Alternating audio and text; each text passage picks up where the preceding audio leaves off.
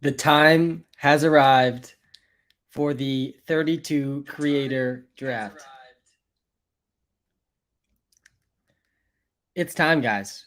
It is the day. The day has arrived. It feels like just yesterday we were drafting in a 32 person league last year.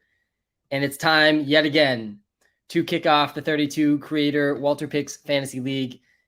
The draft starts in 33 minutes, just 33 minutes. I wanted to hop on the live a little early to talk through what I'm expecting tonight, what I'm looking forward to the most tonight. And honestly, I don't think there's a better place to start than let's take a look at the draft board from last year. I have it up right here. Let's take a look at this. Look at this draft board from last year. You can just zoom in on these first picks. It's going to be a crazy draft tonight, guys. Mahomes went first overall last year. I think Josh Allen probably going to go first overall this year. This is a 32 person league with a super flex. So you start one running backs, one wide receiver, 3 flex, and then 1 super flex.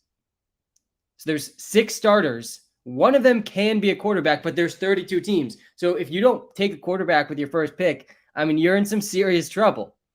You're starting guys like Baker Mayfield or Matt Ryan every week, and you're also spending one of your third-round picks on them. Whereas if you get Josh Allen, Patrick Mahomes, I mean, you're just locked into 20-plus points every week. But there's also 2 points per reception for tight ends in this league, which is why we saw Travis Kelce go second overall last year, and I think Kelce is in contention for being a top 3 pick again this year. I bet Mark Andrews gets picked really early. It's really funny to look back again. This is the draft from last year, not the draft from this year, though I will be able to show us pick by pick the draft from this year, which is starting in just about 30 minutes. But I mean, looking back at the draft last year, I want you to draw your attention to the 3rd round here, because the 3rd round, I think, is where this league is lost and where this league is won. We had some absolutely atrocious 3rd round picks last year. We have Mike Davis getting picked in the 3rd round. But we also had Chris Godwin getting picked in the 3rd round. Myles Gaskin, absolutely terrible pick. But we had, I think, which round did, I believe, who was it? Oh my God, there's so many picks. I think that it was Jamar Chase.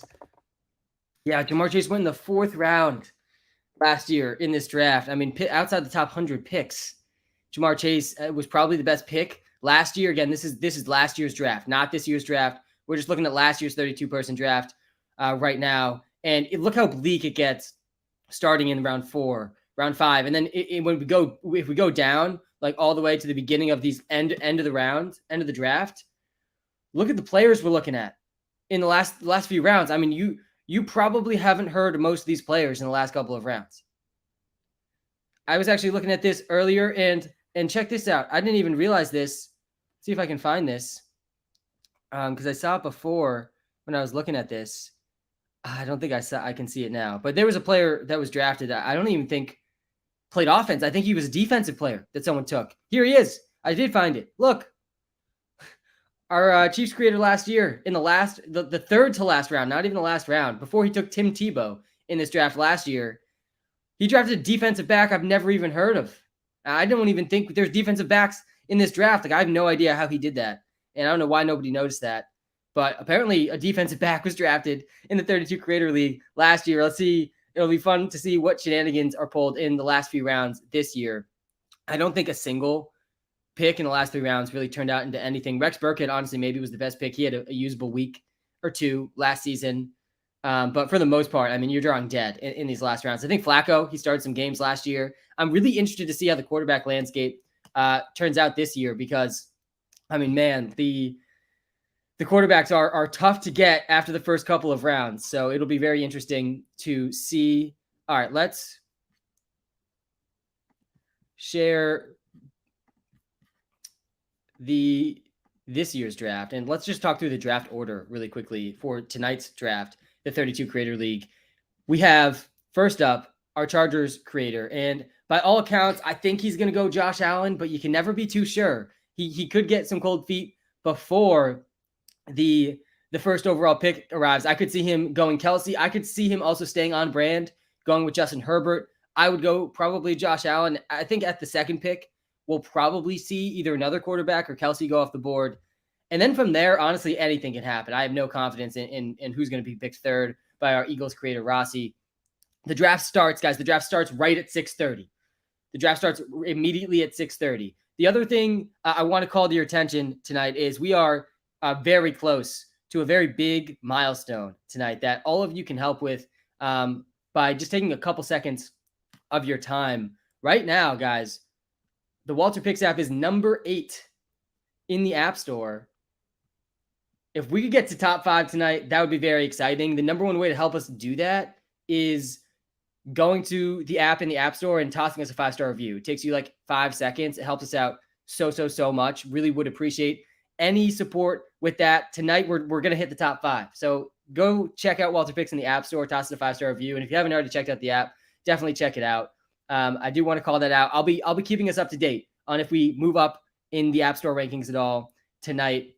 But let's continue through the draft order and what we're looking at. So it goes our Chargers creators first, Panthers creator second, Eagles creator Rossi is third. The thing I want to point out to you though, if you can see, like look how many picks have already been traded. I mean, too many picks have been traded to even keep track of at this point. Again, the draft starts at 6:30 p.m. Eastern. I'm just sort of looking ahead at the draft board right now. I'm the commish, by the way. My name is Sam. Classic mistake. My name is not Walter. Walter's the AI algorithm that powers the WalterPicks app. I'm the commish of this league. I'm not in this league. I'm just the commish of this league. I have the best possible seat in this league. I don't have to compete and worry who my 5th round pick in a 32-person league is going to be.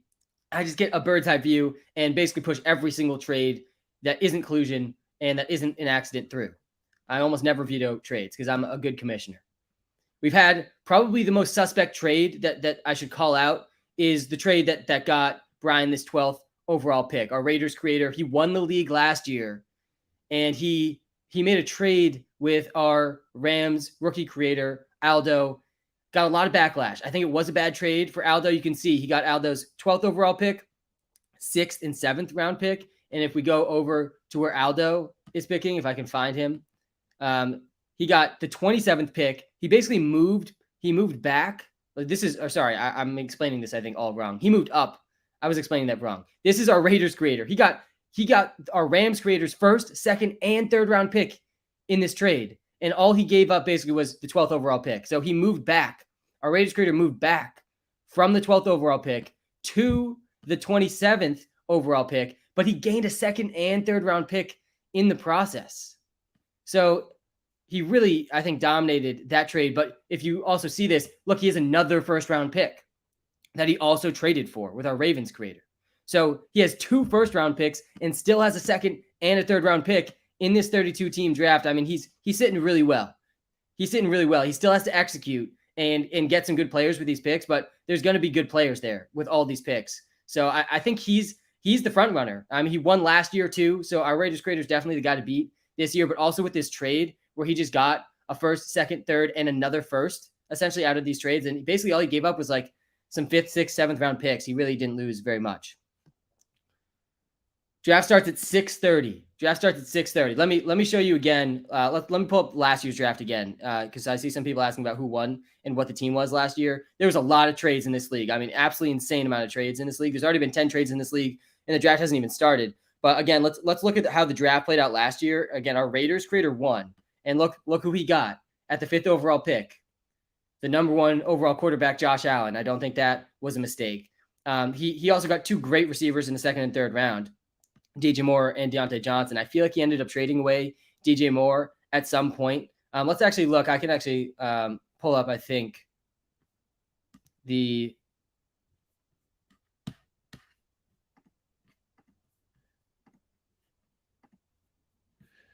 previous leagues, 2021. Here we go.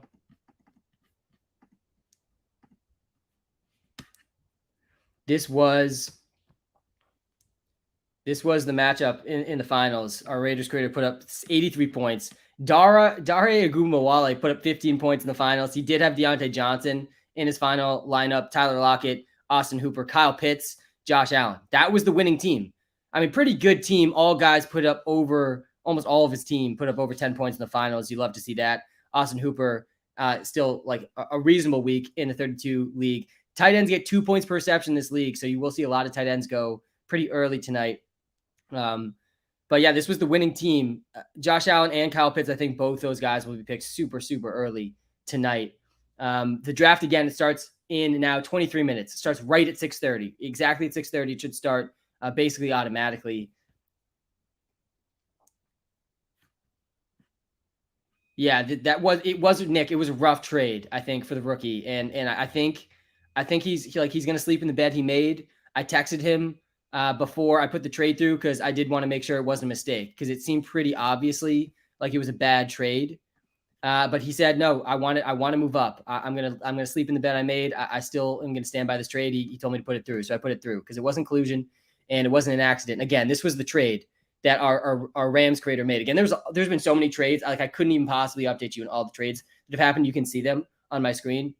But our Raiders creator Brian, he gave up the 12th overall pick, the best pick in this trade. He gave up, but look what he got in return for the 12th overall pick. He got the 27th pick. So he moved back 15 picks, which this will be a slightly worse pick, right? Like it's not going to be as good as the 12th pick, but you're still going to get a really good player, 27th overall. But he also got a second and third round pick from the trade. I think he gave up like, let's look. What else did he give up in this trade?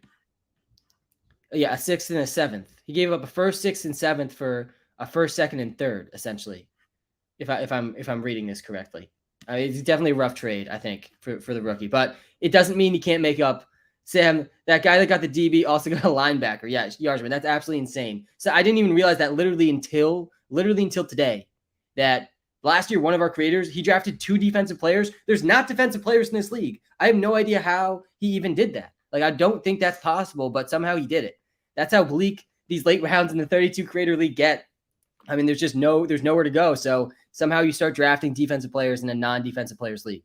There's no defenses or kickers in this league, but somehow someone drafted a defensive back last year. The champ is here in the TikTok live. We're live on YouTube and TikTok, by the way. If you guys are watching live right now, smash the like button on YouTube and TikTok and hit that follow and subscribe buttons as well. Really do appreciate it. Going to be a really fun night. I'm going to be live streaming the entire draft. Ryan Hammer, our Jets creator from last year who lost in the finals, actually just sent him his jersey for coming in second. Todd Gurley got drafted last year. Tim Tebow got drafted last year. We saw Andrew Luck get drafted last year. I was just showing Ryan the draft board from last year, and apparently someone drafted a defensive back. I don't even know how that's possible, but someone drafted defensive players as well, and they're not even in the league. So I mean, yeah, it gets so bleak. How do matchups work with a 32 league? Because there's a lot less weeks in a fantasy season. Yeah, Ty, it works just like any other fantasy league, except there's one key difference in the 32 creator league. You also you're playing 2 matchups every week, one against your opponent and one against the league median of points scored. So whatever the middle score is of the week, you get a win or a loss if you beat or lose to that score each week. So it makes it a lot more fair. You cannot win this league just by like easy matchups. It's just not possible because you also play against the league median every single week. So you have to be beating on average, like the average team each week to really get 2 wins.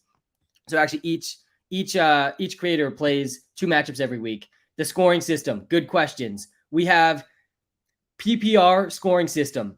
You start 1 running back, 1 wide receiver, 3 flex spots, and 1 super flex. So there's 6 total starters.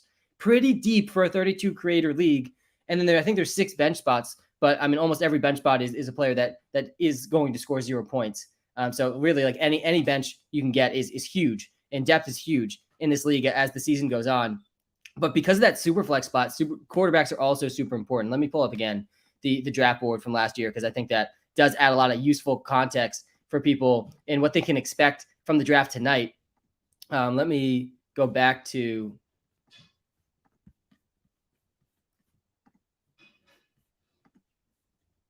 draft results. Here we go.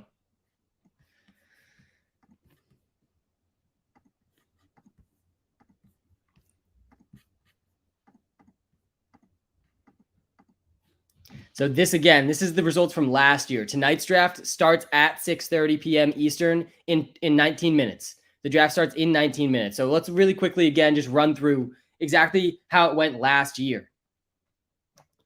Mahomes went first overall. He was the number one quarterback in most fantasy leagues last year, drafted at least.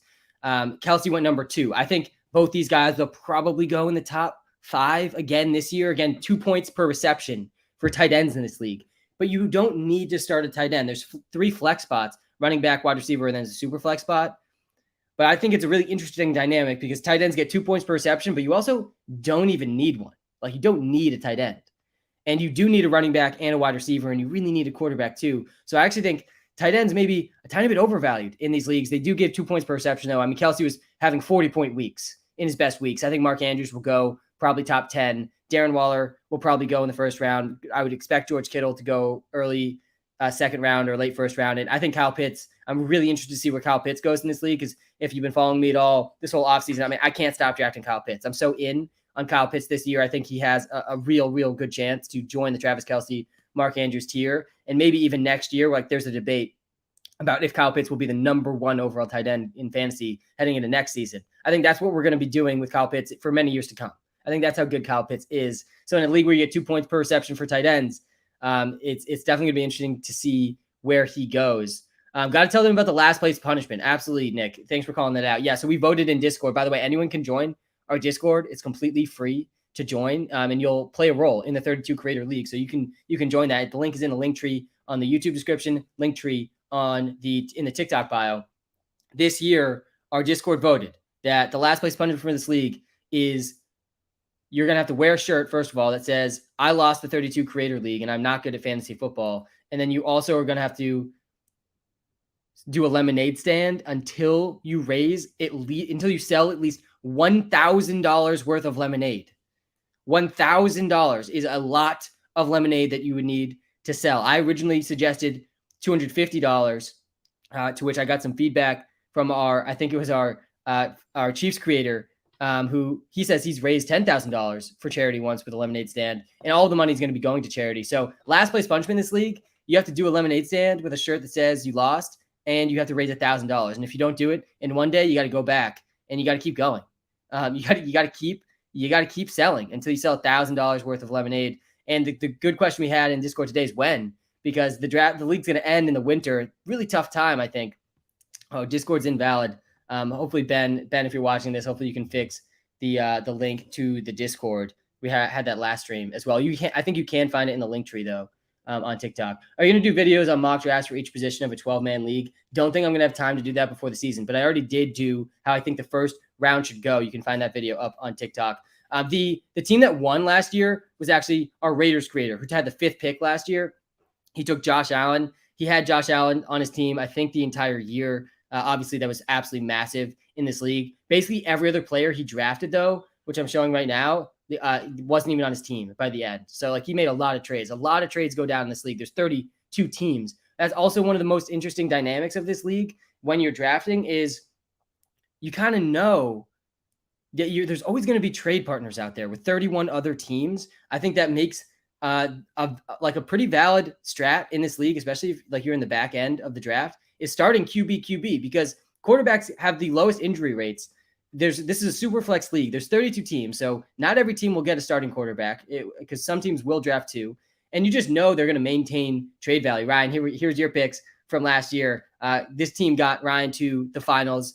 DK Metcalf, AJ Brown. I mean, absolutely monster start. I know AJ Brown dealt with some injuries last year, and Metcalf honestly had a slightly down year for stretches too, but really monster start. I assume you traded at least one of these guys, but I mean, this was the best pick in the entire draft last year. And I feel like Jamar Chase maybe ended up getting traded as well. I can't remember exactly, but Jamar Chase went in the 4th round. Look who went before and after Jamar Chase in this draft last year, guys. It was Tyler Higbee and Robbie Anderson.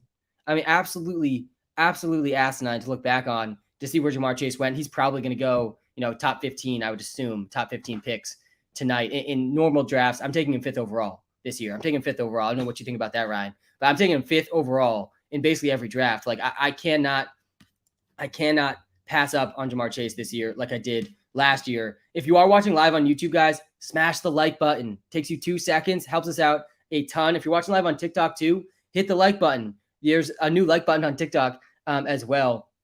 Yeah, I think there's some interesting interesting strategies with the lemonade stand last punishment because it is going to charity. I think you're going to have to lean into that really, really hard. As the person who has to do it. I do kind of like this idea as well, Weiss. I will think about that. This is not a money league. This is a league among all of the 32 WalterPicks creators, and the winner gets 2 tickets to any game they want next NFL season, their own NFL jersey of their choice, and a lifetime subscription to the WalterPicks app. The draft starting in 13 minutes. 13 minutes until the draft begins. I do want to give one more quick shout out that we're pretty close to a very cool milestone at WalterPicks right now. And you guys can everyone watching this live stream, if you take the next 10 seconds and go check us out, WalterPicks in the App Store. You can find the links in the description in the TikTok bio. And just toss us a 5-star review. Totally takes you like 10 seconds. We could hit number 5 in the App Store literally on this live stream. I actually haven't refreshed this. Maybe we've moved up. We went down 1. We're number 9 in sports now. So I would really appreciate any 5-star reviews you guys could toss our way during this live stream. Again, it takes you 2 seconds. The draft starts in about 10 minutes. We will be off to the races very soon, I promise. This is going to be a marathon, though, guys, not a sprint.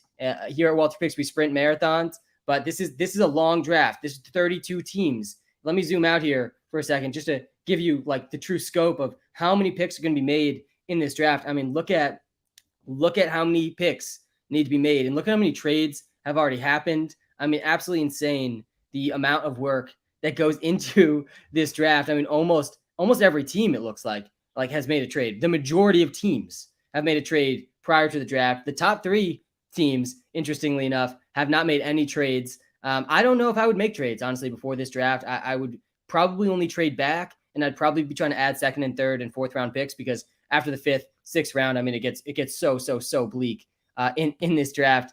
The draft order, top 5 picks, we have our Chargers creators up on the clock first. He's had a lot of time to think about who he wants. First overall, I think he's going to go Josh Allen, but I also could easily see him getting some cold feet on draft night and switching it up to Justin Herbert, to Travis Kelce. So it'll be interesting to see what he does, but I'm expecting a Josh Allen pick at first overall. At 2nd overall, I would expect it to be Kelce. Again, there's 2 points per reception for tight ends in this league, which is why Kelce's so valuable. But I could also see him going quarterback. And then at 3rd, I think literally anything can happen from there. I have no idea where this draft's going to go after the top 2 picks. This is such a unique league. Let me get to some of the comments. Jacob just rated 5 stars. Jacob, you're the man. I really do appreciate that. We got a real shot to be number 5 in the sports app rankings tonight. So definitely check out WalterPicks in the App Store if you haven't checked it out yet. This is not a league that you guys can join. This is a league for the 32 WalterPicks creators. We have 1 TikTok creator for each NFL team on the WalterPicks team. And this is all 32 of them in a draft together. I would argue, most competitive fantasy league I've ever seen. I mean, it's absolutely crazy how tough this league is. But there are other 32 teams. We've got some 5-star reviews. Kaesner, Vincent, shout out to you guys. Really appreciate it. Ryan, I don't have a team. I am the commish of this league. So I get to watch with a bird's eye view. I don't have to stress during the draft. So that is good news. We will be announcing a new Browns creator hopefully in the coming week. We're not rushing the process. And actually, the new Browns creator, he's not on the team yet. So actually, our former Steelers creator is drafting for the Browns account tonight. Peter Krabbuck, he's still on our team as our offensive line maestro. The dude is an absolute beast when it comes to offensive lines. We're actually going to be launching an offensive line tool where you can see the best offensive versus defensive line matchups every single week based on like really, really intense math. It's going to be really, really cool. I think it's probably going to be the number 1 resource that I'm excited for this year that I think is sort of lacking in the space. There's not a very good offensive line analysis out there in the fantasy space. Peter Krabbuck is behind all of that. He'll be drafting for the Browns creator tonight, and he was in first place in this league the entire year last year by a considerable margin. There wasn't really, like, after a couple weeks, there was no debate about who was first in this league. It was him. So I'm sure he'll draft a good team from the 30 spot. You can still apply if you're interested for the Browns creator position. The link is in the Browns TikTok bio. I'm the commish. I am the founder, CEO of WalterPicks. I'm also a TikTok creator myself, but I'm not part of this league because I'm not one of the 32 TikTok creators. I'm like the 33rd, essentially, or first, if you want to think about it that way, TikTok creator So I have the best seat in the house, honestly, because this league is really difficult. I feel like I would get very frustrated in a 32 creator league. I have zero plans to ever play in a 32 person league. I know a lot of people are very excited about it, but personally, I like watching the 32 creator league because it's just funny to me, especially how bleak the picks get in the 5th and 6th round. I think it is very entertaining to be a part of, but not have to stress in. So yeah, I'm the commish. I make sure that this league runs smoothly. We did have some allegations of collusion last season. I shot those down real quick with a very quick, swift investigation. There was no collusion. There almost never will be collusion. So I put almost every single trade through. We even had a bad trade already happen in this league that I did push through because it was a trade that both sides wanted to do. The trade was our Raiders creator Brian. He had the 12th overall pick, and he traded it to our rookie Rams creator Aldo. He traded back 15 spots. So he trades back 15 spots, and he adds a 2nd and 3rd round pick in that process. So he gave up this 12th overall pick, and then he got the 27th overall pick. So he moved back 15 spots in the 1st round, but he added a 2nd and 3rd round pick for basically nothing else. Like basically he just moved back 15 spots and added a 2nd and 3rd round pick. Like I'm pretty sure that's essentially what happened. It might have been like a little bit better than that. It might not have been quite that bad, but it was close to that bad. I did not like the trade. I was I'm always very honest about whether or not I like different sides of trades, but I also won't speak too soon. There was a lot of trades last year that went down that people didn't think were good, and we don't know what players this is going to turn into yet. The draft starts in 7 minutes. The draft starts in 7 minutes. 6:30, the draft starts. So literally 7 minutes until the draft begins. I don't know if there's like a timer. I'll probably just hit start draft right at 6:30 because I don't know if it's on an actual timer or not. Let me get to some of the comments. Is that trade really that bad? I think it was pretty bad because depth matters. Aldo's in the chat trying to defend himself. Wild card, he says. I do think the trade was bad, but again, like depth matters in this league. There's 32 teams. You start 3 flex players, 1 running back, 1 wide receiver, and 1 super flex. That's 6 starters. And by the 6th round, you guys are going to see, I mean, the options by the 6th round is just so bad. The Dolphins creators picking at pick 32, and word on the street is we could see a trade up from our Dolphins creator because he really wants Tua. I think he really wants Tua. I don't know exactly where Tua is going to go in this draft. Again, quarterbacks are really valuable because there is a super flex slot. There's 32 teams. So some teams aren't going to get starting QBs, or they're going to have really, really suspect QBs, while some teams are going to have elite, very consistent quarterbacks. I think it's the biggest edge you can get in this league is an elite QB. I don't think most people see Tua in that vein. So maybe we see Tua go at 32nd overall tonight from our Dolphins creator. But I would be pretty surprised if Tyler, our Dolphins creator, doesn't draft at least 1 Dolphins player. But I mean, I would set the over under for him. Dolphins players probably like 2.5, 3 Dolphins players in the draft tonight. Maybe they'll be like later in the draft, guys that nobody's ever heard of, but at least 2.5, I think 3 players for our Dolphins creator from the Dolphins tonight. If you're watching live on YouTube, hit the like button, smash the subscribe button too. We're trying to hit 10,000 YouTube subscribers this season, and we're actually getting kind of close. So hit the subscribe button. I've been at this YouTube channel for 2.5 years now, which is crazy to say. This is probably one of my favorite nights, if not my favorite night of the year, though, on this channel. And as a part of this team, this draft is going to be so chaotic, and it's starting in 5 minutes. The draft starts in 5 minutes. Let me get full screen here for a second, guys. We got 5 minutes. 5 minutes. The draft is starting. Jack, man, huge draft night, man. I'm a little sad, Jack. I actually, for those of you guys watching at home, I'll be broadcasting this live the entire draft. Again, it starts in literally just 5 minutes. I also have one of my own high stakes drafts tonight, starting at 8:30, that I'm gonna have to be doing during this live stream on the side, doing drafts while live. Nothing new for me, but doing it while commentating a 32 person draft, that will be new. So we will see how that goes. But yeah, huge draft night, man. What pick does the Saints guy have? Our Saints creator. Let's take a look at what pick he's at. I think he got, let's see.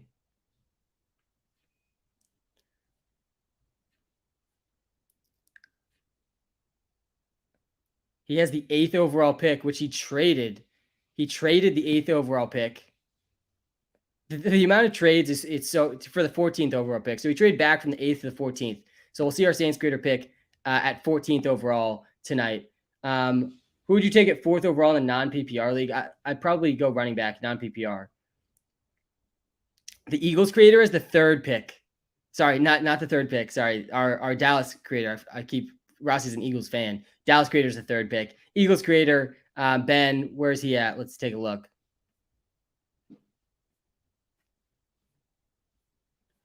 I don't think he's made any trades. No, he hasn't made any trades. And he's the 11th overall pick. Very interested to see what he does with that. All right, guys, we are very, very close to draft time. Extremely close. 3 minutes away. Start the timer down. We're less than 3 minutes away from the draft kicking off and our Chargers creator being on the clock. There's going to be 90 seconds per pick, but we might speed that up. Depending on how the draft is moving, we might move that down as the draft goes on. Probably by round 3, we'll move it to 60 seconds. Round 4 or 5, we might move it down to 30 seconds. In these last rounds, we'll probably go pretty fast because this is a marathon. We sprint marathons here at WalterPicks, but this is a marathon, man. We have 32 teams. They're going to make 12 picks each. Somebody do that math for me. I know I'm the one wearing the math hat, but that's a lot of picks, man. It's a lot of picks. The Jaguars, let's go through the draft order really quick before we get started because I'm seeing a lot of draft order questions. So our Chargers creator goes 1st overall. This is our Panthers creator, Alex. He's going 2nd overall. Then we have our Cowboys rookie creator, Rossi. She's going 3rd. Curtis Henry traded the 4th overall pick. I don't know who H-Dog is. I did ask people to change their usernames. Let's take a look at who that is. Let's see. It's a picture of someone tell me in the chat who is this? Which creator is this that didn't I have no idea what team this is. I don't know how I'm supposed to decipher who H-Dog is. But H-Dog, I guess, is drafting. We'll use process of elimination, I guess, at 4th overall. We have our Colts creator, Anto, at 5th. Seahawks creator at 6th. We have our Bucks creator at 7th. Saints creator, he moved up again. Or he moved back, sorry. So we have our Bengals creator going at 8th overall. He moved up to the 8th overall pick. Cardinals creators at 9. Our Texans creators at 10. Eagles creators at 11, Raiders creators at 12.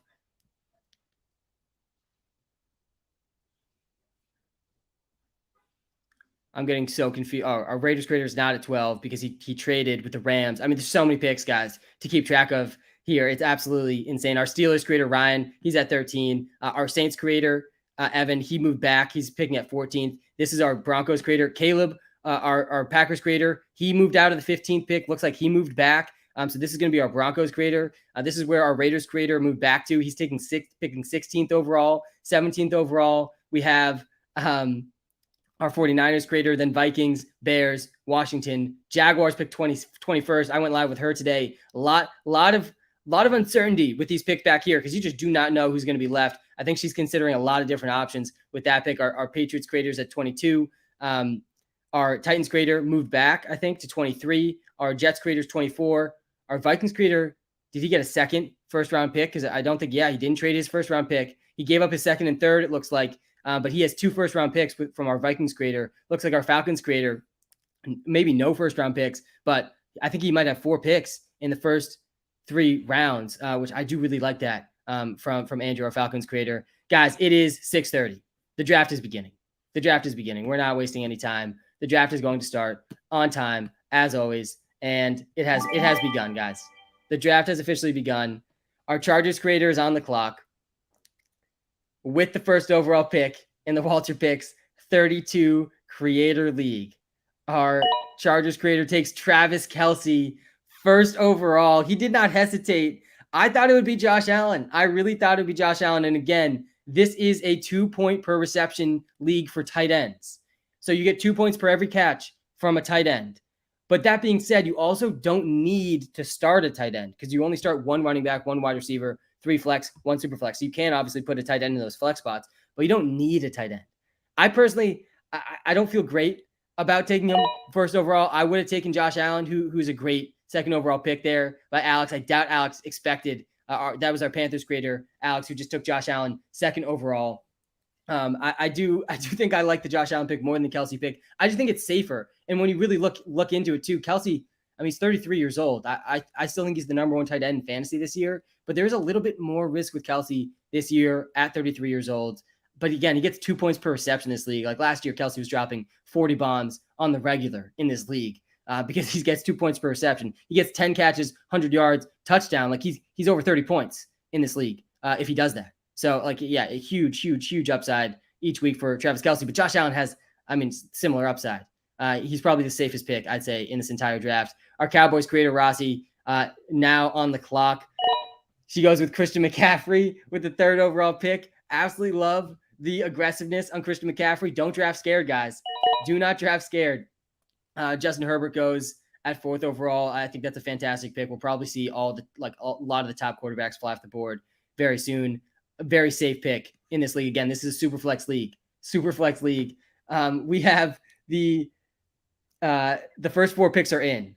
Travis Kelce went first. Josh Allen went second. McCaffrey went third. Herbert went fourth. Guys, if you're watching live on YouTube, hit the like button, hit the subscribe button. If you're watching live on TikTok, make sure you hit that follow button. We are going to be posting content every single day throughout the fantasy football season, and we're going to have a ton of content about the league as well. Anto, our Colts creator, is on the clock. He is at 5th overall. I doubt this is exactly what he expected to go down in the first 4 picks. And I told you guys, I had a feeling these would be the first 2 picks, Kelce and Josh Allen.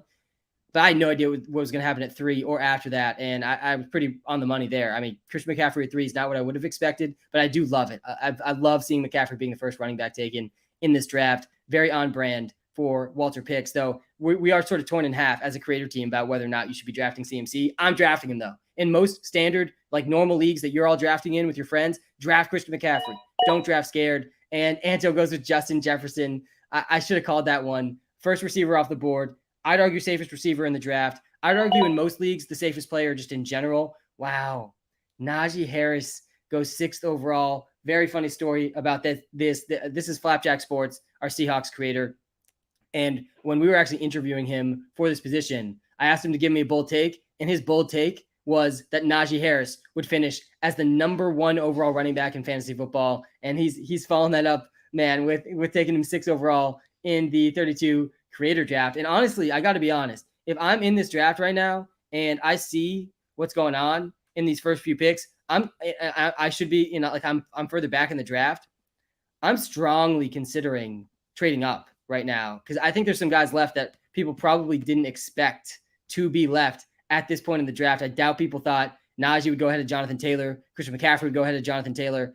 Still a lot of good quarterbacks on the board as well. No Lamar Jackson yet. No Patrick Mahomes yet. Lot of players left to go. At the same point as I don't really love this Najee pick, but you could also make an argument Najee is the safest running back in the league just on a pure volume standpoint. I know he is dealing with a small injury now. It doesn't seem like that's at all concerning for week 1, which is only 10 days away. But he was number 1 in the league in touches last season. And I'm never going to argue about a guy that is coming off a season with the most touches in the league. I think he's going to be top 3 in touches in the league again. So he doesn't have very many explosive plays. I'm a little concerned just about the Steelers, like overall. But I am confident in Najee Harris's workload. So I think he is a safe pick sort of just for that reason. Guys, if you're watching live on YouTube, smash the like button and hit the subscribe button. It takes you 2 seconds, helps us out so much. We're trying to hit 10,000 YouTube subscribers tonight, and we might be able to do it. If everyone watching live, just hit the subscribe button, hit that follow button on TikTok as well. Pumped that we're able to broadcast this draft on TikTok and YouTube today. TikTok finally giving me the ability to live stream from my computer. Really do appreciate that. Who went number 1? Travis Kelce went 1 overall. All right, let's scroll through really quick. Travis Kelce goes 1 overall to our Chargers creator, which I was not expecting. Josh Allen goes 2nd overall to our Panthers creator. That's, to me, an absolute steal. I think he should have gone first, but this is a 2-point per reception league for tight ends. Tight ends get 2 points per reception. This is a 32-person league. You start 1 running back, 1 wide receiver, 3 flex, 1 super flex. The 1 super flex is pretty important in a 32-team league, which is why I probably would have leaned quarterback. Oh, man. Are we about to have our first auto pick? We have our Bengals creator ticking down with the 8th overall pick. Time's up. Come on. Who does he take? It's going to be Jonathan Taylor, I bet. Come on. Let's go. Come on. Let's go, team. Come on. Come on. Let's go, team. Come on. Come on. I'm so confused. Guys, what's happening? Come on. This is a snake Come draft. on. This is a snake Oh, draft. Come on. Are you guys all hearing these like horrible sound effects too? I cannot stand those sound effects. Oh my Come God. on. Oh, come on, dude. Come on. Come on. I don't know why this hasn't Come auto-picked on. yet. Wait, let me. What's going on here, guys? Oh, come on. YouTube chat, TikTok chat. What's going on? What's going on? Come on. People that. Come on. What is going on? Well, our come on, Bengals creator, Matty Come Kane. on. Come on. I think he timed on. out. Come on. And let me refresh. Let's see what's going on here. Yep, that fixed it, guys. It was just me. It was me. It was a me issue, not a Matty Kane issue. And he did take Joe Burrow with that pick actually too. I don't hate that pick, but guys, the Lamar Jackson disrespect is just getting out of hand so fast already in this draft. He'll probably time's up again. This got to be just probably my computer tweaking out because I have so many things open yet. Oh, we did. Maybe that was not a pick actually. Jonathan Taylor goes 9th overall though. Not the worst auto pick that I've ever seen. Our Texans creator on the clock 10th overall. Still some really strong options out there. And oh man, our Eagles creator sitting quietly at 11th overall. Ben is sitting here. I have a very good idea of who Ben is going to be targeting. And guys, Aldo, who a lot of people were trashing on his trade up, he traded from the 27th overall pick to the 12th overall pick, our Rams rookie creator. He gave up his 2nd and 3rd round pick in the process to move up 15 picks in the first round. A lot of people giving him heat for that trade. It's not looking so bad right now with how this first round has panned out so far. We had Travis Kelce go 1 overall. Josh Allen went 2nd. McCaffrey went 3rd. Herbert went 4th. Jefferson went 5th. Najee went 6th. Mahomes, Burrow, Jonathan Taylor, and then Lamar. Lamar's by far the best pick in this draft so far. If I was any of the other creators watching this draft pan out, I would have been sending a lot of offers for this 9th and 10th pick to try to get Lamar Jackson. I think he should have gone top 5 in this draft. Again, you get 1 super flex slot. Lamar's rushing ability is insanely valuable in this league. I think Lamar is going to have another 1,000-yard season, by the way. Lamar is the only rushing QB of all time. No quarterback in the history of the NFL has multiple 1,000-yard rushing seasons other than Lamar Jackson. Vic honestly didn't even come that close. I think his second best rushing season was closer to like 750 yards than 1,000 yards. And Lamar's about to have his 3rd straight 1,000-yard rushing season. Like absolutely insane from Lamar. He also averages the most rushing yards per game in NFL history at the quarterback position. I am in on Lamar this season for sure. Mark Andrews is definitely a really good pick. When you look at, he goes 11th overall. I thought our Eagles creator might take Jalen Hurts there, but he goes with Mark Andrews, which is 2 points per reception for tight ends again. That's why Kelce went 1st overall. And if you just compare Kelce and Andrews, just in a vacuum, Kelce versus Andrews in fantasy this season, I think you have a pretty good debate there. Like I think that I would lean Kelce just because I trust Mahomes just a little bit more than Lamar from the passing game perspective. But Mark Andrews outscored Travis Kelce last year, and he's also 6 years younger than Travis Kelce. And I know Tyreek Hill's gone for the Chiefs, but Marquise Brown's gone for the Ravens too. It's sort of a pretty comparable type of situation. So I don't hate the Mark Andrews pick at all. I think there's a decent chance Mark Andrews outscores Travis Kelce this year, probably more than people realize. Guys, I'm the commish. I am the commish. I'm not in this league. I am the commissioner of the league. I created the league. I created the brand WalterPicks. I'm the CEO and founder of WalterPicks. I run the WalterPicks TikTok account. I am a TikTok creator myself. I'm the commissioner of this league, though. I have the bird's eye view of this league. And Aldo goes Austin Eckler. It's not going to do it for me. I don't think Aldo, with trading up for the 12th pick, I probably would have gone quarterback there just to get the safety because you don't have a 2nd and 3rd round pick. I don't know who your quarterback is going to end up being, but very interesting. Austin Eckler. Not that I don't like Austin Eckler, but Austin Eckler gets hurt, and Aldo, you're destined, I think, for the toilet bowl, and $1,000 raised for a lemonade stand is not going to be easy, which is the last place punishment in this league. Ryan Curley on the clock, our Pittsburgh Steelers creator. He's got the 13th overall pick. Kyle Pitts, a top 15 player. I think so. I mean, but I also wouldn't want to take him too close to where Mark Andrews is going. So like maybe he's more like a top 20 player. I could see him sliding though, for sure. Cause like I like Kyle Pitts a lot, but I know not everybody likes Kyle Pitts as much as I do. And in a 32 team league, every pick is so valuable that you just can't waste a pick on guys, especially in the first round that you're not 100% on. But I would be strongly considering Kyle Pitts, I think, at this point in the draft. Again, you get 2 points per reception for tight ends in this league. Kyler Murray goes 13th overall. Love that pick. I generally love going QB round 1, I think, in this league. And you're going to see why in the second and third and fourth and fifth and sixth rounds of this draft for teams that waited on quarterback. They're going to be really, really scraping the bottom of the barrel. Whereas like these top quarterbacks, Kyler Murray, Lamar Jackson, Joe Burrow, Patrick Mahomes, Justin Herbert, Josh Allen, these guys are all scoring 20 plus points in most weeks. And they also have like 40-point upside, especially Josh Allen. So like there's such a high ceiling, high floor situation there that I do really like grabbing a quarterback while you can in the early part of the draft. This draft is on Sleeper, by the way, by far the best place to do your drafts. Donald Parham stacked with Jay Herbo's elite. I don't know if I would use the word elite, though. I have tossed that word around pretty flimsily with Jameson, like elite Crowder in the past. Jalen Hurts has not been picked yet. Jalen Hurts has not been picked. Cooper Kupp, that is a W pick, honestly. Look where Justin Jefferson went. He went 5th overall. Cooper Kupp goes 14th overall. A fantastic pick from our rookie Saints creator there. Jalen Hurts goes 15th overall to our Broncos creator. And we have the former champ now on the clock, Brian Fickman, who has two first-round picks and a second and a third-round pick still. And he's picking 16th overall right now. This is our Raiders creator. When does the Browns WalterPicks draft? He's picking 30th in this draft. Our Browns creator is picking 30th in this draft. Or the interim coach, the interim manager for our Browns creator. Again, guys, if you are watching live on YouTube, hit the like button, hit the subscribe button. I really, really would appreciate it. It takes you 2 seconds. We're trying to hit 10,000 YouTube subscribers tonight, and we can do it literally just right now. If everyone watching live hits the subscribe button, we can hit 10,000 YouTube subscribers. The other thing that you can do that really helps us out really quickly while we're waiting on this pick to be made is toss a 5-star review to the WalterPicks app in the App Store. We're really close to being a top 5 sports app right now. We're number 9 in the sports app rankings. Really, really, really would appreciate any 5-star reviews you guys can toss our way. It takes you maybe 20 seconds to toss us a 5-star review in the App Store. All right, let's get back to the draft. Sorry to put in some quick promos there. We are back on the draft. Russell Wilson went 16th overall right after Jalen Hurts. And here it comes, guys. Here it comes. We got a run on quarterbacks happening in the first round, as I would have expected. And honestly, I probably would have expected these guys maybe to go even a little bit earlier. But how many quarterbacks have we seen taken now? We have 2, 3, 4, 5, 6, 7, 8, 9. The first 9 quarterbacks are already off the board. Derrick Henry goes 18th overall to our Vikings creator. A lot of Derrick Henry disrespect.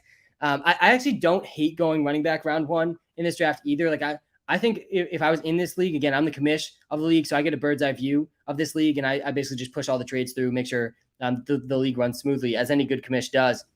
But I probably would start quarterback, running back, I think, unless like a really intriguing tight end appeared. Because you got to start 1 running back, 1 wide receiver, and there's a super flex. I want to start a good quarterback every week, but also the running back drop-off in this league is just absolutely insane. Like the running back drop-off in normal leagues is insane. After like the 5th, 6th round, I mean, you're probably drafting guys that are more likely to be on the waiver wire than your starting lineup. In this draft, by the 3rd round, the running back, there's no running backs left. Like there's basically none. So, and you have to start one every week. So I do like getting one I think in the first 2 rounds. Dalvin Cook goes 19th overall. Really like that pick from our Bears creator as well. Our Washington Commanders creator, Avery, is on the clock now.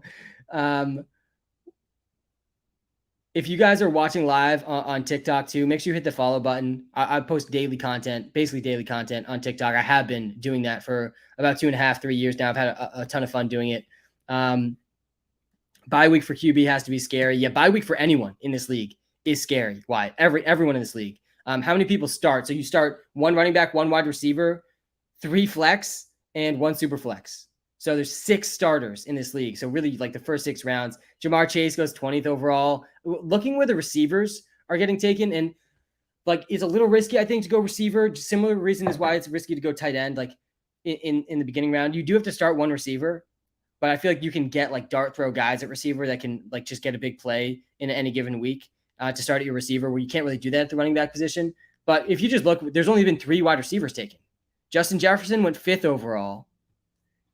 Cooper Kupp went 14th overall, and Jamar Chase went 20th overall. Like, you got to feel pretty good as our Washington creator getting Jamar Chase 20th when Justin Jefferson went 5th. And by the way, I'm not saying that Jamar Chase is for sure going to be better than Justin Jefferson this year, I would take Justin Jefferson over Jamar Chase, but Jamar Chase was better than Justin Jefferson when they were on the same team in college. Jamar Chase coming off arguably the best rookie wide receiver season of all time. Justin Jefferson coming off the best first 2 years of any wide receiver career of all time. So, I mean, both guys are absolute ballers. But I'm just saying, at cost, 20th overall pick Jamar Chase, I'd probably take over 5th overall pick Justin Jefferson. So definitely pretty solid start there. Our Jaguars creator goes with Joe Mixon at 21. I think she really wanted Dalvin Cook to slide. I know she made that big Dalvin Cook trade last year. She plays it safe, though, taking Joe Mixon, one of the safest running backs. Little nervous he might not have a huge receiving role this season, but he's locked in to a top 10 offense with what should be at least an improved offensive line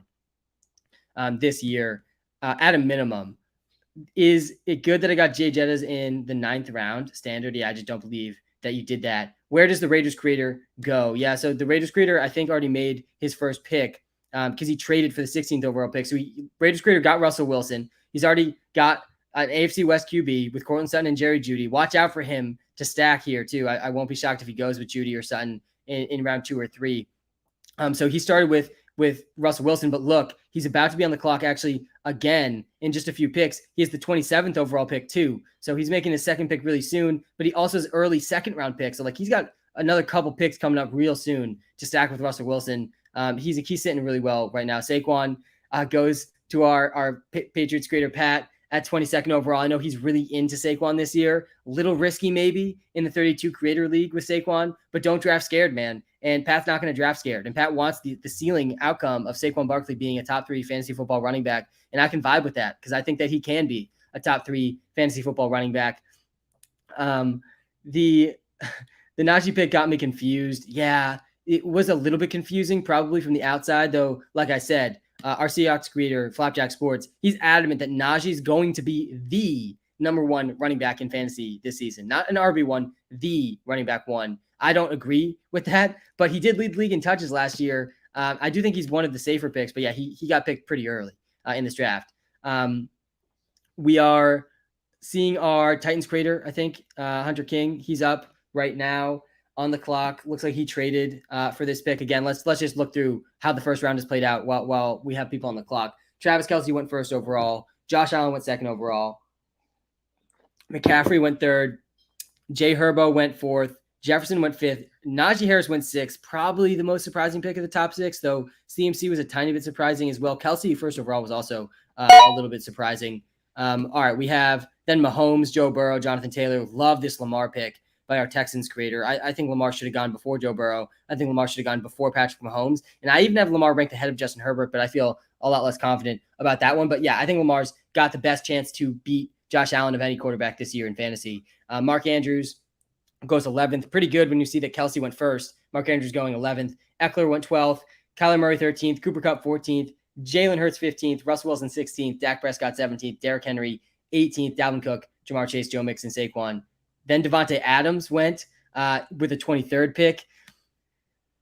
I probably wouldn't have taken him, I don't think, there. But I'm also like, I don't think Devontae is going to be as good this year, but he's still going to be a top 5 wide receiver in fantasy. So, like, I'm not saying he's going to be bad. It's just very, very tough for me to see him being better without Aaron Rodgers than he was with Aaron Rodgers. I don't think Derek Carr's bad, but he's not as good as Aaron Rodgers. So I'm a little more pessimistic about Devontae than I am Stephon Diggs and a couple of the other receivers that are still left. But at the same time, I mean, what else do we need to see from Devontae to know he's going to ball out in fantasy? Either way, even if he's a little bit worse. Alvin Kamara goes 24th overall. Really good value here for Alvin Kamara. I would have taken him over Saquon. I think I took him in the second round of one of my high stakes leagues this weekend. Started that draft. I had the 10th overall pick. I think it went Najee and Alvin Kamara. I don't draft Najee very often, but 10th overall, locking in a guy I think is going to be top 3 in touches, I'm happy to do. But Alvin Kamara in the second round of like your home league drafts, I think that's an absolute steal. 24th overall. This is like the back end of round 2 in normal leagues. Obviously, this is a super flex league, so a lot of quarterbacks have been taken. But he should be a first round pick in most leagues. The only reason he's not is the suspension concerns, which are all pretty much past. I'd say there's like a less than 5% chance he's suspended this year. Still a chance because the video could leak, but I don't think it's going to because it hasn't yet. So Kamara, like, he's been top 4 in fantasy points per game in 4 of his 5 seasons. He's played in the league 5 years. His one year where he wasn't top 4 in fantasy points per game at the running back position, he was number 8. He's been top 10 all 5 years, and he hasn't had a single season where he's played at least 13 games in all 5 seasons too. I mean, he's been so talented, so consistent for 5 straight years. So there's not much to overthink, I don't think, with Alvin Kamara, other than the suspension concerns. Vikings creator is on the clock here with the 25th pick in the first round. Let me refresh here because I know my computer's being a little wonky. He goes with Aaron Rodgers. I really took that down to the wire. Aaron Rodgers goes 25th overall. What quarterbacks are even still left? Let me see if I can pull this up. We can look at this list together. Tom Brady, Matthew Stafford. Nobody's taken Kyle Pitts yet, which is just maybe a tiny bit surprising. Again, tight ends do get 2 points per reception in this league. Stephon Diggs still on the board. Deebo Samuel, DeAndre Swift. I know a lot of people on our team, our creator team, like DeAndre Swift, CeeDee Lamb, Nick Chubb. The running backs are starting to thin out, though. And this is what I'm saying about taking a running back in the first 2 rounds. We're about to have a big, I think, tier drop off at the running back position too. So it will be interesting to see how people approach that. Our Raiders creator is about to be the first person to take his second pick in this draft, which is definitely a big advantage for him. His second first round pick's coming up. He traded with our Rams creator. Look, he has all 3 of these picks. All 3 of these picks. Going to be huge in this draft. Kyle Pitts goes 26th overall, and I love that pick. Again, I still trying to figure out who H-Dog is exactly. That might be maybe. No, it's not Corey. I don't know. I don't know who H-Dog is. Someone in the chat, let me know. Vikings creator has picked twice. Wait, has he? He had the 25th. Oh, you're right.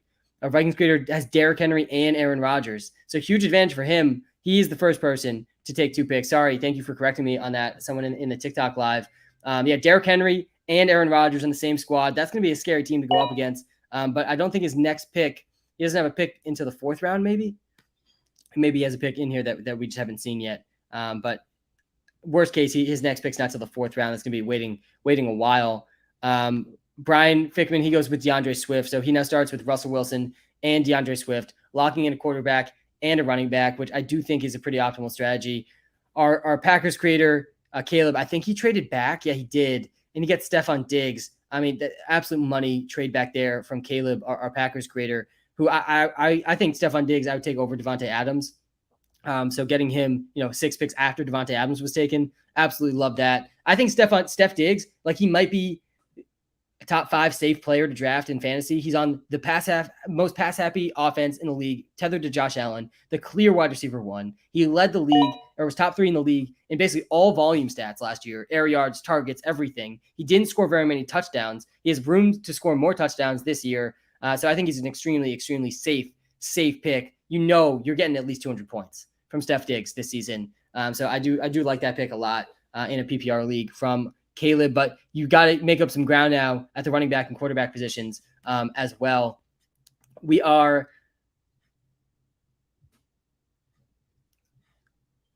Hadley, I think is H-Dog. You're right. That makes sense. Hadley, H-Dog. Okay. So Hadley is H-Dog, which is good to know. The Tom Brady goes 29th overall to Curtis. I do like that pick, Curtis. 29th overall. Trey Lance goes 31st overall. Love that pick. I think that's an absolute steal from our Chiefs creator. And Tyler's on the clock, our Dolphins creator, for the last pick of the first round.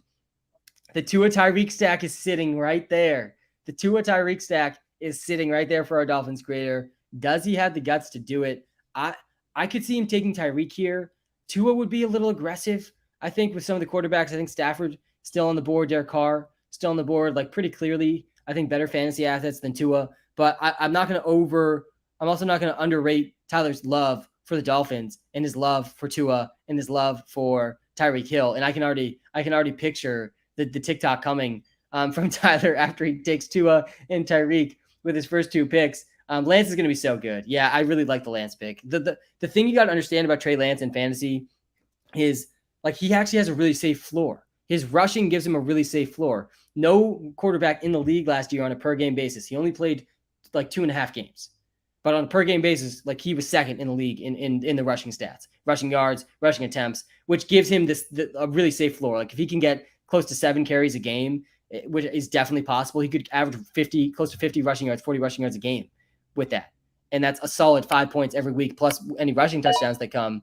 Nick Chubb is who he goes with at 32. I really do like that pick as a safe pick because like Tyler's not going to pick again for a while in this spot, and I like locking in a running back in the first 2 rounds in this draft because again the drop off at running back is just so steep.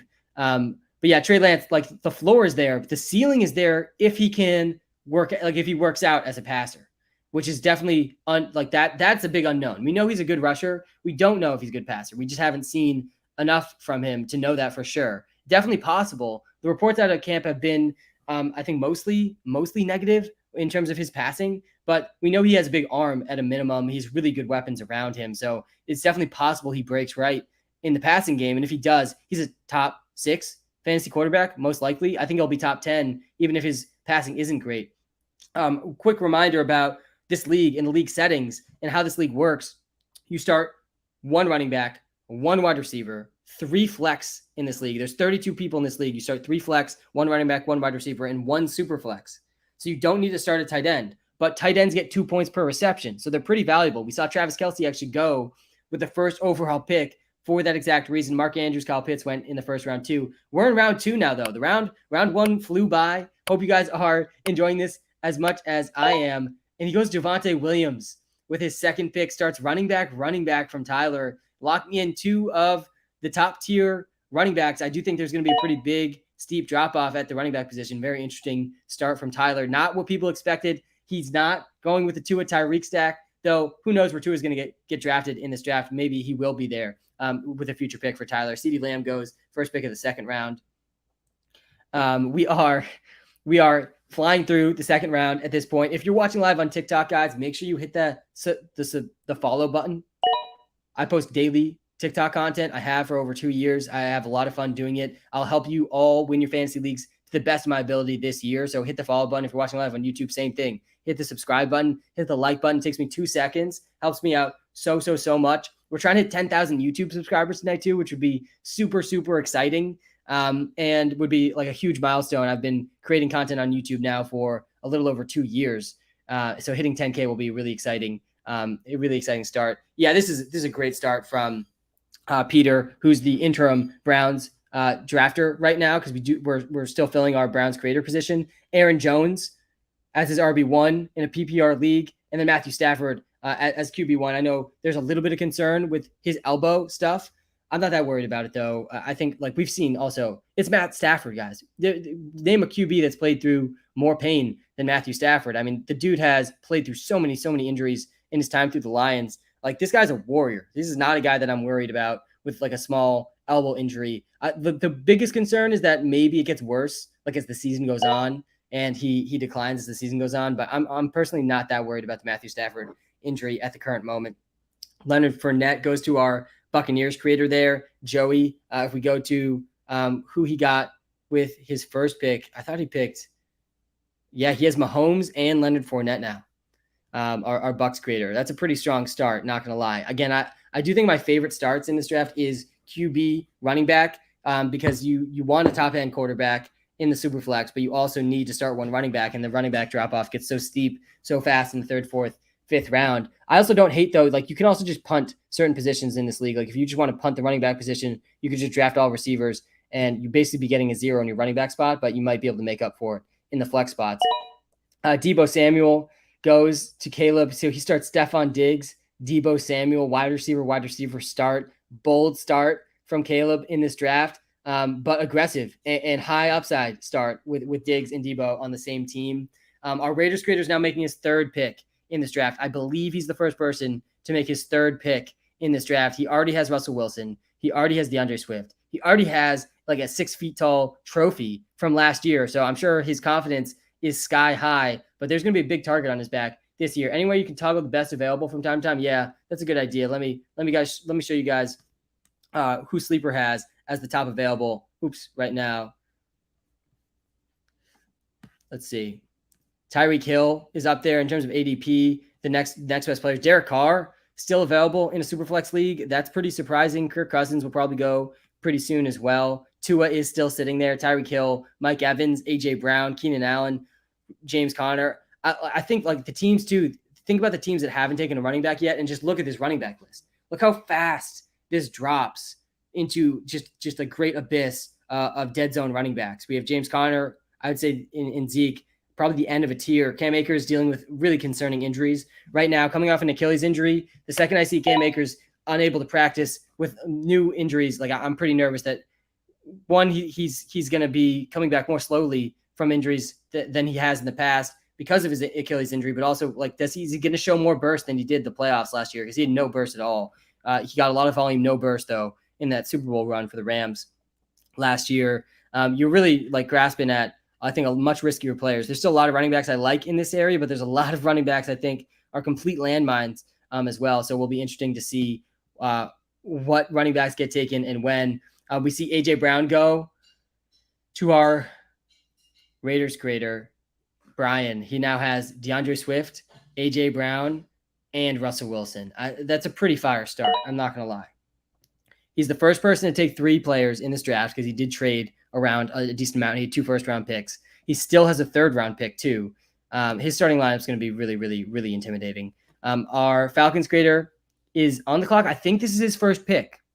I'm pretty sure this is our first, but he has another pick in just like 10 picks later. And then he's got an early 3rd-round pick, too. And he still has his own 3rd-round pick. So he's going to have 4 picks before most people. But this is our Falcons creator first pick. I think he's the last person to make a pick in this league. I think he's the only person that hasn't made a pick yet. So our Falcons creator's on the clock now. What did the Giants WalterPicks creator get? Let's take a look at who our Giants creator started with. Oh, that's I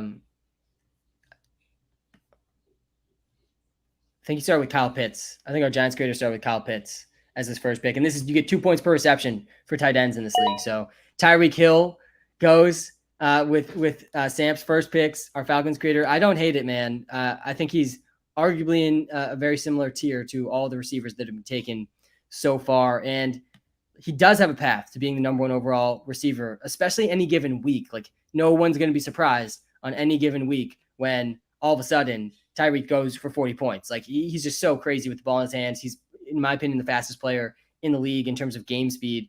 We determine the draft order by using a filter on TikTok. So you can actually see everyone's videos determining their pick if you go to everyone's TikTok accounts. This draft is happening from our 32 TikTok creators. We have 1 TikTok creator for each NFL team as a part of the WalterPicks team.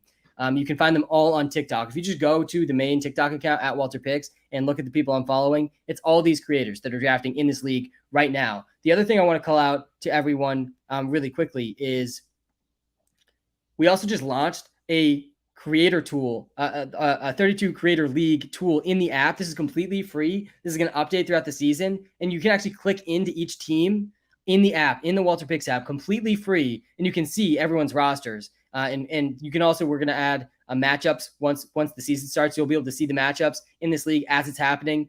You'll see all the activity and all the trades that happen in this league. You can see all of this. You can track all of this 100%. This tool is 100% free. We're not going to try to sell you anything in this tool.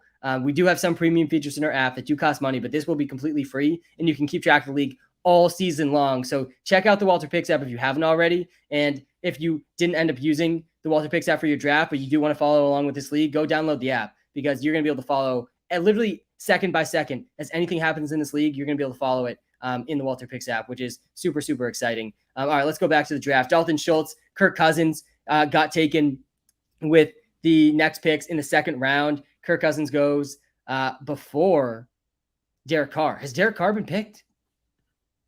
Derek Carr has not been picked. Wow. I have a feeling that's going to change probably pretty soon. But I guess you never know. Let's take a look at best available here. I'm just looking at the running backs. Derek Carr is a high up on this list. Mike Evans, Keenan Allen. No tight ends have gone since Kyle Pitts, George Kittle, Darren Waller, both still available. Michael Pittman, I'm sure, will be picked pretty early in this draft. T. Higgins still available as well. Oh, sorry, I'm like right over the player names in this view. I do apologize for that. Let me see if I can pull this up a tiny bit.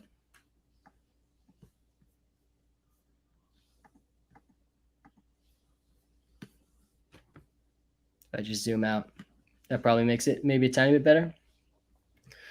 All right. 13 seconds left for our Patriots creator, Pat, to make his pick. He started with Saquon Barkley in this draft. He goes with Mike Evans. Jaguars creators on the clock. She's already got Joe Mixon. Charlotte was the one who she was in last place the first half of the league, and she goes Derek Carr. It's an amazing pick. It's an amazing pick from Charlotte. Definitely a W pick from Charlotte. I'm honestly shocked Derek Carr fell so far in this draft. I would have taken Derek Carr probably right next to Trey Lance, like right around this area. I would have strongly considered Derek Carr. You can make a good argument, guys, that Derek Carr has the best weapons in the NFL. Regardless of what you think about Derek Carr as a player, he is arguably the best weapons in the league with Darren Waller, Hunter Renfrow, and Devontae Adams.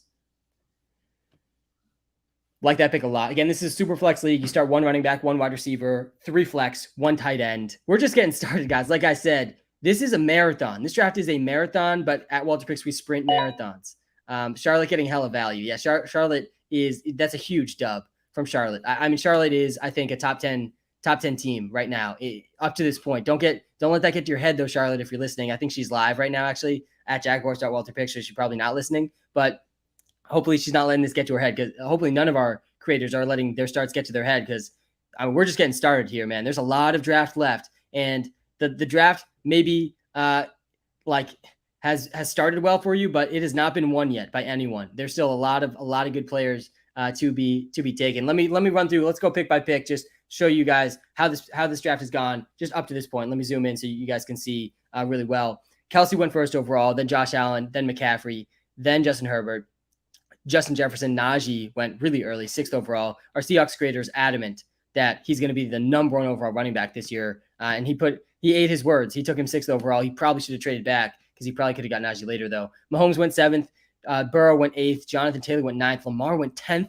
Probably my favorite pick in the first 10 picks was Lamar. Mark Andrews went 11th. Eckler went 12th. Kyler Murray went 13th. Again, 2 points per reception for tight ends in this league, so don't mock that tight end pick, because the tight ends, they can score a lot of points in this league. Cooper Kupp went 14th. Hurts went 15th. Russ went 16th. Dak went 17th. Then Derrick Henry, Dalvin Cook, Jamar Chase. We did just have Zeke and ETN go off the board in the 2nd round, right after Derek Carr, our Washington creator. He goes Jamar Chase, Zeke. Don't hate that start at all. I'm in on Zeke at his cost. I think his cost is a little lower than what it should be. Like in normal leagues, I've seen him go 4th, 5th round. And I think that's like worth the price. I am a little worried that he could slow down as the season goes on, like he did last year, but he's fully healthy right now, and they're going to feed him the ball. I'm also very in on Tony Pollard also in like the 6th, 7th round in leagues. I think I've done 4 of my 6 high stakes drafts at this point, and I've ended up with Tony Pollard and or AJ Dillon in all of them. I can't stop drafting Tony Pollard and AJ Dillon, because I think Pollard's going to have a role even without a Zeke injury. I think AJ Dillon's going to have a role even without an Aaron Jones injury. And if one of them gets hurt, I think they're going to be league winners. But I still like Zeke where he's getting drafted, because I think he's probably going to be top 5 in the league in touches. And he's getting a little bit too much hate, in my opinion. Though I am a little bit worried about the Dallas offensive line with the injuries they've had so far this preseason. And our Falcons creator goes Darren Waller with the 15th overall pick. Darren Waller was on my do not draft list, so I don't love the pick a ton, but he did start with Tyreek Hill. So we got Tyreek Hill, Darren Waller. Again, this is also a 2 point per reception tight end league, so you can't knock the tight end picks too much, because they do get 2 points per reception. Though I don't think Darren Waller is going to have as big of a red zone role this year. That's what I'm most concerned about, because he really scored a lot of his points last year through touchdowns, and now he has the best red zone threat in the league on his own team. So he's not the best red zone threat on his own team anymore, because Devontae Adams is. So I am a tiny bit worried about that for Waller. But there's also been reports he could be used in like a Rob Gronkowski type of role for Josh McDaniels. And if that happens, I mean, that's going to be huge in fantasy. Michael Pittman goes to our Ravens creator, Michael Breddy. Do like that pick a lot. I do like Michael Pittman a lot. There's a lot of good receivers that are about to fly off the board, though. Like tons and tons and tons of good receivers left in this draft. Sorry, but Debo is a steal. Let's see where Debo went. Yeah, I mean, this is a snag. Honestly, both these picks, really good wide receivers from Caleb. It's a little risky, I think, starting wide receiver in this league, because you do have to start one running back. There is a super flex slot, and there's 32 teams, so like the options get pretty bleak pretty fast. But yeah, both those picks I think were pretty good value. I don't have a pick in this draft because I'm the commish of this league. I'm not in the league. Our 32 TikTok creators, one for each NFL team that are a part of the WalterPicks team, they are the ones drafting. I am the 33rd creator. I run the main WalterPicks account at WalterPicks. My name is Sam, CEO and founder of WalterPicks. I did create this league, though I never expected the league to be this much fun, and I never expected like just how big this league would get, but it is absolutely amazing how much the league has grown, how fun this league is, and the amount of trades that go down and interaction that happens between our creators in this league is next to none. It's one of my favorite things to be a part of and to have a bird's eye view with. And I love that I don't have to stress out and draft in this league because this is a really, really tough league with 32 people. AJ Dillon gets picked in the second round by our Packers creator, Caleb, who he already had 2 picks, right? Yeah, he took Stephon Diggs. He takes Deebo Samuel. He goes with AJ Dillon. And people might knock this in the comments. I don't hate this pick at all. I'm in on AJ Dillon this season, like really hard. I think that AJ Dillon is going to be a lot closer in value to Aaron Jones than people realize. Look where Aaron Jones went in this draft all offseason. They've been really consistent in what they've said all offseason. That it's basically going to be an even split between Aaron Jones and AJ Dillon. And I like Aaron Jones too. I think Aaron Jones is a better receiver than AJ Dillon, though AJ Dillon has shown ability to be a pretty good pass catcher out of the backfield. And we saw AJ Dillon go like almost a full round after Aaron Jones. So I don't hate it. Definitely a little early, but we know Caleb loves AJ Dillon. We all love AJ Dillon. And I actually do really like AJ Dillon in fantasy too. So even though it's a little bit of reach, I don't hate it. And now he locked in his running back position. I'm pretty heavy on AJ Dillon. I'm pretty heavy on Tony Pollard as well. I think both guys have similar archetypes that I just like targeting in fantasy. High floors. They're going to be getting at least half the work in their offense, and super high ceilings if anything were to break the wrong way for Zeke or Aaron Jones. I don't have a pick in this draft. Again, I'm the commish, so I do not have a pick. He represents the Packers. So our Packers creator just took AJ Dillon in the second round. What pick is the Lions pick? So our Lions creator, Curtis Henry, he had the 4th overall pick, but he traded it back, and he ended up getting Tom Brady really late in the first round. He got Tom Brady here with a 29th overall pick. Who knows where he picks next? I mean, he's been doing trades left and right and left and right. Let's see where Curtis is next. He has a third round pick here. See, this is what I'm saying. Look at where our Come on. Lions creator, excuse me. Like his picks are all over the place. He's got a pick here in the second round, here in the third round. He picked like in the back end of the first round. Breece Hall goes 20th pick in the second round. We got an auto pick sign up here. That's pretty concerning for our Ryan Curley. I think that's our Steelers creator. Definitely pretty concerning for him. Breece Hall, very high risk pick here. It makes the AJ Dillon pick, I think, look a lot better. Thanks for the support, guys. Jets.WalterPicks on top. Our Jets creator, I think, had a really, really strong start to this draft. Let me see where he picked. Yeah, he starts Alvin Kamara and Kirk Cousins. Do like that start for our Jets creator. Starting running back, quarterback again, I think is my favorite start in this draft. I really like how Charlotte started too. Jaguars creator, Joe Mixon, Derek Carr with her first 2 picks. Really safe start to build from for Charlotte. Justin Fields goes the 21st overall pick in the second round. Again, quarterbacks, really important in this league, in a Superflex league. Justin Fields does have the rushing ability. He also has the worst offensive line, I think, in the entire league. So it'll be really interesting to see how that goes for him. I mean, no quarterback's been set up to fail more than Justin Fields. But I do have more confidence in Justin Fields' talent than I think most people do. I think he could take a year 2 leap still. Charlotte W. Will you do a draft recap video giving your thoughts on the teams? Yeah, of course. I'll post a recap video probably tomorrow morning. Who did the Ravens creator get? Yeah, so Michael, our Ravens creator, I think he literally just picked. Yeah, he took Pittman in the second round. He traded up maybe in the first round. Let's see. he just took Justin Fields. So he has Michael Pittman and Justin Fields. And I don't think he had a first-round pick. So maybe he was the last person to make a pick. I thought it was our Falcons creator, but it might have actually been him. So he's Justin Fields and Michael Pittman.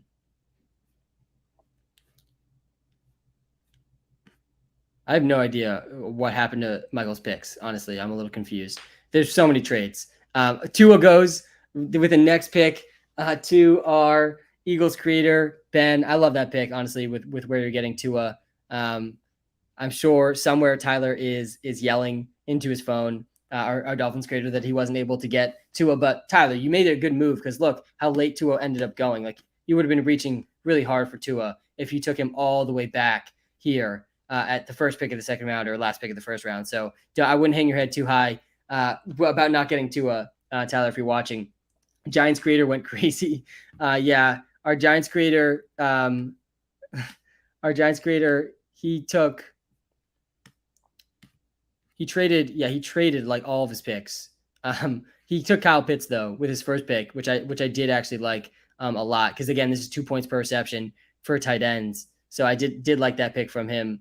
We're starting to slow down. It feels like people really taking their time thinking through these picks. Mike Williams goes 23rd pick in the second round to our Texans creator. Then DJ Moore. Aiden not taking a second to even think about that pick. He had that one queued up. DJ Moore. I definitely like him more than Mike Williams. Keenan Allen, Mike Williams going really close together in this draft. That's pretty fascinating. DJ Moore going 24th overall. So Aiden starts Jonathan Taylor, DJ Moore. Curtis Henry has another pick here. He goes T. Higgins, like that pick for him too. A lot of good receivers starting to fly off the board. David Montgomery goes to our Saints creator at the 25th pick in the second round. Lamar and Mike Will is crazy. Yeah, I don't hate Lamar, Mike Will, but I love Lamar Jackson. I think Mike Williams will probably be a little bit more inconsistent than Keenan Allen, like similar to last year. I'm expecting something similar to last year where Keenan very consistent, but doesn't have the same spike weeks that Mike Williams is capable of because they just run a different route tree. Our Seahawks creator who started the draft with a 6th overall pick really threw people for a loop with this one. He took Najee Harris with a 6th pick in the first round. Definitely interesting to see what he does with his second pick. It's 2 a time, says our Eagles creator.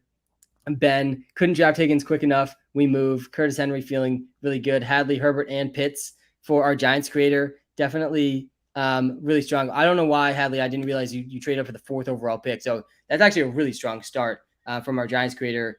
He has both Justin Herbert and he has Kyle Pitts. Terry McLaurin goes to our Seahawks creator in the second round. Again, guys, really do appreciate you guys hitting the subscribe button if you're watching live on YouTube, hitting the follow button if you're watching live on TikTok. And again, you can follow along with this league all season for completely free. All you got to do is download the WalterPicks app, go to the Creator League, 32 Creator League tool, and you'll be able to see the standings. You'll be able to see all the rosters, and you'll be able to see all the matchups and all the activity, all live, second by second, right on your phone in the WalterPicks app. Really excited to have that in this year. Trevor Lawrence goes. This is a great pick. I was going to mention Trevor Lawrence, but decided not to when 2 got picked because this is like the year 2 guys are starting to go. Justin Fields is in year 2.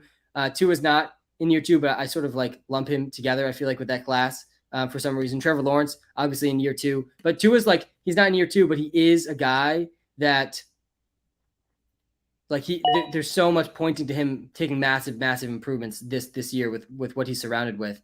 But Trevor Lawrence too, I was talking with our Jaguars creator earlier today about Trevor Lawrence, and it wasn't that long ago, like pretty much a year ago, that he was the consensus number 1 overall pick in a really stacked quarterback class, and nobody debated it really. Like everyone agreed, consensus number 1 overall pick in that class. And all of a sudden it feels like people are sort of already writing him off after he was in such a horrible situation as a rookie, by far the worst coach in the league with Urban Meyer. I think just that alone, going from Urban Meyer, I know he was fired like 2/3 of the way through the season, but I think that effect's really going to come into play at the start of this season. Urban Meyer to Doug Peterson, but then he also adds Christian Kirk, Evan Ingram, better weapons around him. Travis Etienne's back and healthy now. I think Trevor Lawrence has the best bet of all second-year QBs to take that big leap in year 2. Obviously, Trey Lance is basically like in his first year, but he's a good bet for that also. I think Justin Fields, Mac Jones, and even Zach Wilson, they'll have a shot at it too. Like we see year 2 quarterbacks break out far more often than rookie quarterbacks. Rookie quarterbacks are almost never very good for fantasy football. Deontay Johnson, he goes with the 30th pick in the second round, one pick after Cortland Sutton. Really like the receiver values that we're getting in this second round. Who's the Bears creator? Teddy is our Bears creator. Teddy started Dalvin Cook, Travis Etienne. I didn't see that Etienne got taken. Sorry, I'm fueling up. Then this is a marathon. We sprint marathons, but this is a marathon. Travis Etienne went in the second round. Dalvin Cook to our Bears creator, Teddy. We're almost through round 2. We're doing pretty well, guys. I'll do a quick analysis of it's kind of tough because there's so many traded picks that it's a little like more difficult to see who's on everyone's team really easily. But I will try to do a quick analysis of the first 2 rounds as we wrap up these first 2 rounds. Allen Robinson goes with the 31st pick in the second round. I do like Allen Robinson a lot. It's probably a little bit early for me with Allen Robinson. Our Chargers creator who started with Travis Kelce, he takes Matt Ryan. Got to lock in the QBs, man. If you didn't take a QB in the first 2 rounds, like this is going to be your last chance in this round. We're going to see some ugly reaches at quarterback, and this is why I do like going quarterback in the first 2 rounds. And I think Trevor Lawrence was, to me, the end of a small tier of quarterback of like year 2 young guys that at least have a chance of some big improvements. Justin Fields, Tua, Trevor Lawrence. Matt Ryan, I think, is a lot less sexy than all the quarterbacks taken before him, but he should get the job done at a minimum in a Superflex league. I don't have a team. I see a lot of comments asking what pick I have. I don't have a team. I'm the commish of this league, so I'm just commentating throughout the draft. I am our 33rd TikTok content creator. The people in this draft are the 32 TikTok content creators for the WalterPicks team. One is assigned to each NFL team, so we have 32 of them. I run the @WalterPicks TikTok account. I'm the commissioner of this league. I make sure there's no collusion. I make sure there is no cheating, and I basically just push all trades through as good commissioners do. And that's my main job. Make sure that the league runs smoothly. Josh Jacobs, and man, I don't love it. I don't love the start for our Chargers creator starting Kelce, Matt Ryan, Josh Jacobs. Honestly, it's a little disgusting. You got a 33-year-old tight end that you took first overall. You have a 37-year-old quarterback that you took with your second pick. And then you have Josh Jacobs with the 3rd pick on a team that's probably going to run with a running back by committee. Just drafted a rookie running back, went out and signed Brandon Bolden. Don't love it. Don't love the start. It's not a last place team, obviously, because you have Kelce in a 2-point per reception tight end league. But I don't think I would say I love the start there for our Chargers creator. TJ Hawkinson goes in the 3rd round. I'm not the biggest Hawk fan, but at the same time, 2 points per reception for tight ends in this league. Who picked JT? So Christian McCaffrey went 3rd overall. JT actually didn't go until 9th overall. We had a bunch of quarterbacks. Najee Harris was picked 6th overall. Justin Jefferson went over him, which is fine. And then, Jonathan Taylor went 9th overall in this draft, which is definitely, is this a keeper league? LOL. No, not a keeper league. Does WalterPicks work for Android? Yes, WalterPicks works for Android. And guys, we are really close to making some pretty big history tonight. All we need to do is, if everyone watching this stream takes 2 seconds, tosses a 5-star review to the WalterPicks app in the App Store, both on Android and on iOS, we could be a top 5 sports app. Look, we're rated number 9 right now. So super exciting. And you can follow along with the league for completely free. You can see all the standings, all the matchups, and all the activity that happens in the league and all the rosters in the league. You can see that completely free in the WalterPicks app this season. So definitely check it out if you haven't checked it out yet. And yes, it is on Android and it is on Apple. Jameis Winston goes right after TJ Hawkinson with the 1st pick or the 3rd pick in the 3rd round. I don't hate that, honestly. I feel like Winston has more upside than Matt Ryan. He's probably a little riskier than Matt Ryan, but if Michael Thomas can come back healthy, I mean, all of a sudden, Jameis Winston, he's got Alvin Kamara, Michael Thomas, Chris Olave, and Jarvis Landry. I mean, that's actually a pretty solid group of weapons. Jalen Waddle's been starting to slide pretty far in drafts to the point that I'm starting to like him more and more. I feel like I haven't drafted him very much this offseason because he was going in like the 2nd round in the best ball drafts I was doing most of the offseason, but now he's starting to slide to the 4th, 5th round in a lot of these season-long leagues. Guys, he broke the rookie reception record last year. He's probably pretty good. And year 2 receivers tend to take a leap. you want to be targeting year 2 receivers that just broke out as rookies: Jamar Chase, Jalen Waddle. There's a couple other year 2 receivers too. Rashad Bateman is the one that comes to mind the most after those two guys. I know he's competing with Tyreek Hill, but yeah, I think they're going to manufacture Jalen Waddle a lot of touches still.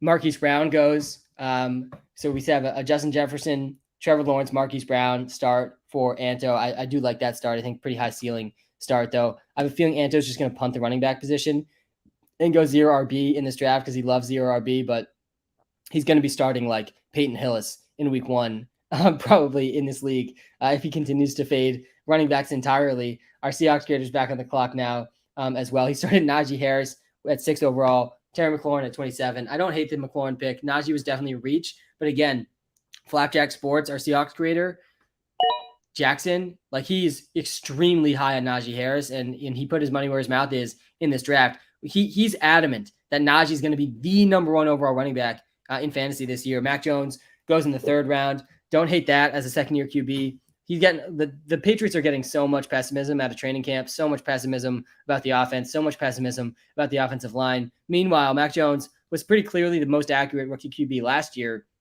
He could take a year 2 leap as well. All these guys heading into year 2 at the quarterback position, like generally they take a leap in year 2. Rookie quarterbacks generally struggle. I know Mac Jones didn't struggle very much. He was pretty protected by the play calling last year, but in a Superflex league, don't hate getting him in the 3rd round. Don't think he's going to have any massive weeks. Jerry Jeudy, probably my favorite pick of the 3rd round so far. I do like Jeudy more than Marquise Brown. I don't like him more than Jalen Waddle, so maybe I like Waddle pick a little bit more than that. I was really interested to see if our Raiders creator was going to be able to pull off the Russell Wilson, Jerry Jeudy stack, but he decides against that. And I think he probably made the right move because he ended up getting some really good players. I think he got DeAndre Swift and a good receiver, if I recall, AJ Brown. Yeah, he's DeAndre Swift, AJ Brown, and Russell Wilson on the same team. So a little bit better than the Russ Jeudy stack, I would say. Our Saints grader, Evan, on the clock. He is David Montgomery. I'm not sure who his other pick was in the 1st round. Looks like it was Cooper Kupp. So he's Cooper Kupp, David Montgomery. Look where you got Cooper Kupp. Cooper Kupp went 14th overall in this draft. All right, let me show you guys who the best available is left. We got Cam Akers at the top of the list, which is always a little bit concerning with the injury news that he's had. A lot of these guys, this is the dead zone running back group right here. Cam Akers, Antonio Gibson, J.K. Dobbins.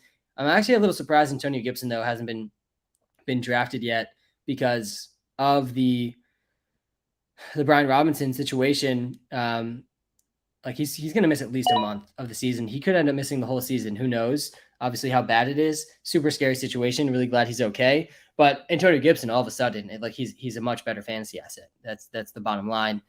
So I do expect him to probably go pretty early in this draft. Chris Godwin goes to Curtis Henry in the 3rd round. Really like the aggressiveness with Chris Godwin there, who is not going to be ready for week 1, but by all reports, he could be ready by the 1st month of the season. And all of a sudden, a healthy Chris Godwin, look me in the eyes and tell me a healthy Chris Godwin wouldn't get drafted ahead of a healthy Mike Evans in drafts right now if they were both fully healthy. He might. Like last year, I think it was really close where those guys got drafted. He's the younger option. He, by a lot of metrics, is the better option. Not that Mike Evans is bad. He's been super consistent. I think he has 6 straight 1,000-yard seasons. But Chris Godwin has been a beast in fantasy as well. And he would be going much earlier if he was healthy. He's not healthy, though. He's probably going to be, though, on the field in an every down role in the 1st month of the season. Always love when you bring up sports during your videos. The best duo. Thanks, man. I appreciate that. I do appreciate everyone that's tuned in right now. Seriously, all love to everyone that's tuned in. Really do appreciate you guys hitting the subscribe button over on YouTube and the follow button on TikTok. We are trying to hit 200,000 TikTok followers this season on the main account. We are trying to hit 10,000 YouTube subscribers too. I've been at this for over 2.5 years now, which is absolutely insane to think about. Back in 2020, maybe not 2.5, maybe closer to 2. Back in 2020 is when I started creating content on TikTok. And it has been so much fun interacting with all of you, being a part of this 32 Creator League has been an absolute blast. Dallas Goedert picked in the 3rd round.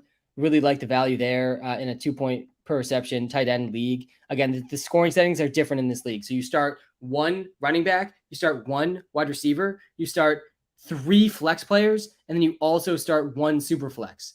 So you can start a quarterback, but you don't need to. And you also have to start a running back, have to start a receiver. You don't need to start a tight end, but they get 2 points per reception, which is why we're seeing tight ends get picked so early. Because, I mean, a 10-catch game all of a sudden, and you're scoring 30 points as a tight end if you have 10 catches, most likely. So, like, not that many tight ends are getting near 10 catches, but it definitely inflates their scoring a little bit. What is the last place punishment? The last place punishment in this league, whoever comes last, they have to wear a shirt, first of all, that says, I lost the 32 creator league. Like, I suck at fantasy football. And then they have to sell $1,000 worth of sales at a lemonade stand. And all the money is going to go to charity. And they have to live stream the whole thing. So that's a lot in sales that they're going to have to get in a lemonade stand. Like, I am predicting, unless they have a really good strat on how to like really convince people to donate money to charity at their lemonade stand, it's going to take multiple days, I think, maybe even weeks for them to actually successfully reach $1,000 in sales. Maybe we'll call it off before then, but we are. Oh, there's a trade. Oh, let me check. I'm seeing trade. Wait.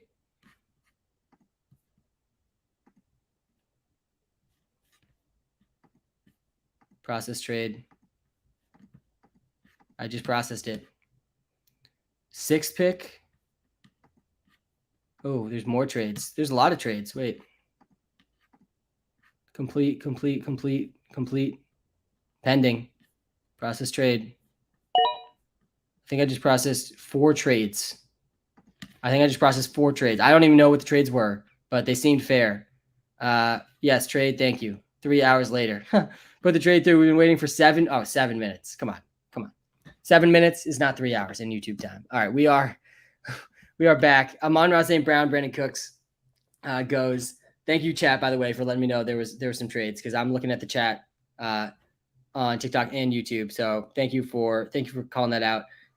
Trade been trying to go through for 5 years. What is the Packers creator code? I think it is coach. I think it's coach is the creator code. That is a lot of talking in 7 minutes. That is true. Our Dolphins creators back on the clock. No Tyreek Hill, no Tua, no Jalen Waddle available for him right now.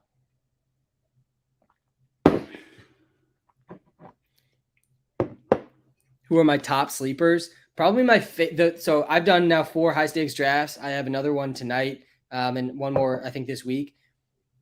The only player that's been on all of my teams, I hope no one I'm drafting against tonight is listening to this live, though I'm sure some of them are. The only player that's been on all of my teams has been Michael Gallup, because you're getting him in like round 11, round 12. He's going to be back in the first month of the season, and you can also stash him on an IR. If your league has an IR slot, you're getting the wide receiver 2 for the Cowboys, who were top 5 in points scored last year. One of the most efficient passing offenses in the league. No more Amari Cooper, just CeeDee Lamb. After that, it's Jalen Tolbert, who's a rookie. A lot of question marks. Noah Brown is next. After that, I think he's even hurt. Like, Michael Gallup's going to be, I think, a weekly wide receiver 3 with wide receiver 2, wide receiver 1 upside every week once he comes back. And that's going to be by like week 3, week 4, and he's going like the 10th, 11th round. He's probably my favorite sleeper, especially when you have IR slots, because you're basically getting a free roster spot too. When you draft him, you can just put him in the IR and then go add someone right after your draft. So I really like Michael Gallup where he's going. He's probably my favorite, like deepish sleeper. I also like all the rookie wide receivers really late in drafts.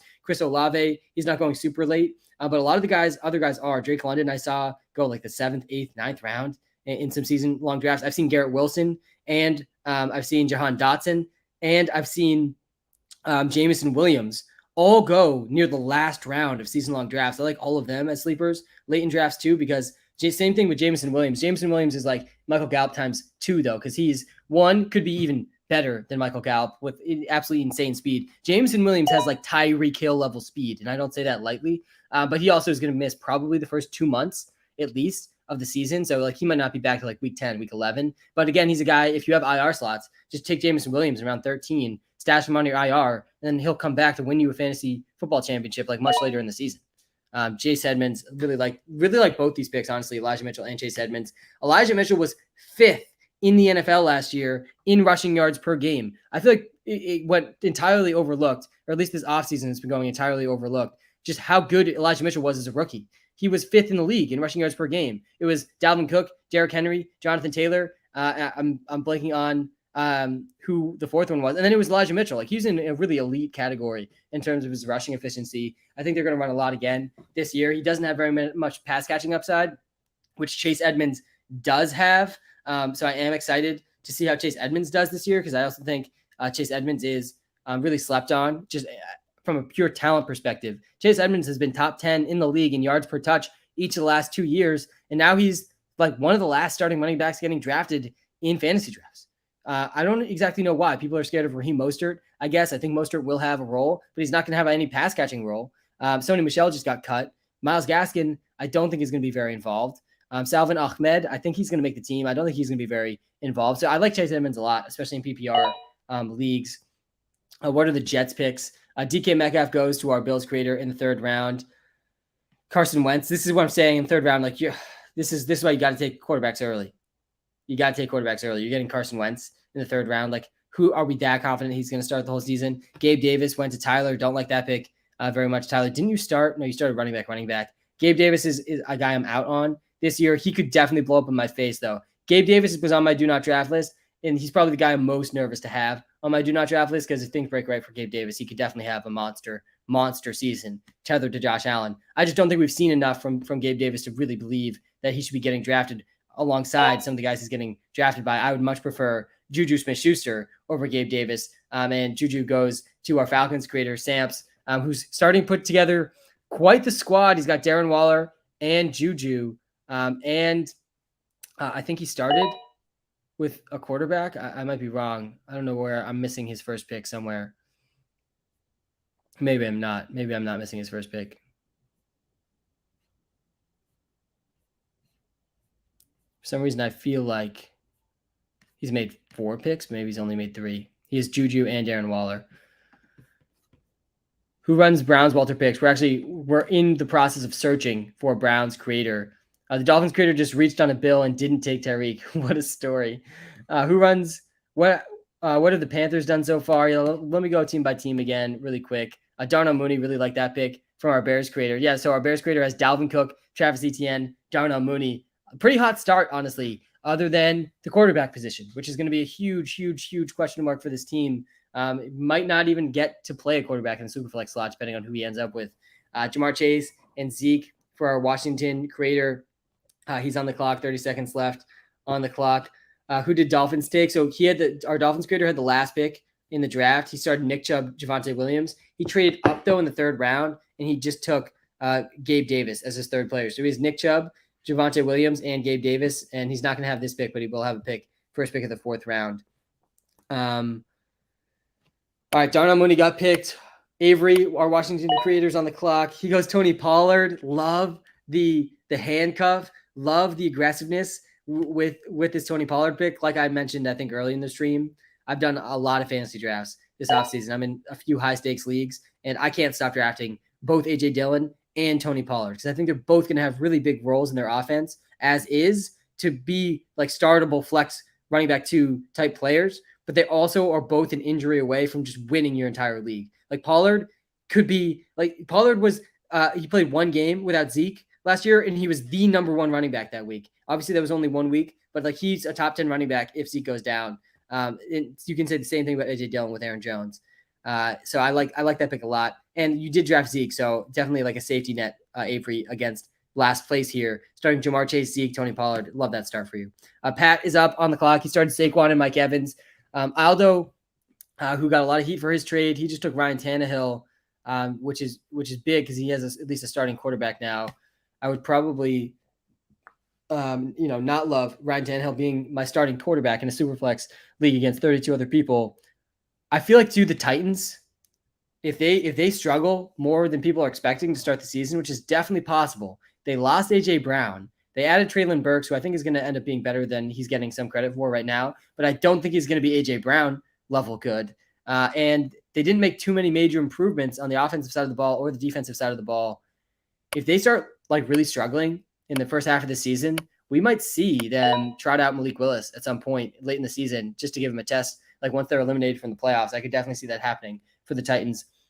Zach Ertz goes in the third round. I don't love it. Again, there's 2 points per reception though for tight ends in this league. I get the case that maybe Zach Ertz will be more involved, especially in that first 6 weeks without DeAndre Hopkins because he's suspended. But I'm not very excited either about Ertz. Like I feel like there's gonna be some really, really dud weeks from Zach Ertz. And again, this is 2 points per tight end reception, so like the dud weeks probably won't be quite as bad. But I could see the stat line, 3 catches, 20 yards for Zach Ertz, any given week is definitely possible. What's the Jets team looking like? All right, let me pull up our Jets creator. He's actually about to be on the clock here. We have our 49ers creator is on the clock right now. Then our Jets creator is next. He has Alvin Kamara and Kirk Cousins as his first two picks. Dawson Knox goes 1 pick after Zach Ertz.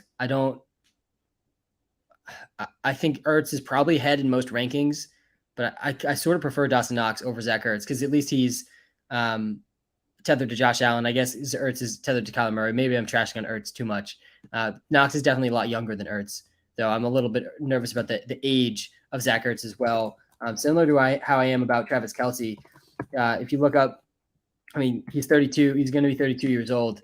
By the way, if Travis Kelce is the number 1 overall tight end this year, he'll be the oldest number 1 overall tight end in the history of fantasy football. We've never seen a 33-year-old tight end be the number 1 overall tight end in fantasy. Obviously, definitely still possible. Kelce has defied the odds his entire career at the tight end position.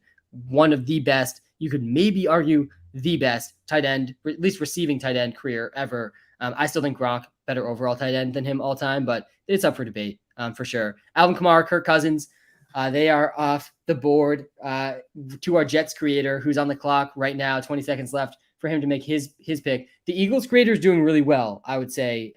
Ben is off to a really hot start.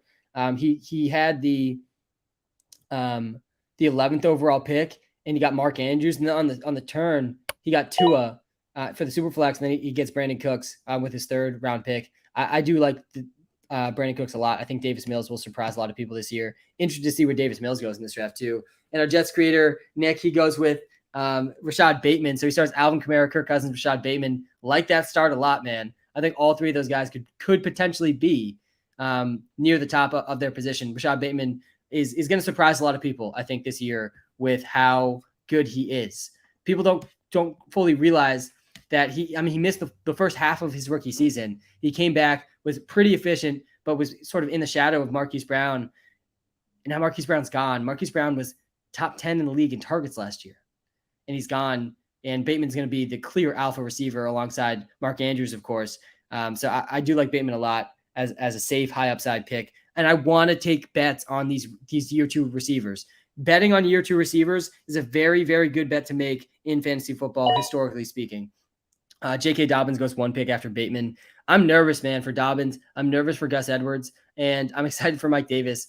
But yeah, Dobbins a little bit further behind in his recovery right now than people were hoping, but he's still trending towards playing week 1. I don't hate this from our Falcons creator, who now I think has made 4 picks. So he took Tyreek Hill with his first pick. He has J.K. Dobbins now, but he also got Darren Waller and Juju. So he starts his team. I think he's the first team to take 4 picks.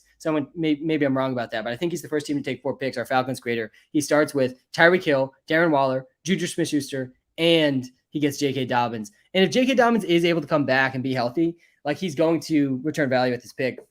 He led the league in yards per carry his rookie season. It was like 6 yards a carry for J.K. Dobbins in his rookie season. No real receiving upside.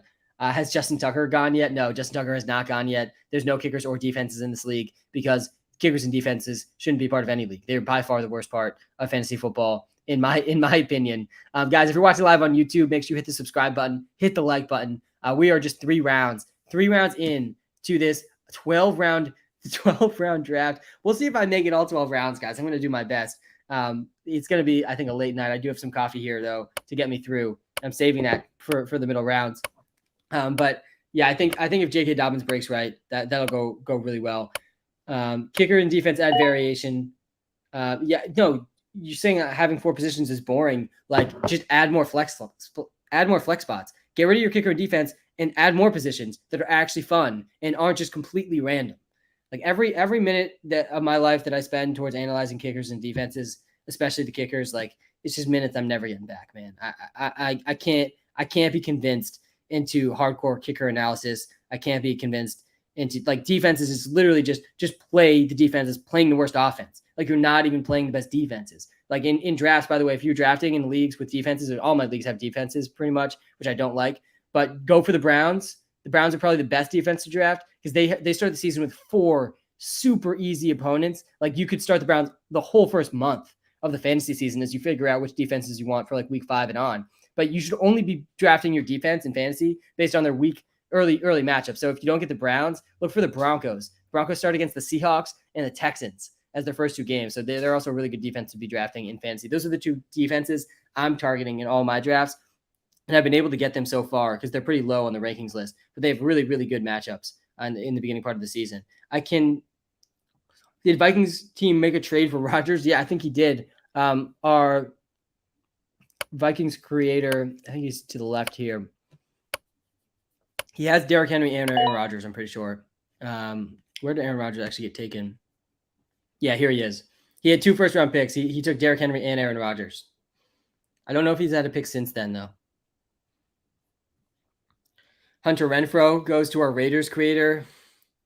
His team's starting to really stack up, and this is what happened with the trade with the Rams. Aldo. So let's analyze that trade again really quickly because I want to see how it actually turned out now. So our Raiders creator Brian traded with our Rams creator Aldo. He got the 27th pick in the trade. Our Raiders creator got the 27th pick. He gave up the 15th pick, so he ended up getting DeAndre Swift. And he gave Austin Eckler.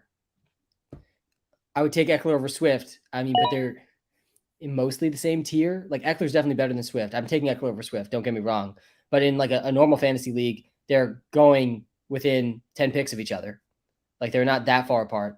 And to get Austin Eckler, Aldo gave up not just this pick that Brian traded back to, but also these 2 picks, AJ Brown and Hunter Renfrow, 2 starters in this league, good starters in this league nonetheless. And then I think Brian also had another first-round pick. So he now has Russell Wilson,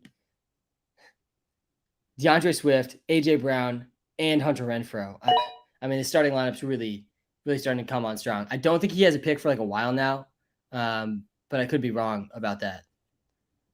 Yeah, looks like he doesn't pick to like the 6th round or something now. So he's got a long break, but he's off to a really strong start for sure. Renfrow before Elijah Moore, what a joke. Yeah, I don't know if that's like a complete joke. I think they're pretty close, probably in ADP. I'd say Elijah Moore's ceiling is definitely much higher though, because he could be the number 1 receiver on his own team. He probably will be the number 1 receiver on the Jets. I think Elijah Moore's an absolute baller. I would take Elijah Moore over Hunter Renfrow, but Brian's also a Raiders creator, so I'm sure he's trying to stay on brand by drafting Hunter Renfrow. Our Chiefs creator is on the clock. Loved his pick, the 31st pick of this draft. He took Trey Lance. I would have taken Trey Lance definitely much before that in this league with 1 super flex. The first pick, by the way, was Travis Kelce. Someone's asking about Alec Pierce. I do like Alec Pierce. He'll definitely be drafted in this draft. Why do some players have a picture and others don't? I don't know. Actually, that's a good question. It must be like some sleeper thing. Maybe it's like my computer screen. I'm not sure. Yeah, no, even if I zoom out, there's no player photos for some people. Maybe it's like I think it's the pics with trades on them. That's what it is. They don't fit the photo and the trade. So they're just showing the trade. Clyde and Antonio Gibson. That's an absolute snag, honestly, with Antonio Gibson this late with the Brian Robinson news. I mean, Gibson's like the thing with Antonio Gibson is you weren't fading Antonio Gibson before this Brian Robinson news because of the talent of Antonio Gibson. Hopefully we all agree Antonio Gibson is an absolute baller when he has the ball in his hands. He's a really good receiver too. He literally played running back and receiver at Memphis. He's a similar type of prospect, honestly, to Tony Pollard. He's been really efficient in the NFL so far. He was 11th in the league in yards created last year, number 5 in evaded tackles. Really talented player, but he was also playing special teams in training camp. And they drafted Brian Robinson very early in the draft. And they re-signed J.D. McKissick to have a pass-catching role. But now Brian Robinson, he's going to be out at least the first month of the season with the situation that happened yesterday. Super scary situation for Brian Robinson. I definitely hope he's able to recover quickly. But all of a sudden, Antonio Gibson like he's in the running back one conversation, I think, for like top 12 running back conversation each week if he's gonna get 15 touches a game. Still to be seen exactly what his workload works out to. I still think McKissick will work in some red zone situations and some third down situations, but definitely Brian Robinson being out helps Antonio Gibson's fantasy value. Christian Kirk goes to our Dolphins grader. I actually really like that pick, Tyler. I didn't like the Gabriel Davis pick, but I do like the Christian Kirk pick. So Tyler, our Dolphins grader, has started his draft. Nick Chubb, Javonte Williams, Gabe Davis, and Christian Kirk. He traded this pick, so he doesn't have Pat Freiermuth, if you're able to see that on the screen. Can you show the first 10 picks? Tua has been gone. Yeah, let's start at the beginning. Oops, sorry. Let's start at the beginning really quickly. I'll scroll through so we can just see who has gone in the draft so far. I'll scroll through slowly so you guys can see the top 10 picks again if you're just joining. And if you are just joining, guys, make sure you hit the like button. Make sure you hit the subscribe button. If you're watching live on YouTube, if you're watching live on TikTok, hit the follow button. I'm posting daily content on TikTok. We're going to be posting semi-weekly content on YouTube as well. I'll be doing my live streams on TikTok and YouTube all season. I got you guys covered just like last year, every Sunday morning, basically from the time I wake up, every Thursday night before the Thursday night games, crucial starts to decisions of those Thursday night games. I got you covered for that too. So make sure you guys hit the subscribe and follow button to stay up to date all season. It's been a pretty competitive draft through the first 3 rounds, by far the most important 3 rounds. And I would argue actually the 3rd round, looking back at last year, is really important. But the 4th round is where the league is actually won. Last year, in the 4th round, Jamar Chase goes to our Jets creator, who he carried him all the way to the finals with that 4th round pick. Like, these are huge, massive 4th round picks here. Amari Cooper goes to our Browns interim creator, Peter, who's started his draft. Aaron Jones, Stafford, Clyde, and Amari. I like getting 2 running backs. I don't love the Amari Cooper pick, but I think he will have a pretty high ceiling once Deshaun is back. And he is like very clearly the top target for the Browns. I feel like Amari Cooper's getting 0 love this offseason. I haven't seen a single person hype up Amari Cooper. So he's definitely not a sexy pick, but he also is the clear wide receiver 1 on a team that's going to have a pretty good quarterback coming by week 12. So it should be interesting to see how he pans out in fantasy, though the Browns obviously are really run heavy as well. Adam Thielen goes with a 4th pick in the 4th round. Let me show you guys who's still on the board. If you guys are watching on TikTok or YouTube, let me scroll over, show you guys who the best options available are right now. Miles Sanders. This is all based on ADP on Sleeper, which is definitely not the best. Drake London still available. Kenneth Walker still available. He's dealing with an injury, some semblance of upside. It'll be interesting to see who takes Hopkins. He's suspended the first 6 games, but when he comes back, man, he's going to be pretty valuable. Kareem Hunt, Cordell Patterson, Traylon Burks, Rashad Penny, Deshaun will get drafted in this draft for sure. It'll be interesting to see who takes him. Zach Wilson. This is a super flex league. Daniel Jones. Mondre season is upon us. Mondre is still available. Melvin Gordon, Robert Woods. Cole Kmet is still available. That's pretty interesting, especially with where Zach Ertz was taken. I'm not going to be surprised if Cole Kmet is even better than Zach Ertz this season. Would not shock me. I don't know why I'm hating on Zach Ertz so much on this live, but he wasn't even on my do not draft list. But I feel like I haven't drafted very much Zach Ertz this year. Again, this is 2 points per reception for tight ends, though. So we did Cole Kmet literally just went as I was saying that. Ayuka the Bazooka went. I don't know how I missed that as well. Wow, we got a Trey Lance, Ayuka the Bazooka stack here from our Chiefs creator. I think the first stack that I've at least recognized. I absolutely love that. Such high upside here in the stack. Also a little bit of risk though, because if Trey Lance doesn't work out as a passer, all of a sudden we could have a toilet bowl team in contention here. All right, let's go through the next picks. Baker Mayfield goes. Really interesting pick here by Caleb in the 4th round. I actually do really like it. Mayfield has arguably the best situation he's been in terms of just his offensive weapons. Christian McCaffrey out of the backfield, the best receiving back in the entire league. He's better than most receivers in terms of his receiving ability. And then you also have DJ Moore, who's a really, really underrated, very hyper-talented wide receiver who absolutely can dominate any defense any given week. They also just traded for Laviska Shenault. Don't think he's going to be like a game changer or anything. But yeah, Baker Mayfield in the 4th round, Superflex League. Don't hate it. Jaguars, WalterPicks. gets Cole Kmet. Charlotte's going off in this draft. Charlotte is really, really like dominating, I think, this draft. And I was talking to her on a live earlier today. We talked about Cole Kmet. I really like Cole Kmet. He checks basically every box. He is going into year 3 at the tight end position, which is the most common breakout year for tight ends. He had a good sophomore year. He had 92 targets in his second year in the league. That's a lot for a year 2 tight end. Tight ends is the hardest position to adjust to in the NFL. Like almost never do rookie tight ends do well.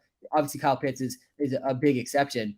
But Cole Kmet has the draft capital. He was a second-round pick back in 2020. He has the size-adjusted speed, good athlete, 85th percentile athlete. He also had the 8th most targets in the tight end position last year in his year 2. And I think he's going to take a leap in year 3. No more Allen Robinson. He is the clear second receiving option for the Bears. And also in like more bullish than most on Justin Fields.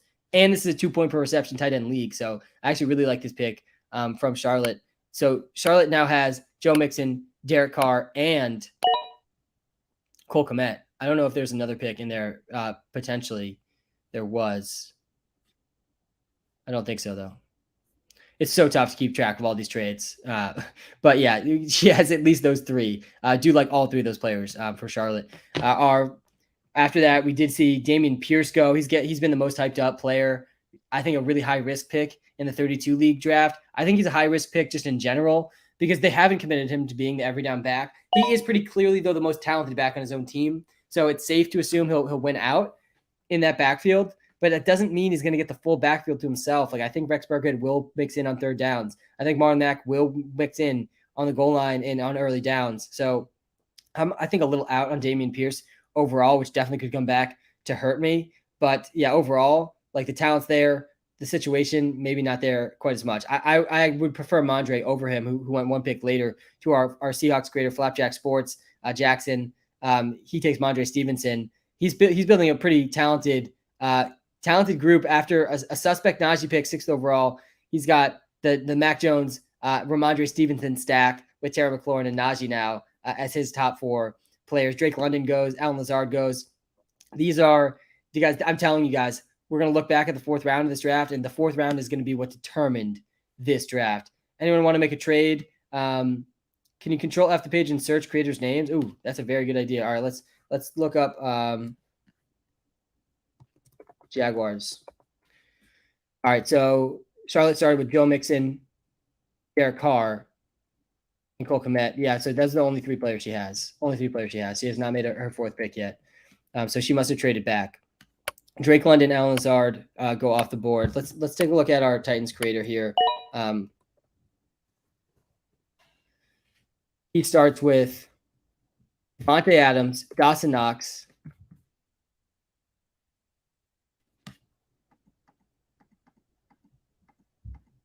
no, the searching is not. It's not going to happen. There's too much. There's too much trades to keep track of, guys. It's like I'm getting like a seizure here. Clicking through the search. All right, David Njoku goes in the 4th round. I like this one a lot, and so like I think this makes up for the Zach Ertz pick. I do really like Njoku. Maybe it's a little early, but again, you get 2 points per reception for tight ends in this league.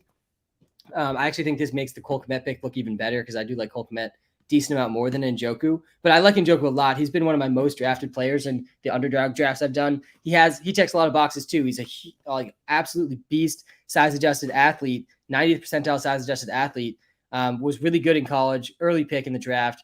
Has never really seen a very big role in offense in an offense, but I think he's going to be the number 2 receiving option for the Browns this season. I think he's going to have over an 80% snap share for the Browns too. So I do like that pick in a 2 tight end,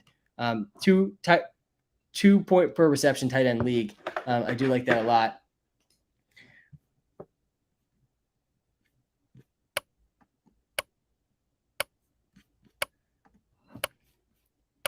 Who went 101? We saw Travis Kelce go with the 101. Let me show you guys the beginning of this draft again. Let me also just double check. No more trades have been made because there probably have been.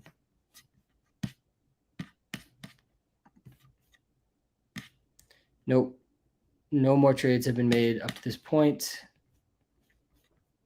Where do I think Kenny Pickett will be taken? I'm really intrigued by where a lot of the quarterbacks in this draft are going to get taken because the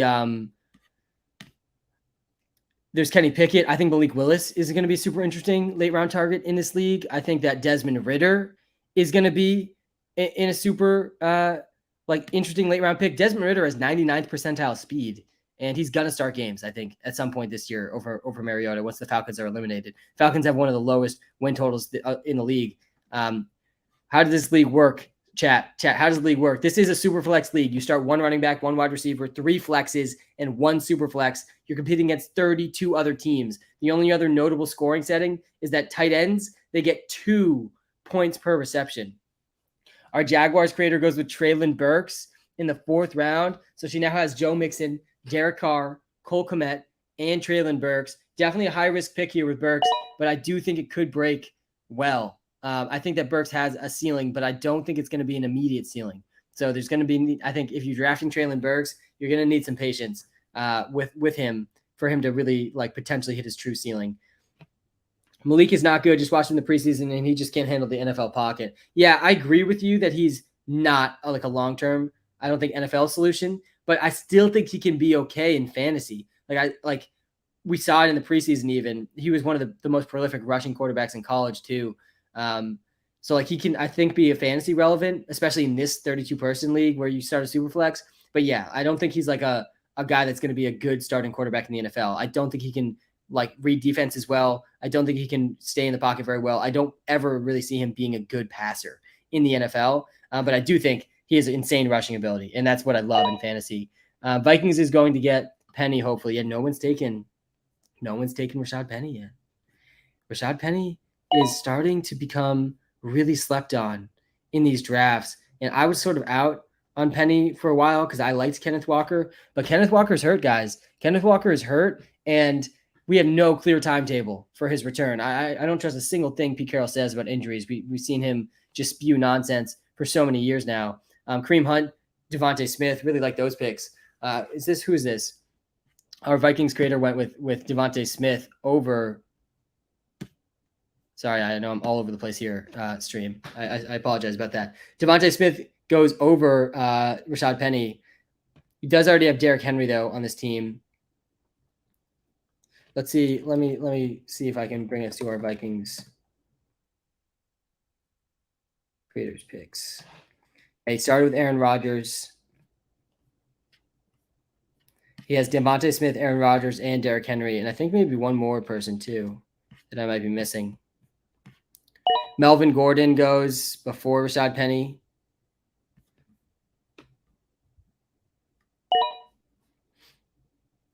Can we see the Jets? Yeah, our Jets creator. I will show you guys how Nick is looking. I think his team's off to a pretty hot start as well. Aldo goes with Robert Woods in the 4th round. I actually really like Robert Woods. Aldo, that pick might actually end up saving you. I do like the upside of Treylon Burks, but I think Robert Woods is going to start week 1 as the Titans' best receiver. Rashad Penny goes really late in the 4th. That could end up being a steal. We'll see how long it lasts, though. He is a super injury-prone running back. He basically missed his whole first 3 years in the league with various injuries. But right now he's got the backfield all to himself on a team that's going to be really run-heavy, albeit I'd say a team that wants to be really run-heavy. This team is going to get destroyed in most games. They have a bottom 5 offensive line. They have a bottom 5 quarterback. They have a bottom 5 defense. I don't know what the Seahawks' plan is this year. I did make a small wager that they won't win a game, though, because they're going to be underdogs. I think they should be underdogs in every single game they play. I already am pretty heavy on the Broncos over the Seahawks week 1, which might not be the sharpest thing, being very with the public on the Broncos over the Seahawks. But guys, the Seahawks are going to be tough. Penny's the only fantasy player I'm interested in on the Seahawks because he was so efficient last year with such bad offensive line. Same thing last year, but he was still really efficient. Though Russell Wilson was still on the team, and the offensive line maybe was even a little bit better than it is now. They aren't that bad not to win a game. Yeah, I know. I know they're not that. That's why the bet I made was, I think it was $5 to win $2,000. It was something ridiculous. Maybe it was 50 to win 2,000. But yeah, I'm not saying they're not going to win a game with a lot of confidence. There's been 2 teams in the last 20 years that have been winless seasons. It does not happen very often. A team doesn't win a game. It's pretty hard to not win a single game. And they have games against some pretty easy opponents too. But I'm really low on the Seahawks just in general. Overall, I do think they'll go under 5.5 wins, which is their win total this year. I am pretty confident about that. Will they win a game? Yeah, they're probably going to win a game. Like, yeah, they probably will win a game, but they're not going to be good, I don't think, at all this year. Let us see round 1. I don't care about round 4. Devin Singletary goes. Let me scroll back through. Let's scroll back through. Sorry, I keep going back. With show you guys the beginning of the draft. So again, in this league, you start 1 running back, 1 wide receiver, 3 flex players, and 1 super flex. And tight ends get 2 points per reception, which is why Travis Kelce went. That's why Travis Kelce went with the first overall pick in this draft. I still would have taken Josh Allen, but Kelce goes 1 overall. Is what it is. 2 points per reception. He's going to have 40-point weeks in this league.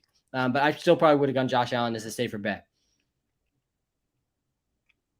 Josh Allen goes 2nd overall. McCaffrey goes 3rd. You guys can see how these round 2 and 3 went below here too. There's a lot of trades, a lot to keep track of here. You can keep track of all of it though in the WalterPicks app for completely free. You see all activity. You can see all the rosters in the WalterPicks app. I'm actually not sure if that's updating live throughout this draft, but it definitely will be up to date tomorrow morning after the draft with everyone's league roster. All the matchups will be in there very soon with our next app update too. So you definitely want to download the WalterPicks app to keep tabs on this 32 creator league. Let me show you how the rest of the first round, second round, third round have gone. I really did like this Trevor Lawrence pick, late second round. I think he could take a big year 2 leap. I like that pick from our Colts creator, Anto. Judy goes in the 3rd round. He's been one of my favorite mid-round receivers in this league. That means the 3rd round. DJ Moore, Chris Godwin going pretty far apart, honestly. Like this Chris Godwin pick, I think could really pay off huge dividends, but it's going to be a detriment at the very beginning of the season in this league to not have a starter with your 3rd round pick, Curtis. So it'll be interesting to see how that works out. But when Chris Godwin comes back, top 12 wide receiver in fantasy, like on one of the most pass heavy teams in the entire league. Lamar at 10th overall, really liked that pick a lot. Rondale Moore is going in the 4th round. Chris Olave, I actually like that Chris Olave pick from our Steelers creator. I don't hate the Rondale Moore pick either, though I would definitely prefer Chris Olave over Rondale Moore. Guys, Chris Olave is like significantly better than Rondale Moore at football. Olave, all the first round receivers this year, but Olave is, to me, the most NFL ready. He's the best route runner in this class, and he does something that none of the other Saints receivers can do. Like he can run a more unique route tree than Michael Thomas and then Jarvis Landry. I think he's going to be a near every down player for the Saints. I think he's going to have a big role pretty early on in the season for the Saints, especially if Michael Thomas isn't able to get back to full health, which is definitely not something we should bank on. A guy like Michael Thomas, he's basically the Ben Simmons of the NFL over the last 2 years, and he's working his way back. He was having a really good camp, and now he's out with a hamstring injury. I don't think the hamstring injury could possibly linger like super far into the season, but I mean, with Michael Thomas, man, I'm not giving him the benefit of the doubt with injuries anymore. So I'm out on Michael Thomas till we see him practicing again. Then I'll be back in on Michael Thomas. Zach Wilson goes in the 4th round. Very, very interesting pick there. Be interesting to see how quickly he's able to come back. Zach Wilson, man, I feel like I'm pretty confident he's not a very good quarterback, but we're going to know for sure at some point this season because he's surrounded by much, much, much better talent this year. He's got Garrett Wilson, who was my number 1 wide receiver in the class before the draft. I think he's my number 3rd receiver now after the draft, the NFL draft, that is. But he also has Elijah Moore, Breece Hall, Corey Davis, Michael Carter, all good receivers. So I like Zach Wilson's surrounding talent a lot more this year, but I'm not sold on Zach Wilson in general, being a guy in the NFL for very long. Yeah, Cordell Patterson, he fell pretty far to our Eagles creator here, and that's pretty huge because you need to start one running back in this league. Cordell Patterson, I feel like, is getting like super slept on again in fantasy. It's almost like nobody thinks Cordell Patterson can do what he did last year. I don't understand it. Like I get that he definitely slowed down at the end of last season, and that feels like what it is. Like people are really just like letting the end of last season seep into their whole opinion of him for this season. He was horrible in the last 4 games of the season. Cordell Patterson, he had 4 points, 8 points, 7 points, 2 points in the last 4 weeks of the season. I mean, absolutely brutal. But he also had multiple 15-point weeks, and he was very involved in the red zone, very involved in the passing game. He had at least 2 targets in every single game except the last game of the season. So I don't think that like he's going to be absolutely nothing this year. And he's probably the second he's probably the third best pass catcher that the Falcons have this year after Kyle Pitts, after Drake London. So yeah, I don't hate the Cordell Patterson pick, but it is tough to see him like holding up steam for the whole year after he just tanked in the last month of last season. I don't see Gabe Davis being good, says a comment. Isaiah McKenzie is going to take that role. Yeah, like I appreciate this comment because most people disagree with you for good reason. Like Gabe Davis is a better shot, definitely, to be like good this year than Isaiah McKenzie does. But I don't think it's like as big of a discrepancy as people think and as fantasy drafters think. Gabe Davis went really early in this draft. He was picked in the third round of this draft. I've seen him go round 5, round 6 in drafts I've done. In most season-long leagues, it feels like he's going like close to round 7, which I like a little bit more. But like he's never averaged more than 9 fantasy points per game in a season. He was outscored by Cole Beasley each of the last 2 years, and Isaiah McKenzie's the one that's most likely to take over the Cole Beasley role. So I don't think it's actually that crazy to think that Isaiah McKenzie could outscore Gabe Davis this year. It's not that crazy. We've seen the person playing Isaiah McKenzie's role outscore him each of the last 2 years. By the way, both years he was with Josh Allen. Like it's not like he's just like all of a sudden getting Josh Allen. I get the case for Gabe Davis too. He should be the number 2 receiver on a Josh Allen-led team. Like that's basically the whole case for him. But I also just like as much as you can say, oh, it wasn't just a flash in the bottle with his 4 touchdown game against the Pats. I think it was against the Pats in the playoffs.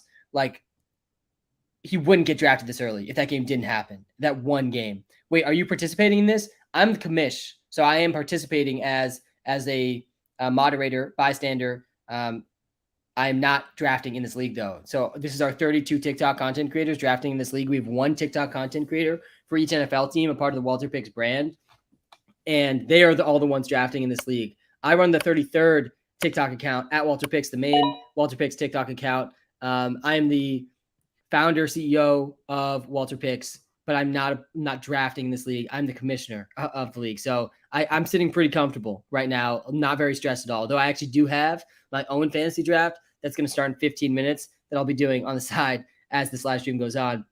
Thoughts on Pittman and Mike Williams? I like Pittman more than Mike Williams. I like Pittman a lot.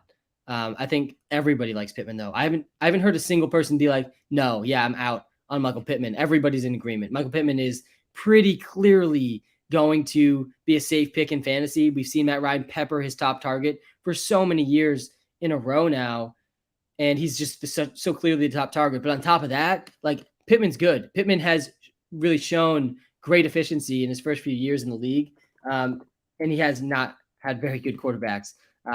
So like this is the best quarterback he's played with. We know he's efficient, and we know he's going to get a lot of volume. He was already 14th in the league in targets last year. So, like, he's probably going to beat that. He had 129 targets last year. He could have 150 targets this year. He was 14 fantasy points per game last year. I think it's going to be closer to 15 fantasy points per game for Michael Pittman this year. Guys, if you're watching live on YouTube, smash the like button and hit that subscribe button. We're trying to get to 10,000 YouTube subscribers tonight. And if you're watching live on TikTok, hit the follow button, guys. Hit that follow button. I'm posting daily content on TikTok, and you'll find out all things you need to find out about fantasy if you just follow the TikTok account. Also about this league. If you want to stay up to date with this league, though, I mean, all you got to do is just go download the WalterPicks app, completely free in the App Store. And there's a tool in the WalterPicks app that is 100% free. We're not going to try to sell you anything in this tool. There is stuff we sell in the app, premium features for our premium subscribers like League Sync.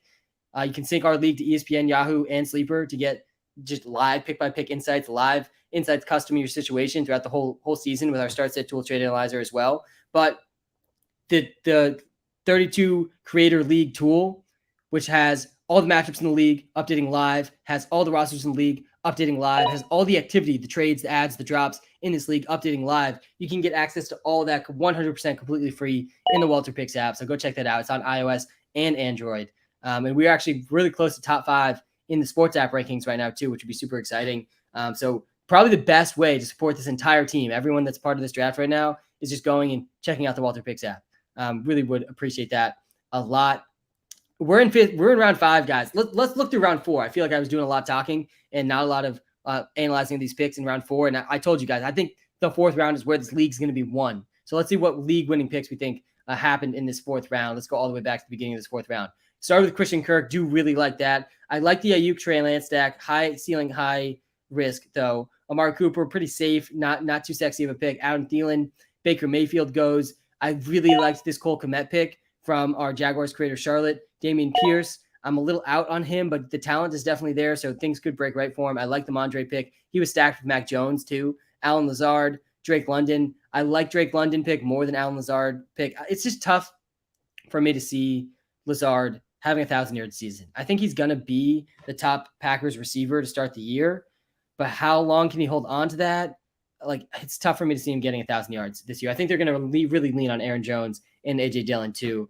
I like the Drake London pick. I think that's a pretty high ceiling pick. David Njoku, a little early, but I still like Njoku. Burks, pretty risky, high upside pick. Hopkins out the first 6 weeks, but when he comes back, man, we got a pretty baller squad here from our Washington creator, Avery. Jamar Chase, Zeke. He handcuffed Tony Pollard, but I love this handcuff because I think both of these guys can be startable in this league. Pollard's going to have a big role in this offense with Zeke. DeAndre Hopkins. Oh, there's a trade. I'm seeing trade. Oh, God. This is what happens. We're pending. We got it. We processed it. Thank you, chat. YouTube chat. Thank you, Sam. I see Aiden, bruh. What? Can we see the Packers? Yeah, Sam, trade. Yeah, thank you, YouTube. Thank you, TikTok. I was, of course, as I was analyzing the 4th round, I really like this Olave pick too. I'm pretty out on Devin Singletary, but you needed a starting running back. Probably we're hoping for Rashad Penny. I like Penny a lot more than Singletary. Patterson goes as our Eagles creator's only running back so far. Kadarius Toney gets picked. I think he's another high risk, high reward pick. Kadarius Toney's a guy that I'm out on because he's already injured this season, and like he is modern day Percy Harvin for everyone old enough to remember who Percy Harvin is. And I say this as a compliment, but also as a caution sign because Percy Harvin was so good with the ball in his hands. One of the best receivers we've ever seen in the league with the ball in his hands. That good. I think Kadarius Toney's like close to that good with the ball in his hands also, but he's got the injury bug, man, just like Percy Harvin. And it's really tough for me to have a lot of confidence for a guy that's already hurt. Like he's already questionable for week 1. George Pickens goes in the 4th round. That one could look pretty interesting looking back on this. Nyheim Hines, I don't hate that as the one running back for our Colts creator. I think he will be more involved in the passing game this year. This is a PPR league. Gesicki, Irv Smith. Don't like Gesicki. I don't like Albert O. Both these guys were on my do not draft list. I do like Irv Smith, though, I think more than both these guys. I don't think Gesicki's going to have a very big, consistent role for the Dolphins this year. Sounds like he's going to be blocking a lot more than he was in years past. Albert O, I like the profile. I like the athleticism for Albert O. I'm just not so confident about his every down role for the Broncos. If he gets an every down role, though, he's definitely going to return value in this league at 2 points per reception for tight ends. Garrett Wilson goes last pick of the 4th round, and Chase Claypool. I don't hate these 2 picks. At least like some upside here, though. I'm nervous for Chase Claypool, man. With George Pickens showing out, we know Deontay Johnson can ball. All of a sudden, Chase Claypool could be the 3rd receiver on this team again, and that might not be very good for fantasy. James Cook goes in the 5th round. Damon Harris goes in the 5th round. Sky Moore, Jahan Dotson. Like the Jahan Dotson pick. I'm kind of liking this team here by Anto. Justin Jefferson, Marquise Brown, Jahan Dotson, Nyheim Hines, and Trevor Lawrence. Only one more starter needed. This is a pretty intriguing starting lineup to me. Our Falcons creator, Samps, he takes Mitch Trubisky in the 5th round. Well, I got to see who's on Sampson's team. Marcus Valdes-Scantling going in the 5th round. Now, we're really starting to scrape the bottom of the barrel already. Someone saying, show me the Bucs team. So our Bucs creator, Joe, he started with Mahomes, and then he went with Jerry Jeudy. He made some trades in the process. Let's see, Joey. Leonard Fournette as well.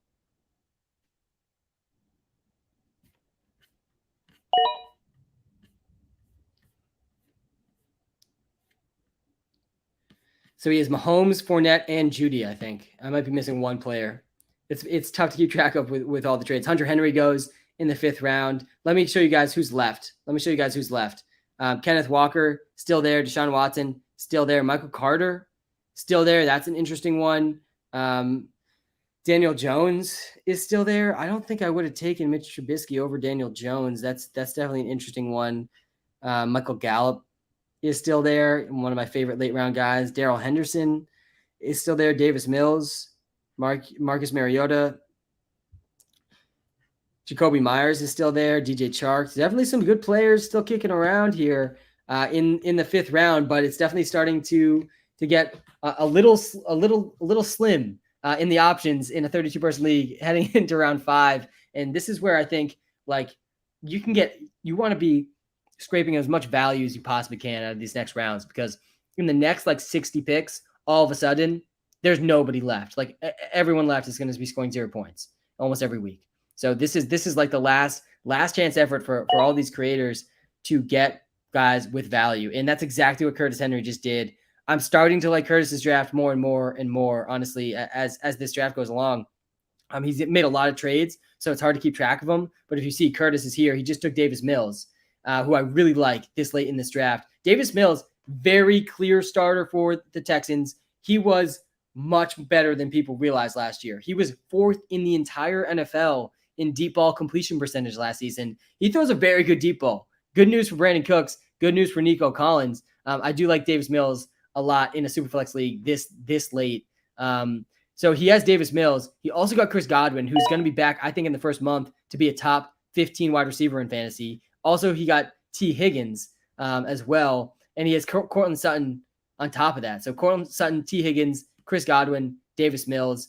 I don't know. He's definitely made some more picks on top of that too that I'm just not seeing right now. I feel like he's made so many trades that there's almost no way there wasn't an additional pick in there. Yeah, here he is. He also has Tom Brady.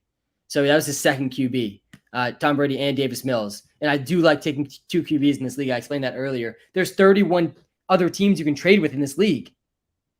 31 other teams you can trade with in this league. So like you don't have to worry about drafting guys and not being able to trade them. There's always going to be a trade partner for you if you look hard enough in this league. And I think that's an interesting aspect of the strategy in the draft. Because in some leagues, that's not the case, right? Like in a 10-person league, maybe half your league is just like not very active and you can't trade with them. It changes the whole strategy of I think drafting, because if you know you can't trade, like you really like your bench and how you construct your roster in terms of the positions you draft matters even more. If you know there's always going to be trade partners, like in this league, then you can just draft the best value player at every single pick and not have to worry too much about it. As long as you pick the best values, like you're going to have trade partners later on. And quarterbacks maintain that value the safest rate because they're starting quarterbacks in a Superflex league, and there's only 32 starting QBs, and there's 32 teams in this league. So I do like that pick. Tyler Boyd, Isaiah McKenzie goes pretty early in this draft. That's a pretty interesting pick in the 5th round, right after Tyler Boyd. I probably would have taken a few receivers that are here over him. Interested to see when some of these guys go. He don't stop talking. Yeah, I have been talking basically for 2.5 hours straight now.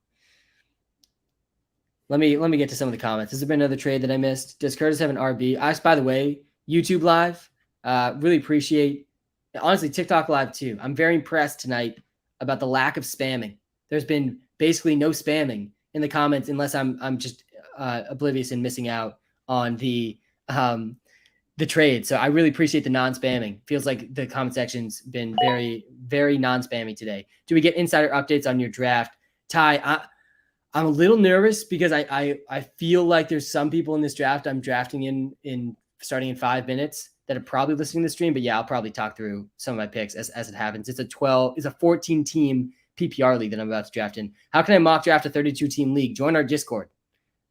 We are running mock drafts all the time for free in our Discord, and we've done some 32 team mock drafts. All right, let me go back to some of the picks. James Robinson just went in the 5th round. I still think there's a receiver that's really being slept on that's still there. I was talking about him as one of my favorite sleepers earlier in this stream, but he's still available near the top of the list here. I think there's some interesting picks left, but there's not many. Our Jets creator is going to be on the clock soon, I think. Yeah, he's right here. I liked his start a lot. I don't love the Allen Lazard pick that much, but I liked his first 3 picks a lot. Alvin Kamara, Kirk Cousins, Rashad Bateman, Allen Lazard. Pretty good start, if you ask me, picking from the 24 spot for our Jets creator, Nick. I do really like that. He's one of the few teams that didn't trade too. And I don't think that's necessarily a bad move to not trade away your picks, especially if you were trading up. I much prefer trading back for the most part and getting like additional starting level players in this league, because depth matters so much in this league. Like no team yet. No team in this draft, guys. We're like what's 32 times 5? 160 or something like that. That might have been bad math. I think it's like around 160. We're like 160 picks in to this draft right now, and no team has filled out their starting lineup yet. Not a single team, I don't think. Because you start 6 players in this league. You start 1 running back, 1 receiver, 3 flex, 1 super flex, 6 players, and we're around 5. So, I mean, that's why depth is so important. As bye weeks come, the injuries are going to come. By the way, knock on wood, this has been the healthiest preseason I've ever seen. Knock on wood when I say that, because it's not going to last much longer once the season starts. But outside of the Brian Robinson thing yesterday, I mean, I don't think a single top 100 player in fantasy has gone down. And that's almost never happened in the preseason. Almost never. Not that I can remember in my lifetime, at least. Tyler Higbee goes pretty late. Again, this is 2 point per reception in tight ends. I really like this Darrell Henderson pick, though. I was surprised how late he went. With the Cam Akers injury news. God, the Yahoo draft room just making obscene noises. Michael Gallup, he finally gets picked. This is the pick, man. This is the pick that I think could win this league. And probably my favorite pick in the 5th round so far. I could point to so many receivers that have already been taken that once Gallup comes back aren't going to be as good as Gallup. And I think Gallup could literally be back by week 3. He could be back by week 3. He could be back as early as week 2, and I think as late as like week 4. That's like the timeline they're giving right now for Michael Gallup. He didn't get put on the PUP list for that exact reason. Our Chiefs creator snags him outside the top 160 picks. And when he comes back, man, he's going to be every week starter, I think, in this league. I wanted to see what our Chiefs creators team is looking like right now. Let's see if I can even find it.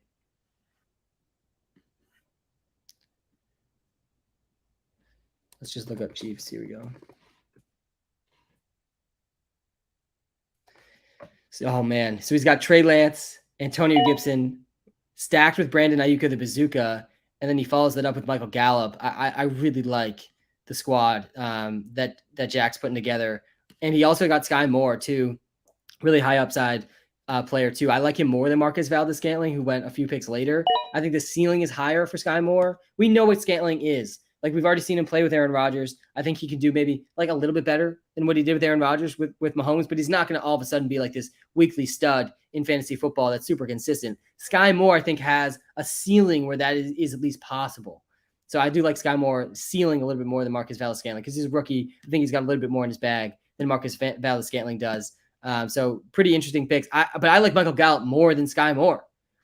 Again, when he comes back healthy in the first month of the season, like where Michael Gallup's going in drafts, he's the one guy I've taken on all of my teams so far in my season-long drafts because I'm getting him around 10, 11, 12, and I have IR slots in all these leagues that I can just stash him on the IR.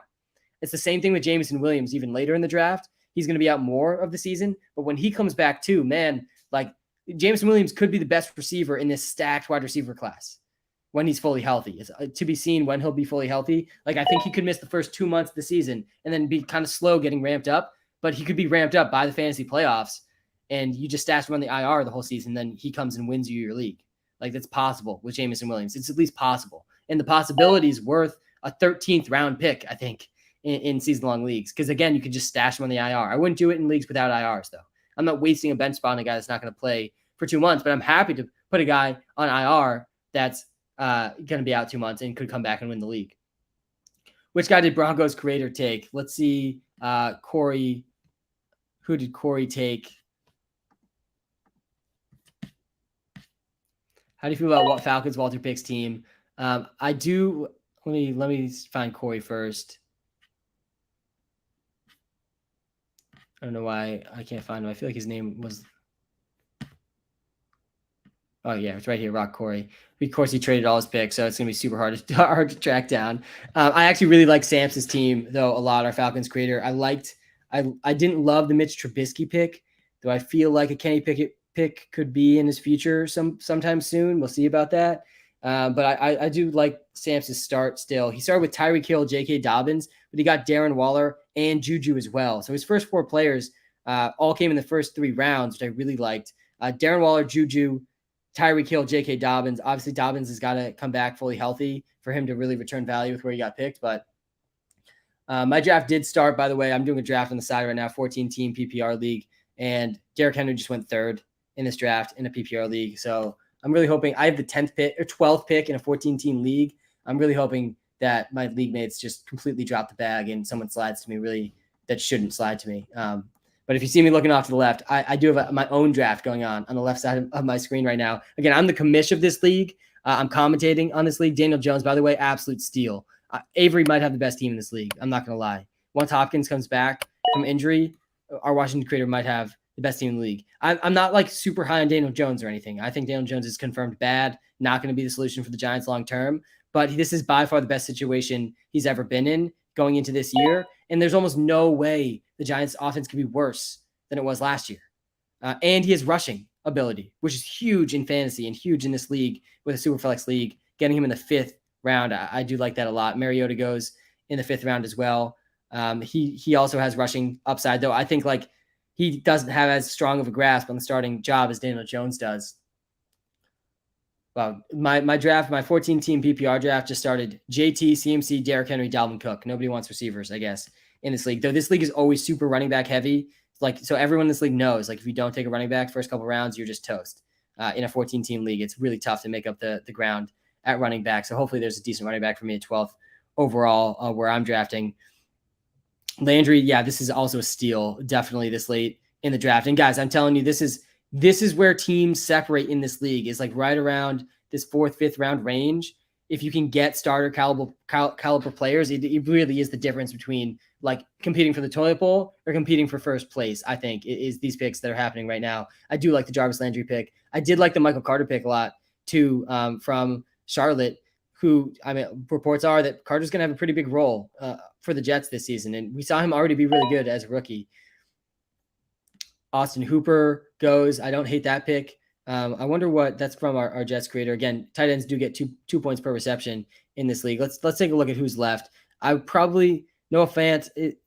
I maybe like him a little bit more than Austin Hooper, but only slightly if that's the case.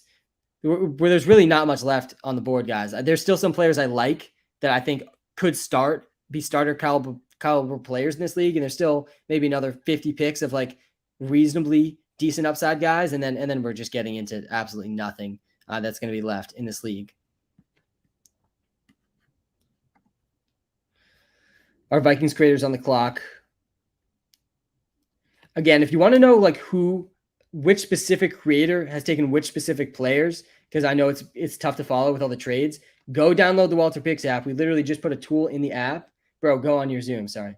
I know TikTok, it's hard to see if I'm not zoomed in here. But if you want to see pick like each individual creator's teams, you can go see that completely free for the rest of the season in the WalterPicks app. Just tap on the 32 Creator League tool. If you scroll down on the homepage, 32 Creator League tool has all the team rosters, has all the activity, all the trades that have gone down in this league, and we're gonna have the matchups in there hopefully by week 1 as well. So go check that out if you're looking for like a specific creator's team. Check out the WalterPicks app. It's in the iOS App Store. It's completely free. It's in the Android App Store as well. Cooper Kupp, Justin Jefferson, Jamar Chase all just flew off the board in this league that I'm drafting in right now. Let me pull up the WalterPicks app actually, because I did have this synced to this draft. Oh, I'm going to be staring down Najee Harris potentially with this next pick. 12 pick in a 14-team league, and I didn't expect to have multiple teams with Najee. Najee goes 1 pick before me. So I'm on the clock now. Joe Mixon, Saquon Barkley on the board.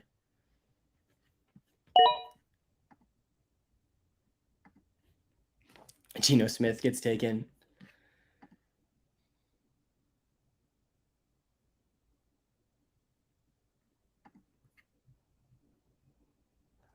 I feel like I need to go with Joe Mixon here.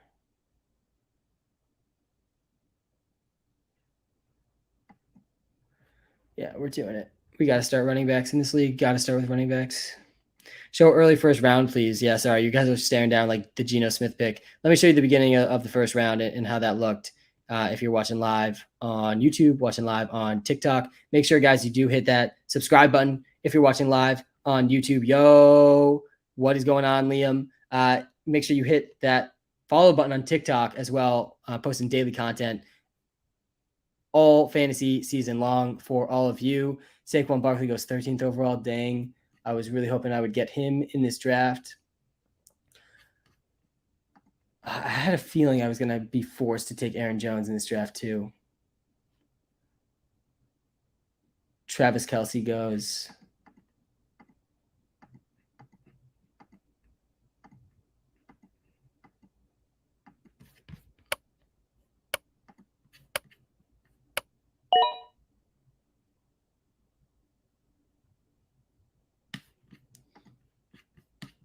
We're not going with a running back here.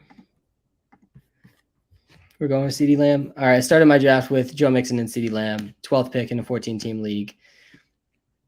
Can you show Saints, please? Yeah, it's tough to show each team individually because, look, there's like a lot of trades. This is our Saints creator, Evan, but he didn't draft Joe Burrow. He did draft Dave Montgomery, Cam Akers, and Hunter Henry, but he traded, so his picks are elsewhere on the draft board. But again, if you download the WalterPicks app in the iOS App Store, you can go to each individual team's roster and see each individual team much cleaner in the app. Again, that's the WalterPicks app. Link is in the link tree or in the YouTube description. We're almost through the end of round 5. DJ Chark, amazing pick. Was waiting for someone to take DJ Chark. I think that's an absolute steal in this league. I would have taken him, I think, before most of the players that were taken, I think, in this round. I do like DJ Chark a lot. I think he's going to have an every down role to start the season until Jameson Williams comes back. I think Jameson Williams is going to be out the first couple months. And people forget, DJ Chark was really good as a rookie. Hasn't been really good since. He's dealt with some injuries, but he's still really young. DJ Chark's only 25 years old. He's got 97th percentile speed. He's going to turn 26 this season. Click the logo. What do you mean click the logo?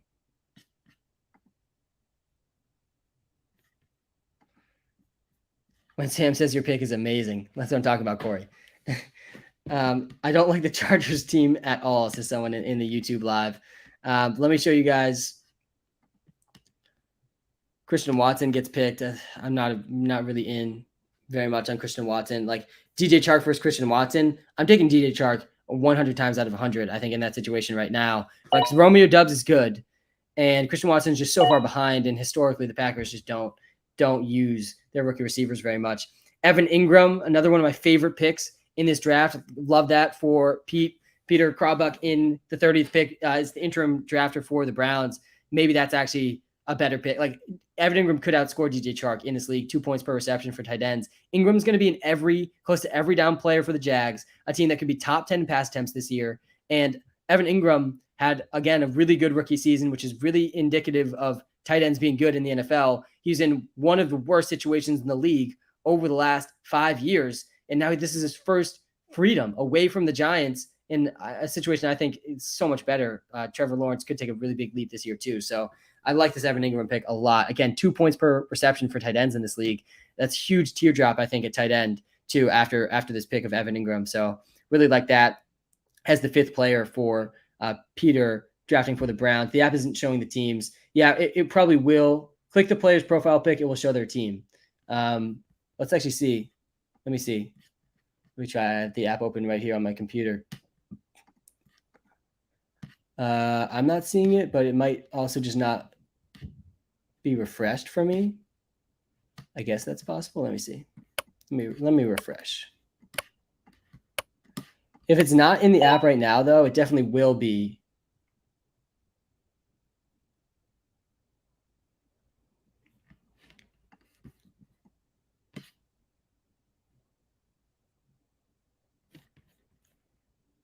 App's down, yo. I hope that's not true. How much is the buy-in for the league you're drafting right now? I think it's $250. The guy with the 2nd pick has a great team. Let me look back. Oh, we have Tyler on the clock as well. Let's see. Let's go back to the 2nd overall pick. We got Josh Allen. I mean, that's a fantastic start from the 2 spot already. Allen Robinson, Hawk, and Irv. Don't really love it, but again, you get 2 points per reception for tight ends. I don't really love the James Cook pick. I guess it's a stack with Josh Allen.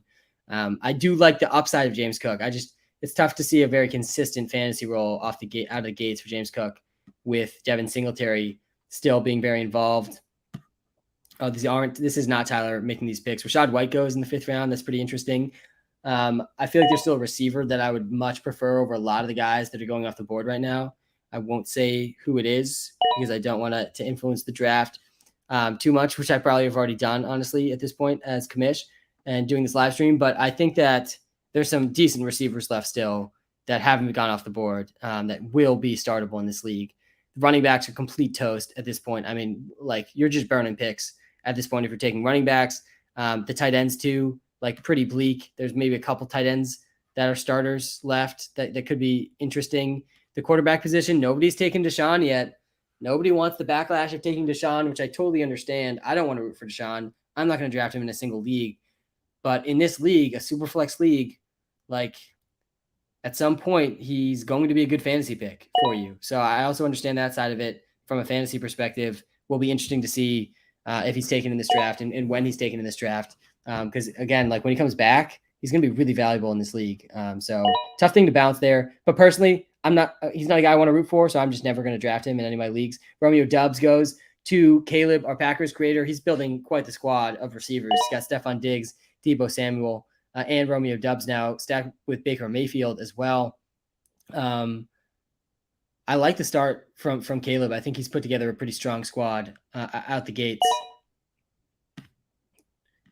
Noah Fant, W pick. I don't hate it this late in the draft, 6th round. Like, there's almost no tight ends left too. So I definitely do not hate wow, what is happening in this draft? AJ Brown just went early 2nd round. Oh man, this draft is always crazy. Jalen Tolbert goes in the 6th round. Seahawks, please. Oh yeah, the Seahawks team is definitely a fun one to look at because he had the 6th overall pick and he took Najee Harris with the 6th overall pick. But I kind of like how the rest of his draft has gone. He got Terry McLaurin, Mac Jones, George Pickens. He got Mondre Stevenson also over here. He took Mondre Stevenson. I don't know where his next picks are in this draft, but he has Mondre Stevenson. He has Mac Jones. He has Najee Harris, who he loves. He has Terry McLaurin. He has George Pickens as well. I like the talent he's building. I want to see what Samps did. Samps is on the clock actually right now. He already has Mitch Trubisky. He goes with Russell Gage, like that a lot. He's definitely one of those receivers that was left that, like, he's getting so slept on. So slept on to click on the,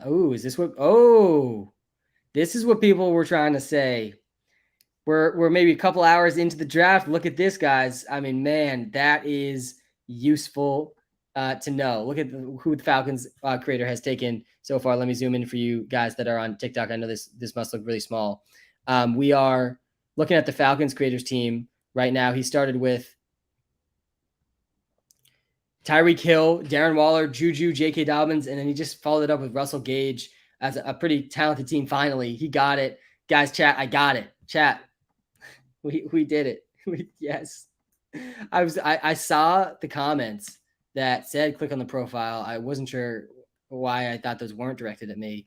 Clearly they were. So this is actually amazing. This is like game changing. All right. So we have Tyler. He took picks. Like, still, it's not super helpful, but it still will be good to, I guess, just to scroll through. Let me zoom in here so you guys can see. So this is our Dolphins creator, Tyler. He started with Nick Chubb, Javonte Williams, and he also got Christian Kirk. But if we scroll across here, we'll see the other players he has. He also has Gabe Davis as well. And I think that's it for him so far. Our Chargers creator, 1st overall pick, he has Kelsey, Matt Ryan, Josh Jacobs, Garrett Wilson, and Chase Claypool. Pretty solid squad overall, though. Again, like, just the age concerns at the top of this roster. We got a 33-year-old tight end, a 37-year-old quarterback. I think he's like around 37. I might be a little off there. And Josh Jacobs was on my do not draft list too. A little nervous about him. I like the talent of these receivers, but no clear roles for them. A little disappointing, honestly, I think, from the one spot. But again, Kelsey in a 2-point per reception league, I'm probably sleeping on him just a little bit. I like the Josh Allen team just automatically because they have Josh Allen in a Superflex league. There's only one Superflex slot. There's no QB slot. But still, Josh Allen's going to score over 20 points almost every single fantasy week. So really like him for the safety in this league. Like, there's almost no way Alex comes in last place as long as Josh Allen stays healthy. Allen Robinson, Hawk, Irv, James Cook. Like the A-Rod pick. Not in love with these tight ends. I like Irv Smith more, like, in terms of where he was picked, than TJ Hawkinson. But again, 2 points per reception for tight end, so not horrible. Rossi, super aggressive out of the gates, taking CMC, third overall. Love that for her. Our new Cowboys creator. Deontay Johnson in the second round. Jameis Winston, I like this value too. Winston has a lot of weapons, man. A lot of weapons. I think his ceiling is really high this season. I think that the Saints' ceiling is pretty high this season. Gesicki in the fourth. Don't really love Gesicki, but again, 2 points per reception for tight ends. Then Damian Harris in the fifth. Harris is really sliding so far, and I get it. He scored a lot of touchdowns last year. He was on my do not draft list, but if he slides far enough, I mean, he is worth it. He's still probably the starting running back for the Pats, probably the goal line back for the Pats. Curtis Henry. Clearly, Curtis made a lot of trades because this is the only pick he made of his own. He got Cortland Sutton, T. Higgins, Chris Godwin, Davis Mills. This is our Lions creator, Curtis. Cortland Sutton, T. Higgins, Chris Godwin, Davis Mills. And I think that was it. He's only taken 4 players. Is that right? Yeah, only 4 players. So he must have traded up at some point. Cortland Sutton, T. Higgins, Chris Godwin, Davis. Oh, he has Tom Brady too, I think. I didn't scroll far enough. Yeah, here he is. Tom Brady. So, yeah, I mean, a little bit more than nothing. So it's Tom Brady. He has Tom Brady at quarterback, and he got Chris Godwin stacked with Tom Brady. Did not realize that. That's a wonderful stack. I like the Davis Mills pick. This team is honestly fire. Like, he's punching the running back position. The highest risk position, though, doesn't look like he has a running back yet. So, like, that's probably going to be close to 0 points every week for him. But I also have a lot of faith in his ability to make trades and find a running back with the value that he's already drafted. This is a 32-person league, guys. 32-person league. This is not your average league. And it is also 2 points per reception for tight ends. Elijah Moore, DJ Chark. This is our Broncos creator, I believe. Corey, Jalen Hurts, Elijah Mitchell, Penny, Higbee. I like this team a lot too, honestly. The 2 late running backs you got, both really efficient running backs on the ground. I'd like getting Jalen Hurts at the 15th overall pick as well. And then you also got Elijah Moore, DJ Chark. A lot of talent going around, honestly, on this team for our Broncos creator. I think this might be one of the stronger teams that I've seen so far. Adam Thielen, Noah Fant for our Giants creator. Also Kyle Pitts and Damian Pierce. Love the Kyle Pitts pick. And he also got Jay Herbo. Justin Herbert, Kyle Pitts, Damian Pierce, Adam Thielen, Noah Fant. Not bad. Definitely not bad. The Justin Herbert thing definitely makes it a lot better. All right, let's see. Oh, someone took Jacoby Myers finally. I couldn't believe how late Jacoby Myers went too. This was a fantastic pick here too by our interim Browns creator, Peter, starting to crush this draft. Honestly, this 5th and 6th round pick, man, like this is a really, really steady draft. This is a 32 team league that we're talking about. All these players, I think, have some value. All right, I'm back on the clock in my 14 team league. Kyle Pitts is off the board, of course. There's not a single running back that I would even possibly consider with any of these picks. So I guess I'm looking at receivers again.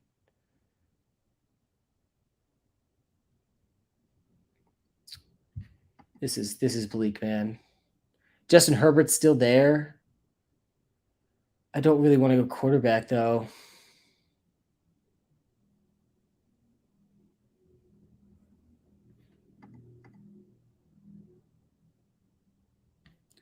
What other receivers are still here?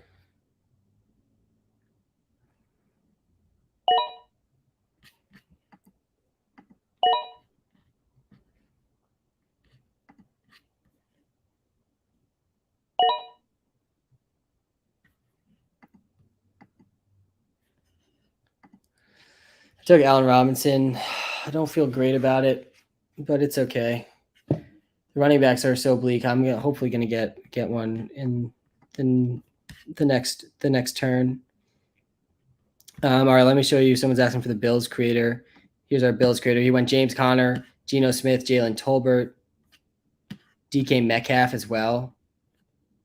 Miles Sanders, Marcus Valdes-Scantling, and Jalen Waddle. Pretty good players. He's got a lot of picks in these first 5 rounds. Jalen Waddle, Miles Sanders, Marcus Valdes-Scantling, DK Metcalf, James Conner, Geno Smith, Jalen Tolbert. Pretty solid squad, honestly, for the Bills creator. All right, let's look at the Pats creator here. I feel like I was giving him some heat earlier for his Zach Ertz pick. But again, this is 2 points per reception for tight ends. Let me find Pat here. Where is he? Here he is. Nope, that's not him. I feel like he was in the middle of the draft. Let's see. I'm about to be back on the clock in my draft too. Okay, why can't I find Pat?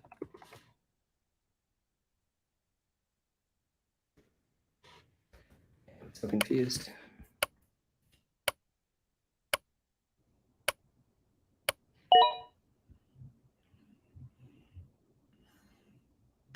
Oh, here he is. I was looking for Pat, but it's McDonald. All right, here's his team. Here's our Patriots graders team. Saquon, Evans, Ertz, Njoku, Mariota, Nico Collins. Loved the Nico Collins pick. Oh my God, I can't believe A.J. Dillon just got picked ahead of me again in another draft. This league is always so running back heavy. It is so brutal. I'm pretty screwed in this league already. Not feeling good about how my draft is going. Hopefully I get some other guys later in the draft, but definitely not feeling great about my start in this 14-team PPR league. I started Joe Mixon, CeeDee Lamb, Allen Robinson. Just not feeling great about it overall with the running backs that are left. I was really hoping to get A.J. Dillon in the 4th round in this league. There are still some good quarterbacks kicking around. Justin Herbert, Lamar Jackson. We're in the 4th round now, so I'll probably strongly consider one of those guys with my next pick. Jerry Jeudy's still there too. I absolutely love Jeudy this season. Pretty good team, I'd say, from our Patriots grader Pat.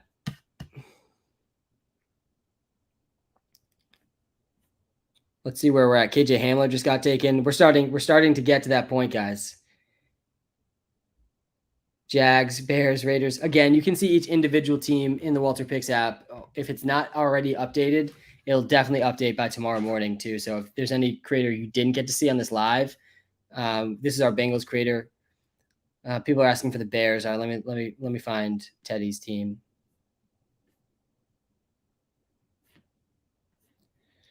Let's see, where's our Bears creator? And I'm on the clock. Amon-Ra St. Brown just got taken. I think I'm going to go with Lamar Jackson. Where's Teddy?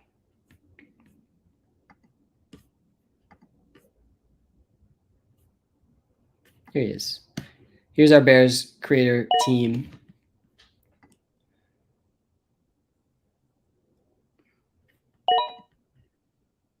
I kind of want to wait on quarterback in this league, though.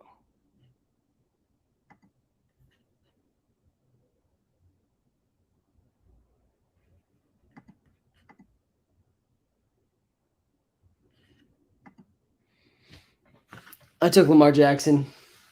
It's time to take command of this draft that I'm in. Hopefully I get a decent running back on the turnaround, but I probably won't, knowing this league. Someone's asking for the Jags. Yeah, let me show you. I think Charlotte's team is absolutely money team. She has Joe Mixon, Derek Carr, Traylon Burks, Michael Carter, and Isaiah Spiller, but she also snagged Cole Kmet, I think over here, and Robert Tonyan. And again, this is 2-point per reception league. I think Tonyan too, absolute steal where she got Robert Tonyan because he's going to come back in the first month of the season, I think, and he could be one of the number 1 red zone threats all of a sudden for the Packers. So yeah, she's built a really strong squad. Joe Mixon, Derek Carr, Traylon Burks, Michael Carter, Isaiah Spiller, Cole Kmet, Robert Tonyan. I feel like she should feel really good about where her team's sitting, though I'm sure she's going to do a lot of trades throughout the season. I was so nervous about Tonyan. Thanks for the praise. Got you, Charlotte. How about the champ? All right, let's look at Brian's team. He's probably the best team, just based on the number of early picks he had. Let's see here. I think he was here, yeah. So he traded this. He didn't have this 12th pick. Let me zoom out here for a second. All right, so this is our Raiders creator Brian, who won the league last year. That's the team we're looking at right now. He got Russell Wilson with his first pick. He just took Wan'Dale Robinson. I actually like that as a late round talented guy behind a lot of injury prone receivers.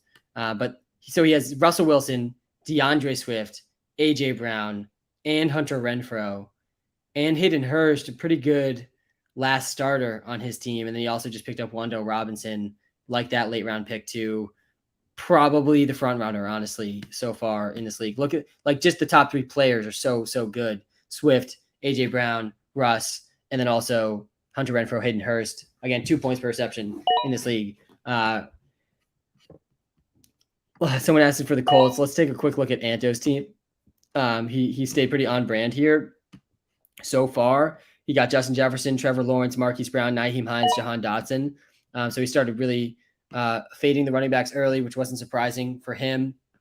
And then he gets Nyheim Hines in the 4th round, who I think is going to have a pretty big receiving role for the Colts this year. Looks like that's all of his picks. I don't think he traded any picks. So these are his 5 players so far for the Colts. Charlotte did well, guys. Charlotte did well. We just looked at hers. This is our Lions creator, Curtis. I actually really like how his team's looking. He's made a ton of trades. You can just see as we scroll across here. He has Cortland Sutton, T. Higgins, Chris Godwin, Davis Mills. But look who he stacked Chris Godwin with. Oh, wait, it's Tom Brady all the way over here. He traded for this 1st-round pick. So he's Tom Brady stacked with Chris Godwin when Chris Godwin comes back.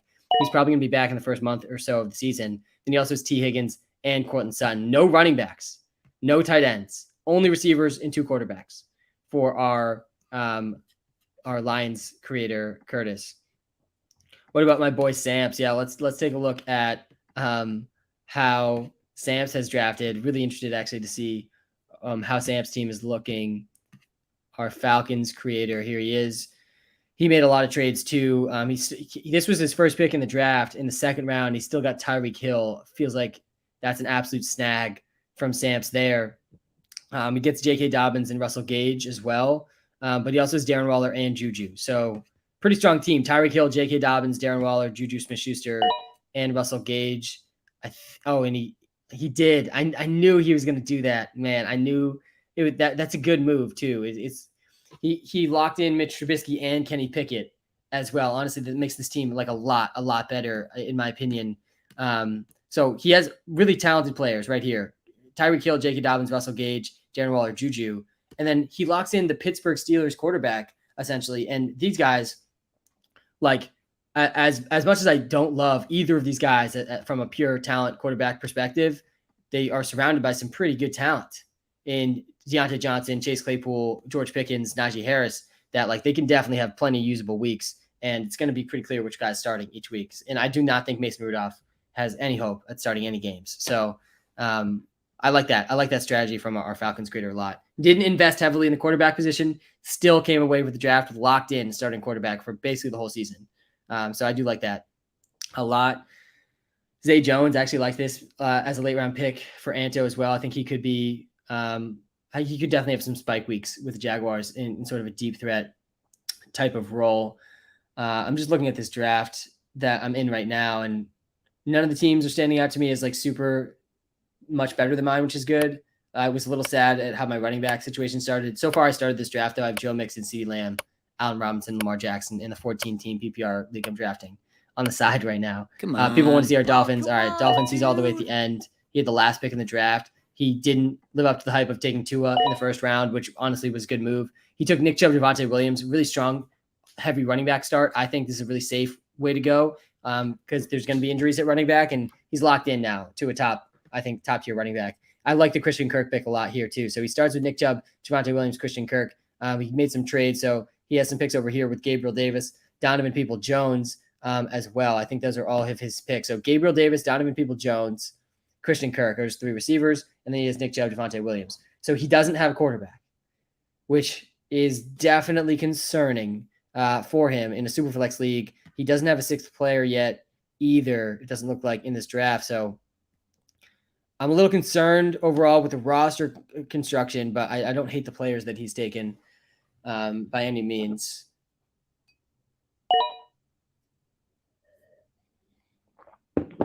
Eagles. Yeah, let's take a look at our Eagles creators team, all neat and clean in one place. Mark Andrews in a 2-point per reception league. Like seeing Andrews go 10 picks after Kelsey, after Kelsey was the 1st overall pick.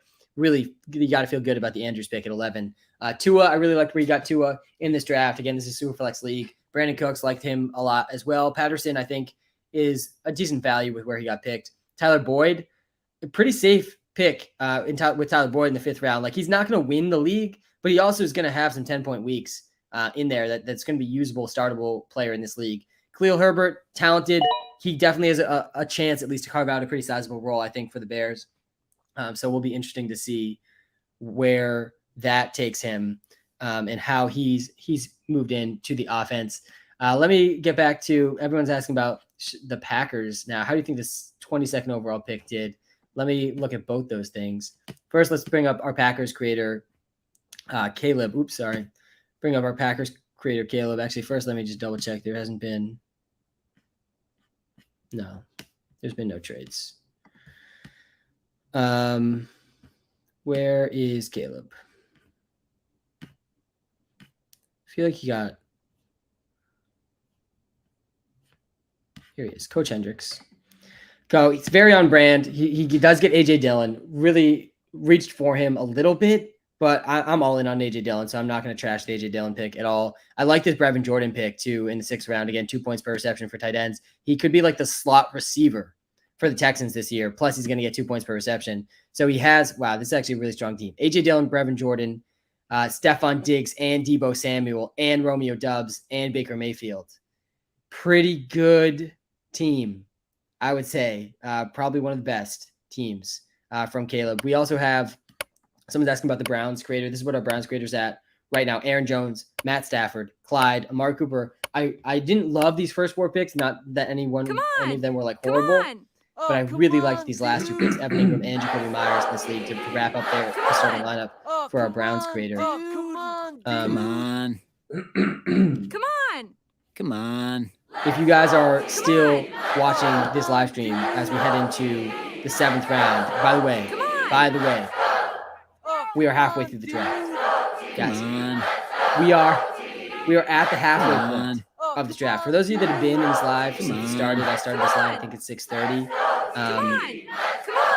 We're halfway Come on. through the draft. Come on. I think this is time, actually. We're going to speed up the clock, actually, a little bit in this draft. I did tell all the creators I was going to do that.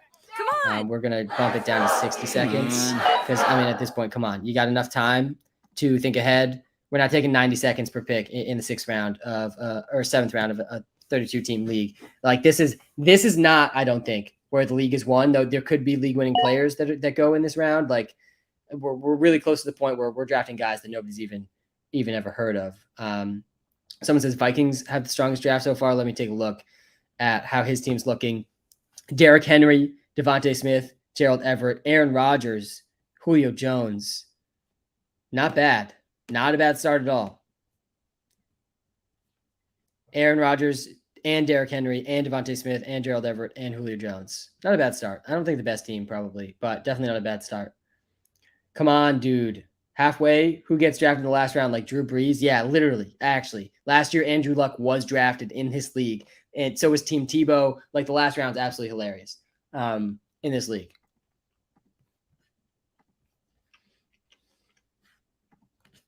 Chiefs team. Let's look up Jack's team here.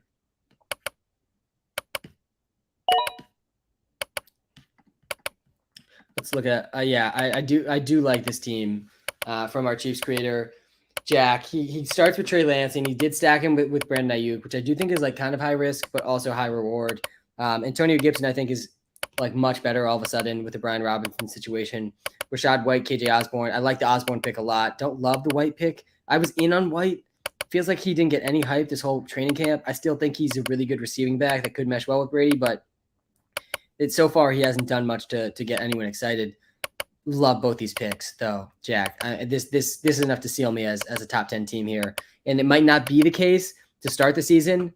I do know you guys get IR slots though too, so you're going to be able to pick up some meaningless players off the waiver wire after this draft. But Michael Gallup is going to be back in the first month, and he's going to be huge, I think, for you. Jameson Williams was maybe not the best after also having Gallup. Like, who's the starting? This is the 5 starters. You need one more starter. Hopefully Gallup can come back and be that starter. But yeah, with Gallup, with these 5 guys, I'd like that starting lineup a lot. I don't know how consistent Rashad White's going to be, though. We'll see. All right, we are going to go back to the current pick. Let's try to keep up with the draft a little. Sammy Watkins, Jameson Crowder, 2 decent mid-round receivers. Curtis Samuel went 7th round. I'm really interested to see him back. We basically haven't seen Curtis Samuel play in over a year now. Evan Brewer. This is our Saints creator. Evan, David Montgomery, Cam Akers, Hunter Henry, Cooper Kupp and Carson Wentz. You got Cooper Kupp at 14th overall. You got to love trading back in your draft and still getting Cooper Kupp. Like that's always got to be a good feeling. Carson Wentz, Cooper Kupp, Montgomery, Akers. Don't really love the running back duo here, though. I'm pretty nervous about Cam Akers, guys. Like, the Achilles injuries are no joke, and it was really exciting to see how fast he came back from an Achilles injury. But historically speaking, we've never seen a running back come back from an Achilles injury and be good in fantasy football. We've never seen it, really, ever. Akers already sort of shown that he could do it, but now he's dealing with another injury. It doesn't seem like a big injury, but it's still just like coming off the Achilles injury. I'm pretty concerned that they're not going to give him the normal Rams running back one workload. And that just, but like that alone, I think makes him just a much less attractive pick in fantasy, because that's why we were drafting him. It was that Todd Gurley type season that we could potentially get out of Cam Akers, and I just don't see it with the injury stacking up for Cam Akers. Rams team, please. Yeah, this is a good call. We got to check out Aldo's team, because no one got more heat than Aldo for the trade that he made before the draft. Let's see exactly how that ended up turning out for him. Let's look for Aldo. Let's find him somewhere. Here he is. So yeah, you can see, look, he had none of his own picks. None of his own picks. So really bold out the gates from Aldo, our Rams rookie creator. Maybe he just didn't take any picks. I think he just said, yeah, just take these. No, I'm just kidding. He took Ryan Tannehill in the third round.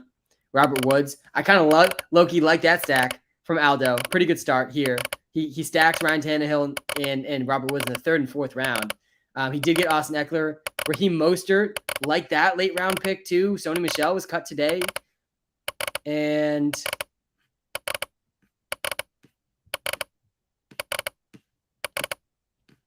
that's it, though. That's it. It's not over. Fix the sound. What happened to the sound? Oh, mute Sleeper? Is Sleeper not muted? But it is muted. Come on. Come on. Come I'm very on. confused. Is it muted now? Killing my ears. Oh, God. It's not good, guys. It's clicking. It's not fixed. Wait, let me just refresh. Let me refresh. I have the sound muted. Wait.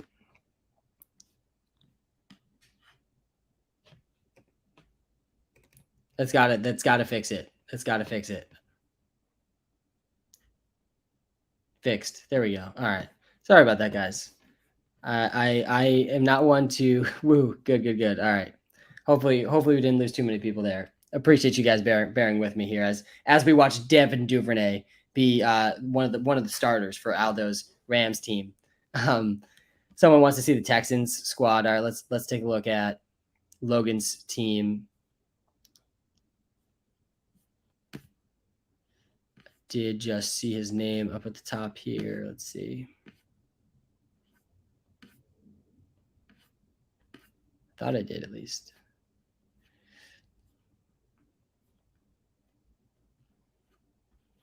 Here he is. Not bad. Not a bad squad at all. I'm not the biggest Kadarius Toney fan, but I'm not going to deny that the talent is there. I like Goddard and 2-point per reception for tight end league. I love Lamar, so I automatically love the team because of that. At 10th pick, Lamar I think is a steal in this league. I do like AJ Green in the 7th round too. AJ Green's not a guy that's going to get drafted in like any season-long leagues, but he's going to be a starter for the Cardinals for the first 6 weeks of the season, which can be pretty valuable, I think, in this 32 creator league with DeAndre Hopkins suspended. He's going to score some touchdowns, I think, in the first 6 weeks. And that's valuable in itself in this league. Because, like, look at the other guys getting drafted. Ronald Jones, like, he's probably going to get cut. Brian Robinson went. Hopefully he's able to come back. That could be a really interesting pick. Malik Willis gets picked. I think did Evan, it was Evan the one with, no, he wasn't the one with Ryan Tannehill. Malik Willis, a very interesting 7th round pick. I do think he can be good in fantasy with his rushing ability much later in the season if the Titans are like already out. Wow, nobody's taking quarterbacks in this league that I'm in. Did someone already take Tony Pollard too? No, not yet. Oh man, there's no running backs left. I can't take Pollard this early.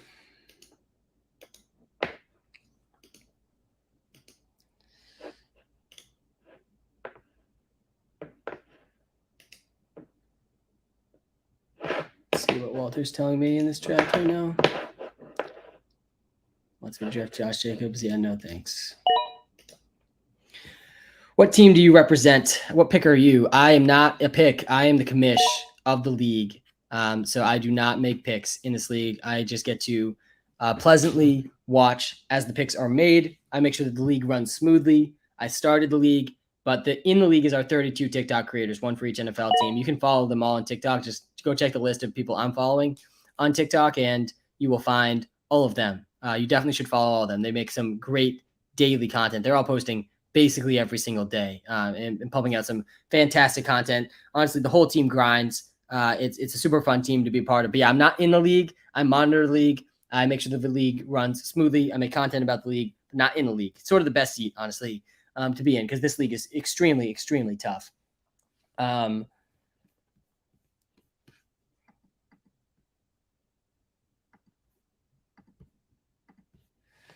did snag Tony Pollard in this draft I'm doing. Reached a little bit early for him. I probably should have gone with Rashad Bateman instead to stack with Lamar, but that's okay. I needed a second running back pretty badly.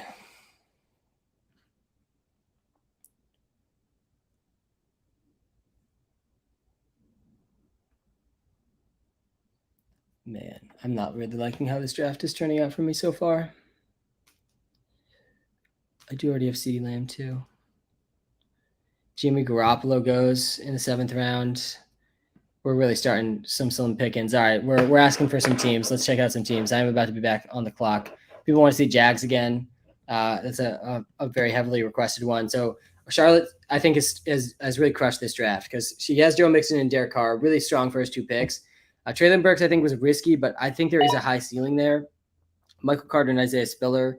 I think Michael Carter could be usable for sure in this league. I don't know about Isaiah Spiller. I think he's talented, but behind Eckler, I don't see any consistent role. But she also snagged Cole Kmet and Robert Tonyan in a 2-point per reception for tight end league. I love the Cole Kmet pick. I think he could be a top 10 tight end in fantasy this year. And Robert Tonyan could be one of the top red zone targets for Aaron Rodgers this year. He just has to get healthy. But he's doing pretty well and on track to be healthy. So excited to see how Charlotte's team does. She's actually on the clock right now too. So let's see who Charlotte takes. I like the Corey Davis pick, honestly, this late. We do see Deshaun Watson go too. I mean, it's a pretty good value in pure fantasy terms. Man, I'm getting dominated in this draft that I'm doing on the side right now, like pretty badly. Really not liking overall how it's turned out for me at all. Let's see. I really need a receiver. I might go with Ayuka the Bazooka. Let's just take a quick look here. Elijah Moore. Dalton Schultz is still there too.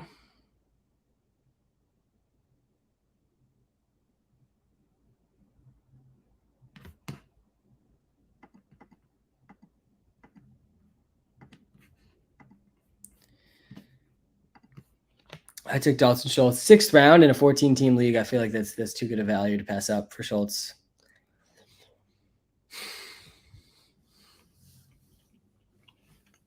Bills.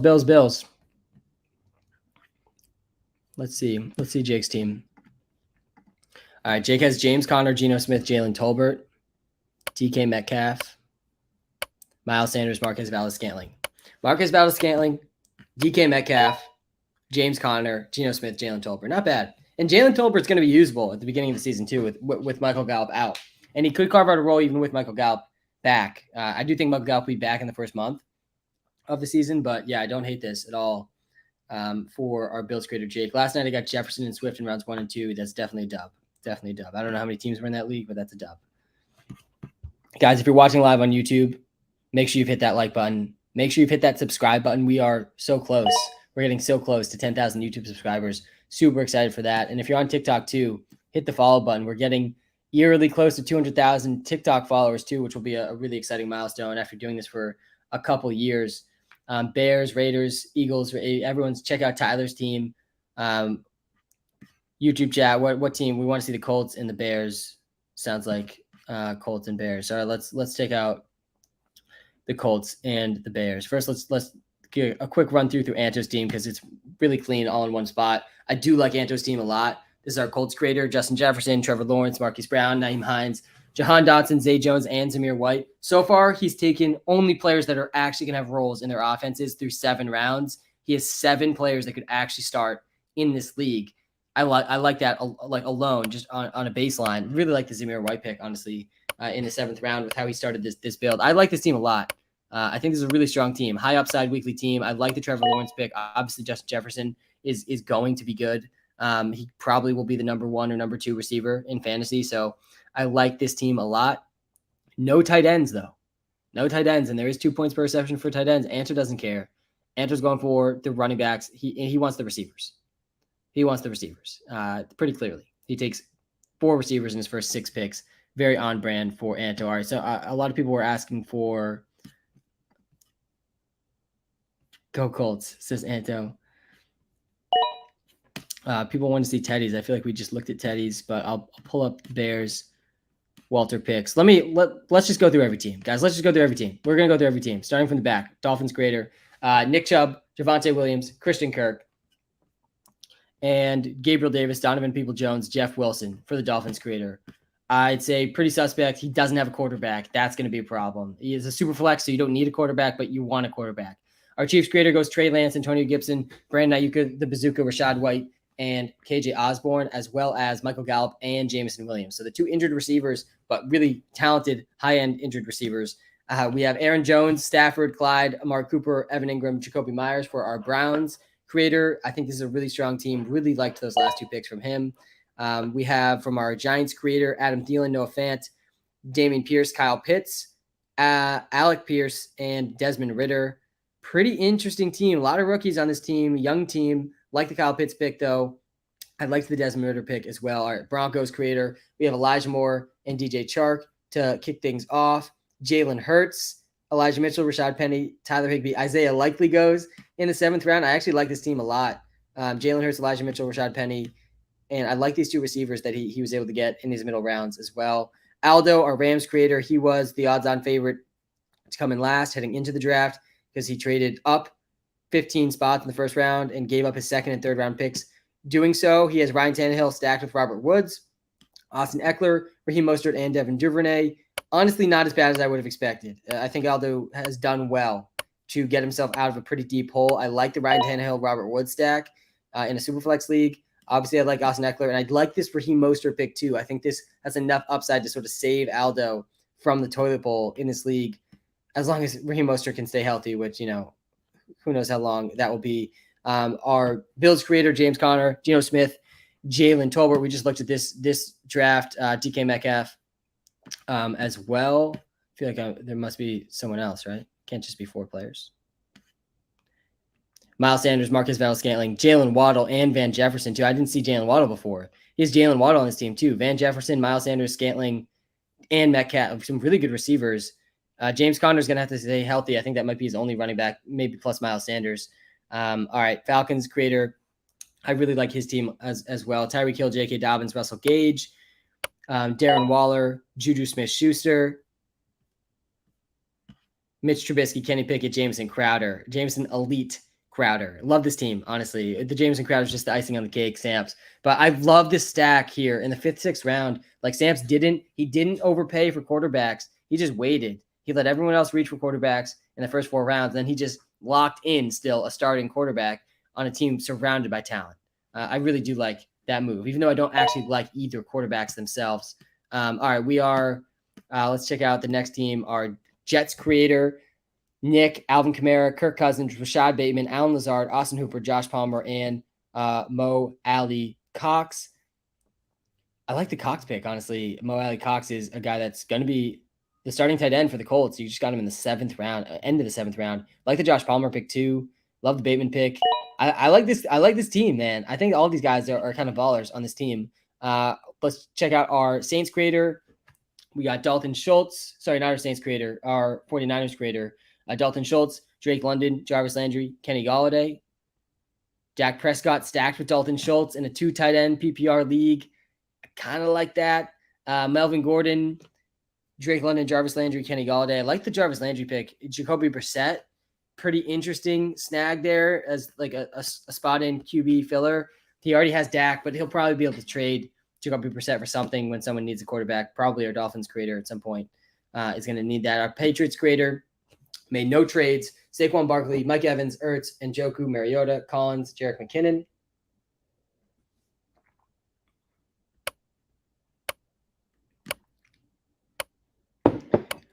We did just show the Dolphins team, but I'll show it after we go through all these teams. Joe Mixon, Derek Carr. This is our Jaguars creator again. Traylon Burks, Michael Carter, Isaiah Spiller. She did just take Taysom Hill. Low-key like that as the 7th round pick. Charlotte's locked in, man, during this draft. I'm impressed with what Charlotte's been able to do in this draft. Our Washington creator, like his team a lot as well. I obviously I don't want to root for Deshaun Watson, but this is a super flex league. Someone had to do it. Daniel Jones in the 5th round too, I feel like is a really good value. I kind of like this duo he has here, quarterback for the super flex slot. Hopkins, obviously six week suspension, but when he comes back, this is a serious starting lineup here. This is a serious starting lineup.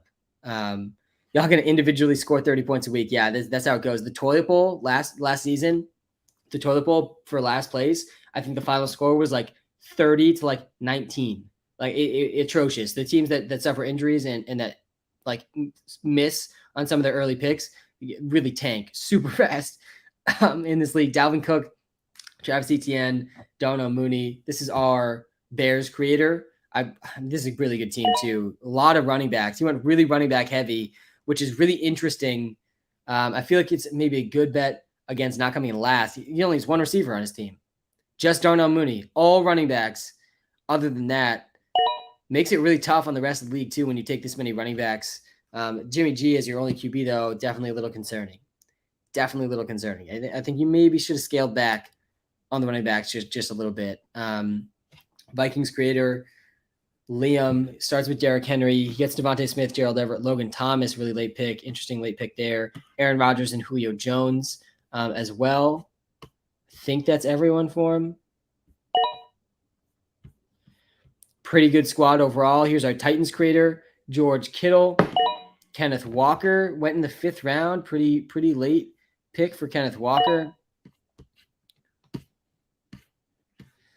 Devontae Adams and Dawson Knox too. He is George Kittle, Kenneth Walker, Devontae Adams, Dawson Knox, Odell Beckham is worthless. Jared Goff, so he does have a QB at least. Pretty good that he has Jared Goff. So his starting lineup's Jared Goff, Devontae Adams, Dawson Knox, George Kittle, Kenneth Walker, who's hurt. So it doesn't really, Odell's hurt. Doesn't really have a full starting roster, but I do like the starters he has. Again, you start six players in this league. This is why depth is so important. You start 6 players. And so we have some people who haven't even really filled out their starting lineup, which means at this point, like they're getting zeros in their starting lineup, which is not what you want in this league. Michael Pittman, Chase Edmonds is our Ravens creator. I actually don't think we've looked very closely at this team. Our Ravens creator starts with Pittman, Edmonds, Justin Fields, Amon-Ra St. Brown, Rondell Moore. I like this team, man. I think this is a solid start. I like Chase Edmonds with where you got him as well. Let's see if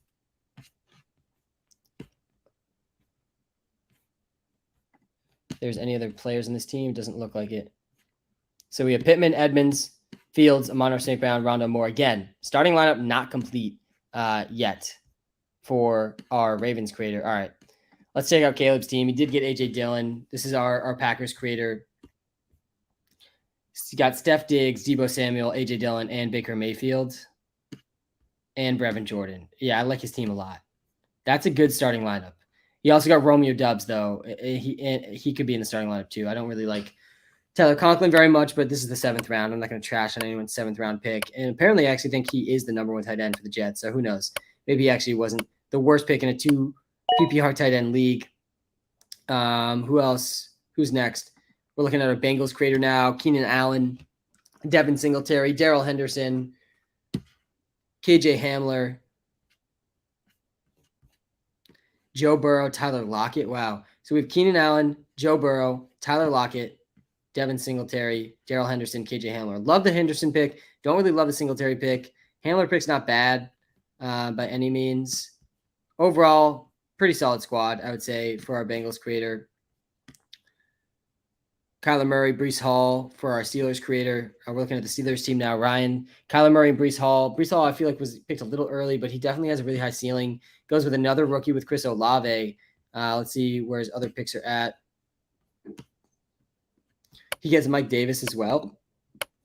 And Freiermuth, Devontae Parker, and Jamal Williams. So he's got Muth, Parker, Williams, Hall, Olave, Murray. That's a pretty good starting lineup, I would say, overall, all things considered. And then Mike Davis might be the starting running back for the Ravens. Of course, he's taken right under Falcons. That WalterPicks is pretty funny. All right, let's check the next team out. This is our Raiders creator, arguably is the best team. He was the champion last year as well. He has Russell Wilson, Wan'Dale Robinson, and Darrell Williams. But you scroll over, he has Russell Wilson, DeAndre Swift, A.J. Brown, Hunter Renfrow, Hayden Hurst, Paris Campbell, pretty good pick there too. Paris Campbell is a guy that I've liked for a while. I feel like if there's any player that's going to be this year's Rashad Penny, it's going to be Paris Campbell. There's so many overlaps there. Both really, really athletic players. Both taken pretty early in the NFL draft. Both had their first 4 years in the league completely derailed by injuries. And Paris Campbell now going into that fifth year, I think. And he's, by all reports, been fully healthy and doing pretty well in camp. I feel like he could be this year's Rashad Penny, Paris Campbell. So I like that. Obviously different positions, but similar stories, I think, for those two guys. So yeah, I like that team a lot from Brian. Our Eagles creator, this is Ben, our Eagles creator. He gets Mark Andrews, Tua, Brandon Cooks. You guys probably can't see this because I'm like right over it. Cordell Patterson, Tyler Boyd, Khalil Herbert, Ronald Jones. Don't like Ronald Jones. I like the Khalil Herbert pick though. Patterson, Boyd. I like every pick up till Ronald Jones. And again, I'm not going to trash anyone's 7th round pick in a 32-team league. But I do think Ronald Jones. He doesn't read chat. I always read those comments. I don't know why. I always see those comments. What pick are you guys on? This is a good question. Let's see how we're moving along here. We're in the 8th round. Chris Evans just got picked. Randall Cobb, Trey Sermon. Like, this is really, we're scraping the bottom of the barrel right now.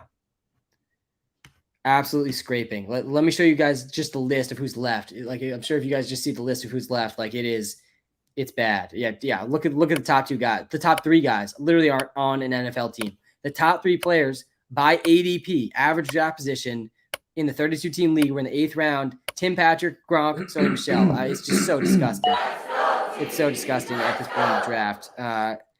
We have Matt Breida, I guess. He's a backup running back for the Giants.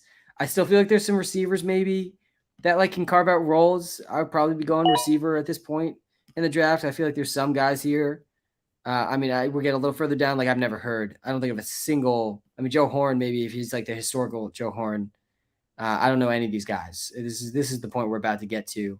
I almost guarantee you our Bills creator drafts Cole Beasley at some point. He's not on a team in the NFL, but he's a big Cole Beasley fan. I'm about to be back on the clock in my own draft here in a second. So let me show you guys where we're at right now. Look, Gronk was literally just drafted. 8th round. Gronk just got drafted.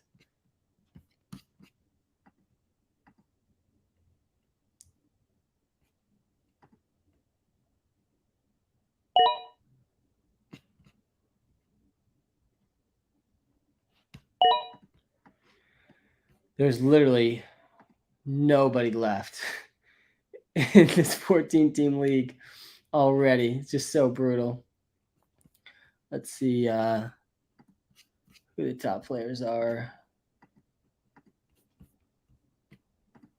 by ADP.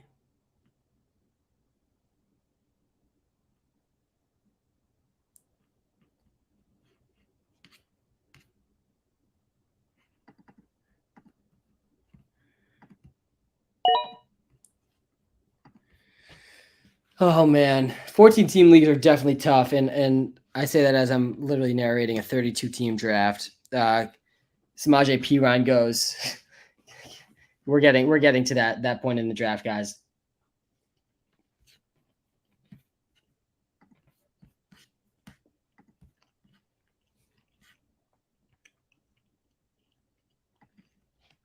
The scoring / roster setup and size. 32 teams. Everyone starts 6 players. 1 running back, 1 receiver, 3 flex, 1 super flex. And then everyone gets 6 bench spots. There's a 12 12-round draft. And I like that Jonnu Smith pick, by the way. Low-key breakout season coming from Jonnu Smith. You heard it here. I do like the Jonnu Smith pick. I think like he almost has to do better this year for the Pats than he did last year, just based on how much he's paid alone, just how much he's paid. Like he's a top 10 paid tight end in the league. And we've seen him be a good receiving tight end in the past. I think he's going to be on the field a lot more this year. I think he's going to run more routes this year. He was actually pretty efficient too last year. He just had nothing. Dwight, I low-key like that too. I think he could carve out a starting role on that team. I definitely need a running back next in this draft here. Let's see. Harris Cook. Yeah, I'm taking.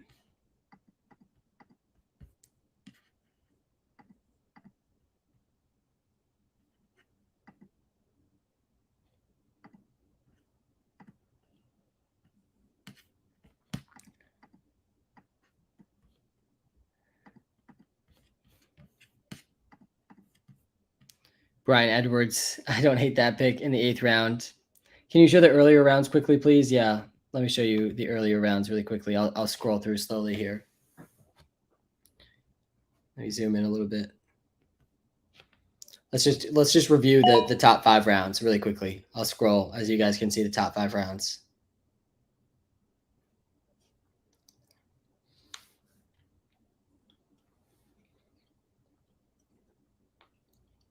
Kelsey went first. 2 points per reception for tight ends in this league. 32 teams, 1 running back, 1 receiver, 3 flex, 1 super flex, 2 points per reception for tight end. Otherwise, it's 1 point per reception. Yeah, Taylor at 9 is kind of crazy. I also think Cooper Kupp at 14 is pretty crazy.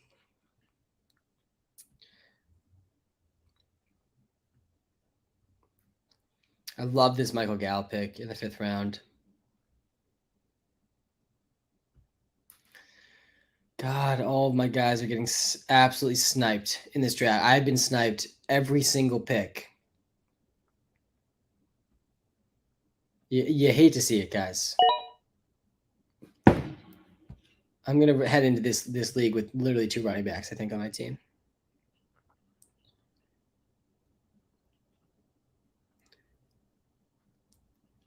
We're almost through.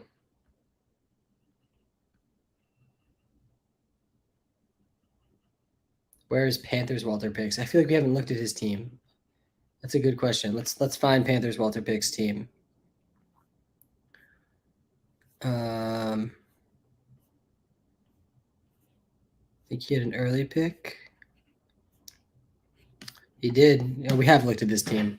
Yeah, he had the 2nd pick, and he got Josh Allen with the 2nd pick, which is absolutely money. This is how his squad is looking right now. Honestly, he's doing pretty well, I feel like, in these late rounds. He's getting some guys that at least have some sort of path to being something, which is like all you can really hope for at this point in a 32-team draft. Guys, I'm on the clock in a 14-team league. We're in the 8th round, and I mean there is nothing left at the running back position. I'm gonna have to take Melvin Gordon as my 3rd running back. I don't want to do that. I'm not doing that.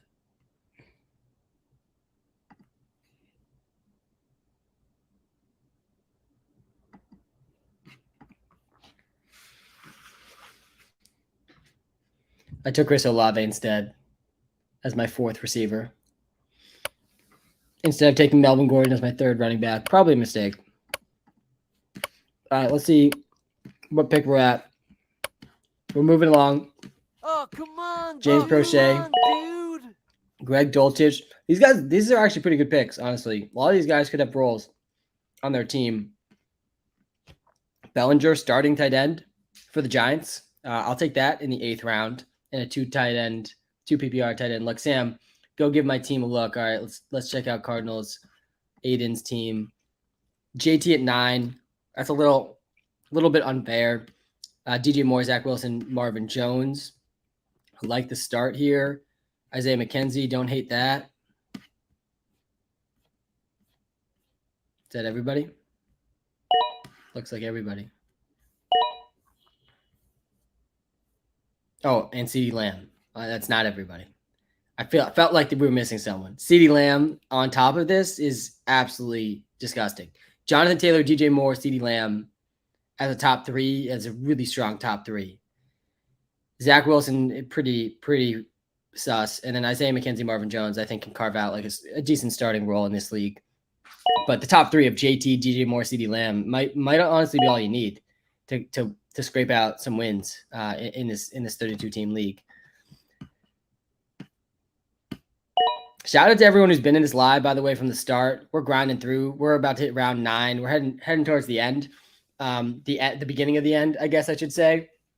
It's been a lot of fun. Really appreciate you guys tuning in. It's been a very interesting draft to watch and commentate on it. And I'm the commish, so I'm not drafting in this league. I actually do have a separate draft that started at 8:30. So we're about an hour into that draft. We're in round 8. It's a 14-team PPR league. My team's not doing so hot.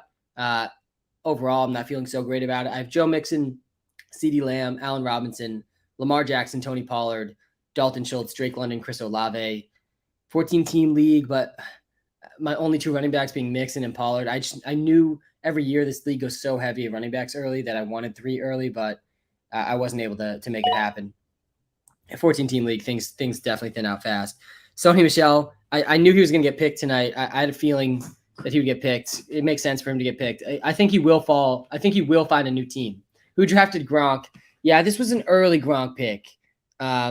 Too early for sure. Where was Gronk taken? Did I just slide past it? Yeah, I mean, this is too early. You're better than that, Teddy. I do not think Gronk. I mean, are you gonna hold on to Gronk in this league like the whole season? Because he's not coming back, man. So you're just gonna burn a hole in your roster spot. Like that's even worse than burning just a draft pick. I like basically every other player taking this round. I think more than Rob Gronkowski, who's not going to play this season and probably never going to play again because he's retired. I know he's come out of retirement before. I don't think that's happening again, though. I don't think that's something we should bank on, even in the 32-team league. Quez Watkins goes. At least he's fast, I guess, at this point in the draft. At least you can get some speed. Can we please see the Vikings? Can we please see the Jets? I'm seeing in the comments. Let's take a quick look at Vikings. Derrick Henry, Aaron Rodgers, Julio Jones, Javonte Smith, Gerald Everett, Logan Thomas, Kyle Rudolph, and Brian Robinson. He got Brian Robinson, too. That was an interesting pick from him. Obviously, a scary situation for Brian Robinson yesterday. Unknown, really, how fast he'll be able to come back, if at all, this season. So will be definitely an interesting pick to look back on. He has 3 tight ends, 2 points per 7 for tight ends. Obviously, I like the Aaron Rodgers, Derrick Henry start. That's always nice, having 2 first-round picks in a 32-team league. Someone was asking about the Jets before. Let me show you guys our Jets creators team. This is Nick's team. Really a team of ballers, honestly, for our Jets creator. Alvin Kamara, Kirk Cousins, Rashad Bateman, Alan Lazard, Austin Hooper, Josh Palmer, Mo Alley Cox, and Cedric Wilson. Cedric Wilson, I liked that pick a lot too. Like he hasn't missed yet. I feel like Nick has not missed yet. He's gonna miss in these last 4 picks probably because these picks are just impossible. But at least he has all of his 8 picks could at least be fill-in players in his lineup, I think, throughout the season. Again, you start 6 players in this league. So really not bad at all.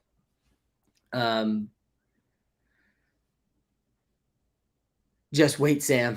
I'm waiting, Nick. I wanted to see. Someone asked about Anto's team.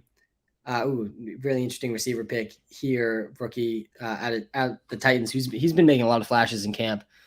He gets the Zamir White handcuff with Amir Abdullah. Hopefully, he gets Brandon Bolden next. Just lock up that whole secondary of that backfield. I actually like this team a lot, though. Up to the Zamir White pick, those first 7 picks, I really like how that turned out. I think the Falcons team turned out really well. Again, also, guys, tomorrow morning in the WalterPicks app, you'll be able to see everybody's team really clean and simple right in the WalterPicks app. Let me actually just show that again on screen really quick. We launched this tool in the app just a few weeks ago, where you're going to be able to see all the standings, but also on this screen, if you just tap on any of these teams in the WalterPicks app for completely free, there's no charge for any of this. You'll get to see the rosters for each team, and then we're also going to have the matchups throughout the season. So you'll be able to track everything to do with this league on your own, second by second, right in the app, completely free. So definitely check out the WalterPicks app for that. Even if you aren't a WalterPicks subscriber to some of the premium subscription features, you still will be able to get access to everything to do with this league. So if you are interested in a specific creator's team, you can check that out in the WalterPicks app. I'm not sure if it's updated right now, like as the draft is happening, but definitely after the draft, it will populate in the app for everybody to see. Really excited to have that in the app this year.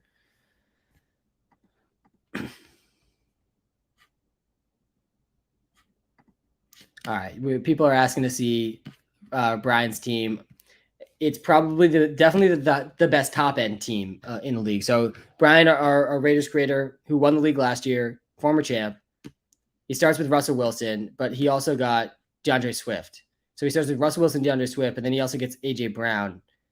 Top three players of Russ, DeAndre Swift, AJ Brown is insane, and then he gets Hunter Renfrow on top of that. This is a PPR league as his first four, and then to wrap up his starters, he gets Hayden Hurst, Paris Campbell. But I actually really like what he's done here too. Wan'Dale Robinson, Terrace Marshall. I've actually drafted like too much Terrace Marshall in like the last round of best ball drafts. I'm a little more pessimistic on him now. They just traded for Laviska Shenault. Rashard Higgins has been sort of outplaying him this preseason, but I still feel like there's like some talent in youth to bet on there with Terrace Marshall. And Darrell Williams, I think best case, like he's splitting sort of that secondary role with Benjamin, but still not a terrible pick late in the draft. But I do think his starting lineup's really strong with Russ, Swift, AJ Brown, Renfrow, Hurst, and Paris Campbell, and Wan'Dale Robinson, whichever one you want to go with. But the top 5 players I think are really strong on that list. So definitely a good team from our Raiders creator. Change back to the draft. What is best ball? Best ball is a format of fantasy where your best lineups automatically submitted for you at the end of the week. So there's no start sit decisions, but there's also no adding, dropping, or trading. All you do is the draft, which is why I like doing it so much throughout the off season, because I don't have to commit to a lot of time in season. All I do is the draft for 45 minutes or so, and it's a great practice for my real drafts. And the best place to do that on is Underdog Fantasy, by far the best place to do best ball drafts. I've done about 450 of those this offseason in preparation for my high stakes season long leagues, one of which I'm in literally right now. And I'm kind of not doing so well. I don't think my RB2 is Tony Pollard, which I don't hate, but I don't have a third running back. We're in round 9 in a 14 team league, and there's just no running backs left. So I'm going to have 2 running backs on this team. It's going to be a super fragile team for me in this league. So a little nervous about that. But otherwise, I think the team's coming around, honestly, okay, as this draft has continued to unfold.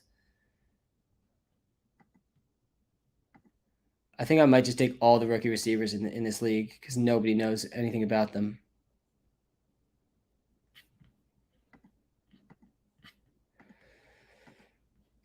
But I'm definitely going to need a running back as well. Why is that makes no sense. The average draft position and rankings on Yahoo as the draft goes on is so crazy. Oh, the screen's not showing. I'm sorry, guys. Too much multitasking. That's my bad. We are in the 9th round, so cut me a little bit of slack here in the 32 team league. We started the stream at 6:30. It's a 3.5 hour stream, I think, at this point. Sorry about that, though. We're starting to get guys. I think this is Damian Williams. I still know who these guys are. We're getting towards that range, though. Like, we're not even going to know these players. Damian Williams, not a horrible late round. Like, guys, let me show you the list. Let me just show you the list. Let me show you the list of guys left, and you guys make your own call about who you would take at this point in the 32 team league draft. Look at this. Look who's left. Wait, sorry, I'm probably covering the screen a little bit. Tim Patrick, obviously you don't want him. Donald, who just got hurt. Tyler Batty, Tyquan Thornton, who's hurt. Cade Otton. John Mechie's not probably playing this year. Jalen Guyton, maybe. Amari Rogers, probably not going to play meaningful snaps. There's really I think our Bills creator will take Cole Beasley, but he's not on a team right now in the NFL. And then it's just all like this is now look what you're picking from in the 9th round of a 32 team league. I mean, props to you if you've heard it. I know who Hakeem Butler was. He used to be a receiver. I mean, but I look at like depth charts literally all day, like all year, and I don't know who these guys are. I know Calvin Austin. Now I know these guys, but like down the list, I mean, we're about to be there. We're basically already there in this draft. Pierre Strong, Andy Dalton, yeah, the people drafting, they're still on it. They're still drafting guys that at least have some path to some playing time this year. Cowboys creator, please. Yeah, Rossi started this draft really bold. Really, I feel like the first big surprise. Christian McCaffrey went 3rd overall, which I absolutely love the bold take by Rossi there because I'm in on CMC this season. Deontay Johnson, Jameis Winston, Mike Gesicki, Damian Harris, Marlon Mack, Deontay Foreman, Sterling Shepard, Ty God, Taylor. Not bad. I like the Winston. I like the first 5 picks here overall. I don't know how much we're going to get, though, from these last 4 picks here. Not that like these rounds are going to be the end all be all for this league. I think the first 5 rounds, most important rounds for sure, but depth matters. I don't know how much Sterling Shepard is gonna be able to do. Deontay Foreman, interesting sort of handcuff to CMC, I guess, but even if CMC goes down, like I don't know how much we're getting from Foreman. I do like the Marlon Mack pick a little bit, I guess, but Dameon Pierce is better than him, I think. Seahawks looking good. Yeah, I do think the Seahawks team is looking good. Amari Rodgers does get picked. He was a rookie last year. Apparently, he sort of improved this offseason, but there hasn't been very much hype. I think he'll still be behind Christian Watson, too, which makes him, at best, you guys hear that? At best, wide receiver 5 for the Packers, who are also going to throw a lot to the running backs, also will throw to the tight end. Anyone get Romeo Doubs yet? Yeah, I mean, look, we're Amari Rodgers was just picked, so yeah, Romeo Doubs is gone. Cole Beasley does get picked. I called that one, man. By our Bills creator, I knew he was going to take him. I feel like he made a video saying he was going to take him, or maybe I heard it on one of his live streams. But yeah, I mean, he's not on a team. It's like pretty similar. It's not as bad, but similar to the Gronk pick. I'm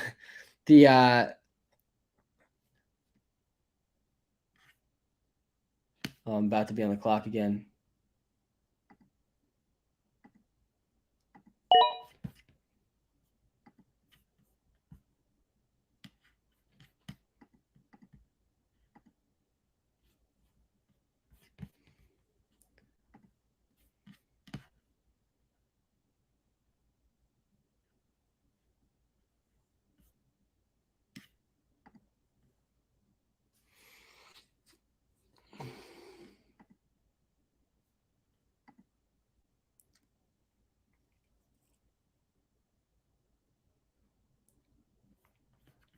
Jalen Guyton gets picked.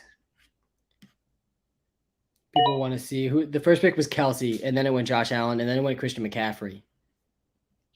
Cade Otton gets picked, rookie for Tampa Bay. Laviska Shenault, I like that pick.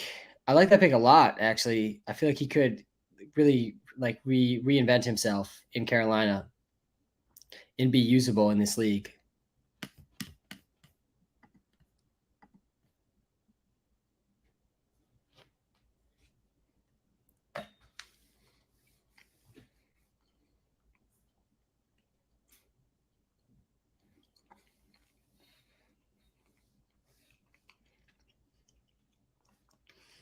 People want to see some teams. Let's look at Patriots, Packers, people asking for. Kylo, man, I'm going to be live every Sunday morning for this entire season. As usual, by the time you wake up, I'll probably be live already. I'm already ready to go, man. I'm pumped for Sunday mornings. Nothing beats the Sunday morning lives. Come on. And nothing beats Sundays during football season. What do you guys think? Should we? I think it's time to move the clock down to 30 seconds in round 10 for these final 3 rounds. I think that's best for everybody. We might be able to wrap this draft up by, 11 o'clock Eastern. Yeah, we're going to 30 seconds. All right, guys. After this pick, we're gonna give the full time for this pick, and then we're moving the timer down to 30 seconds. You got plenty of time. Everyone listening that's drafting, you got plenty of time to prepare ahead, queue up some players. All these players are likely going to score 0 points every single week, so don't stress about it too much with these last 3 rounds. If you're drafting a guy that scores a single point in a single week at this point in the draft, like that's a dub. In my opinion. All right, we're gonna move this down to 30 seconds. 30 seconds per pick for every pick here on out. That should speed up sort of the back end of this draft.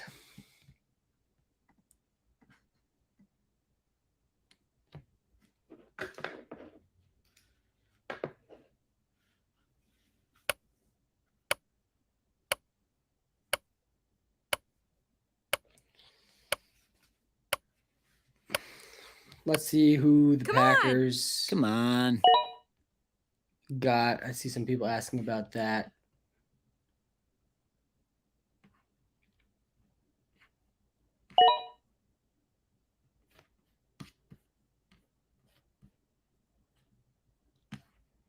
Let's see. Packers.WalterPicks. Yeah, so he has AJ Dillon, Brevin Jordan, Keontae Ingram, Steph Diggs, Debo Samuel, Baker Mayfield, Romeo Doubs, Tyler Conklin. It's a good team. It's a good team from our Packers creator, Caleb. This duo here, Steph Diggs, Debo Samuel, is just money. And then on top of that, with AJ Dillon, I like those top 3 players. I like where he got Romeo Doubs too. He didn't reach for Doubs. He reached a tiny bit for AJ Dillon, but there's also no chance AJ Dillon was going to fall back to him at any reasonable pick. So I don't hate the reach on AJ Dillon at all.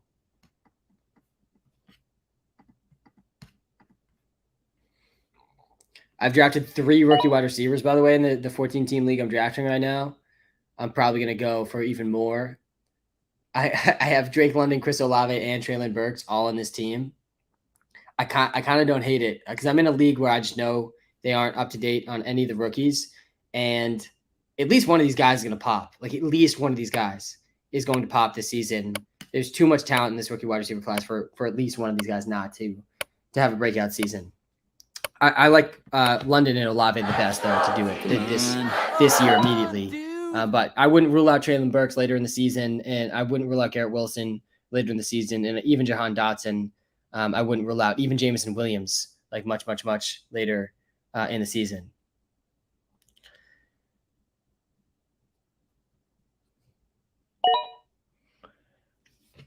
Jags, Eagles, Lions. I'm seeing the Jaguars. Our Jaguars creator Charlotte. She crushed the draft. She's really crushed the draft. I actually don't even dislike this Randall Cobb pick by her either. Joe Mixon, Derek Carr, Cole Kmet, Robert Tonyan, Traylon Burks, Michael Carter, Isaiah Spiller, Taysom Hill, and Randall Cobb.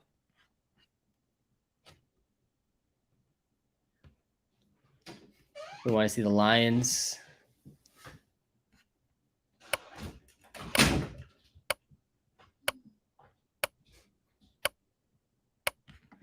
Curtis Henry. Our Lions creator, Cortland Sutton. T. Higgins, Chris Godwin, Davis Mills, James Prochet, Joshua Kelly. But look who he stacked Chris Godwin with. Tom Brady. And he also got Kendrick Bourne and Nelson Aguilar. Wow, I didn't notice these picks by Curtis. Snuck those ones past me. I kind of like stacking both these guys. I think at least one of these guys will have a role with the Pats this season. I mean, good luck guessing the week that they'll do well, but still, this late in the draft, don't hate that as some depth pieces for you. I think he's a really strong team. He didn't draft a single running back, though. Oh, he did. He just drafted his first running back in Joshua Kelly. So you have to start a running back in this league. So he's probably going to have to either make some trades or just eat the L every week. 0 points at the running back slot. That's also, I guess, an option. Probably not what I would advise, but definitely an option. Again, guys, if you do want to see a specific team's picks in the app, you'll be able to see that really easily yourself right in the WalterPicks app, completely free. Great value inbound. Was that the Nelson Aguilar pick that you're saying great value inbound for? Who won last year, and can I see the Bills? Our Raiders creator won last year. That's Brian. He has a massive trophy. He's getting some free tickets. He got a free jersey. He dominated the league last year. You want to see the Bills picks? Is that what I just Oh, read? come on, Let's see dude. if I can find that team again. Our Bills creator, James Conner, Geno Smith, Jalen Tolbert, Cole Beasley, Keyshawn Vaughn. Keyshawn Vaughn. It's a funny pick. James Conner, Geno Smith, Jalen Tolbert, but he also has DK Metcalf, Miles Sanders, Marcus Valdes-Scantling, Jalen Waddle, and Van Jefferson. His picks were a little all over the place because he traded a lot. But sorry, TikTok, let me zoom in. You guys must be like squinching your eyes. I apologize for that. Jalen Waddle, Van Jefferson, Scantling, Sanders, plus DK Metcalf. I mean, that's the starting lineup basically right there. That's 5 players, plus James Conner. And he's got a QB in Geno Smith. He's got a good 7 players, a good 8 players on his team. I would not put Cole Beasley on that list of good players on his team, but he does have Cole Beasley if he ever gets signed to a team, which maybe he will. And then Keyshawn Vaughn is, I mean, yeah, we're at that point in the draft that, I mean, none of these guys, all of these guys are drawn dead. Like, again, if any of these guys, any of these picks left, if they even score a point this season, that's a dub. Jordan Love, kind of a good pick there. That's a dub, I think, right there. Like, you want guys that at least have some sort of story you could tell with a path. Like Chris Carson, there's no path. He's done. He's retired. Rob Gronkowski, there's maybe a tiny path, but he's not going to play, I don't think, ever again. Brandon Bolden, there's a path, man. There's a path. Was this? Oh, no, it wasn't. There's a path, I think, with him to at least like playing some snaps and getting some points. Not that he's ever going to do very well. Dude. Come on. Josh Reynolds, Ryan Griffin, Anthony Schwartz, Travis Fulham, Calvin Austin. I don't hate that pick, I guess. I like Calvin Austin, but he's also hurt.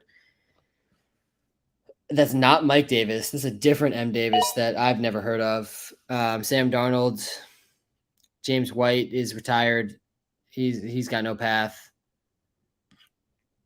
We're on auto pick here. I mean, this is where it gets ugly though. Jaron Warren, I don't hate that pick. Like, he's got a path at least to doing something.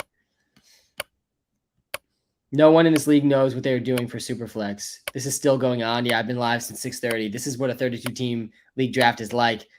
This draft has been going on for hours and hours. Let me grab my charger, actually. I can't believe my computer hasn't run out of battery with no charging up to this point. Thought the charger was in.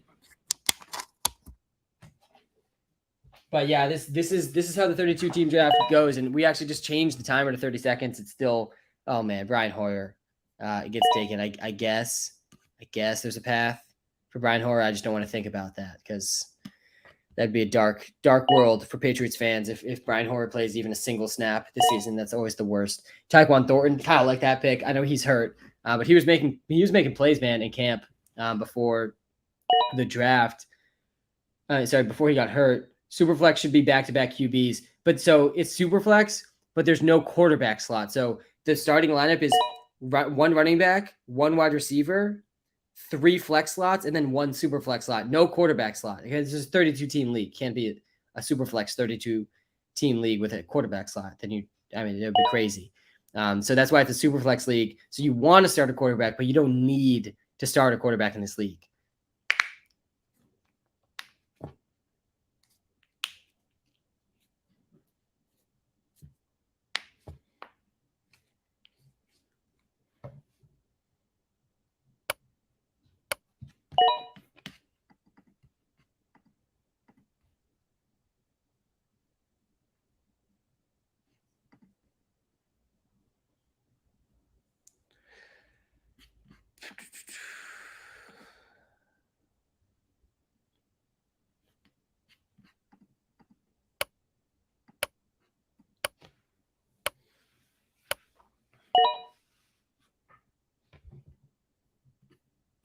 Let's see first round picks. Oh, you guys don't want to watch these 11th round picks that nobody's ever heard of?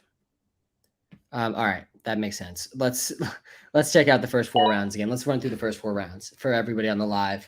I am still pretty far up from my next pick in the draft I'm doing on the side here.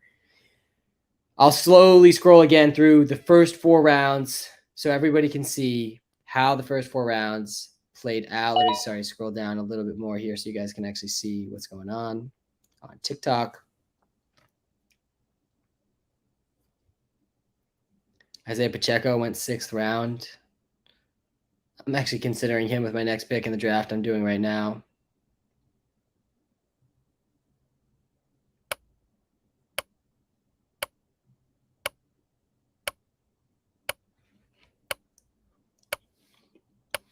There's 12 total rounds. There's 6 starters and 6 bench.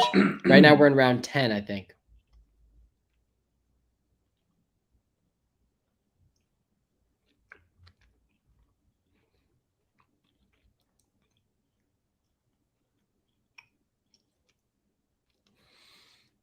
Make sure you guys hit that follow button.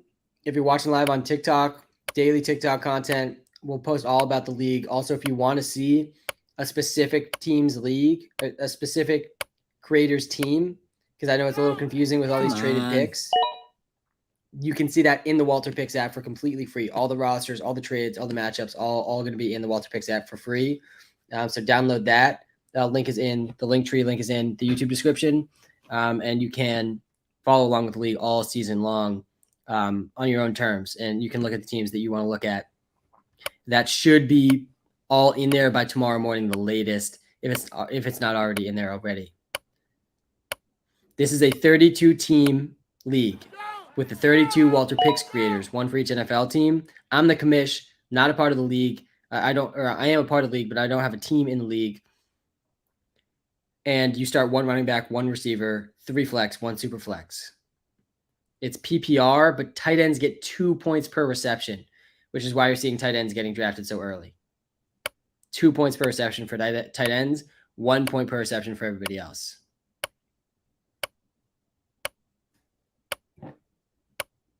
Let's go, team. Oh, come on, dude. Let's go.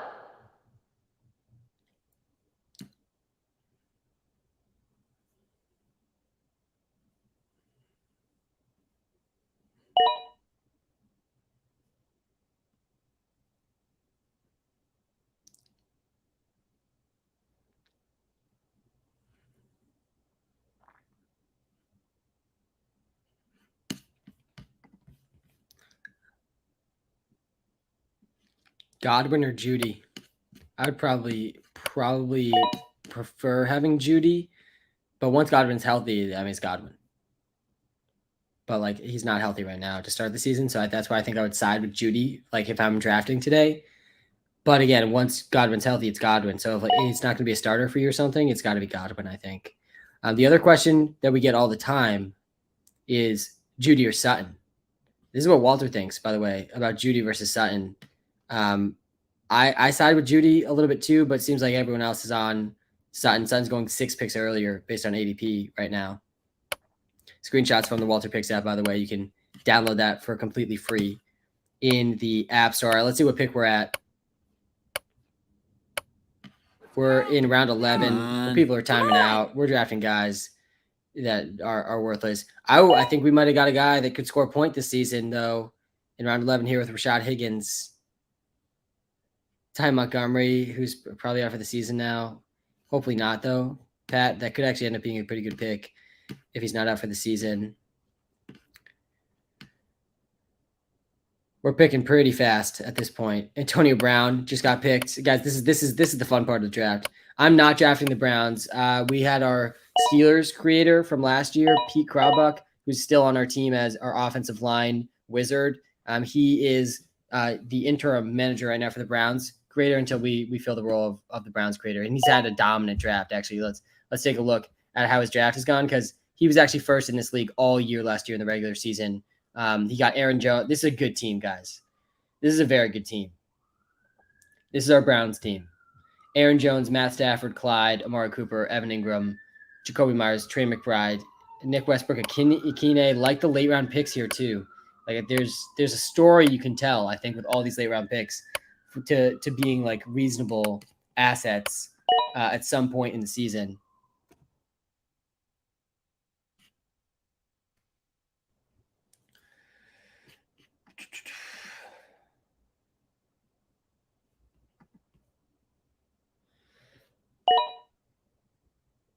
Has Bernhardt from the Falcons been drafted? I don't think so.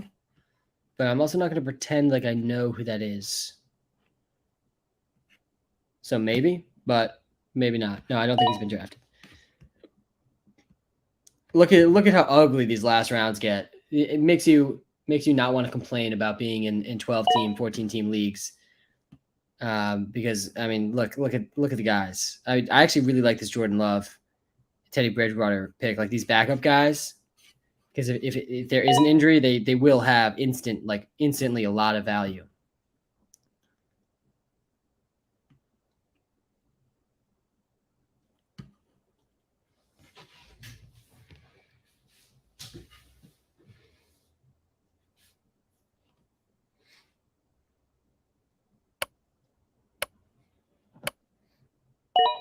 Trey Sermon definitely got picked. Yeah, a while ago. Let's see, what pick was Trey Sermon?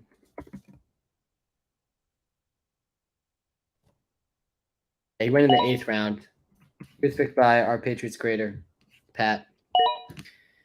And apparently there was literally a report today he's the number 2 running back on the 49ers. And if that's true, that's a snag in this league because he's going to be involved.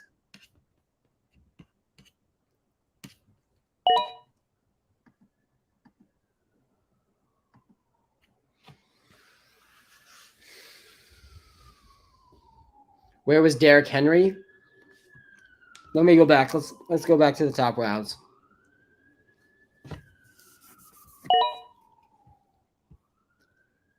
Derrick Henry went 18th overall to our Vikings grader.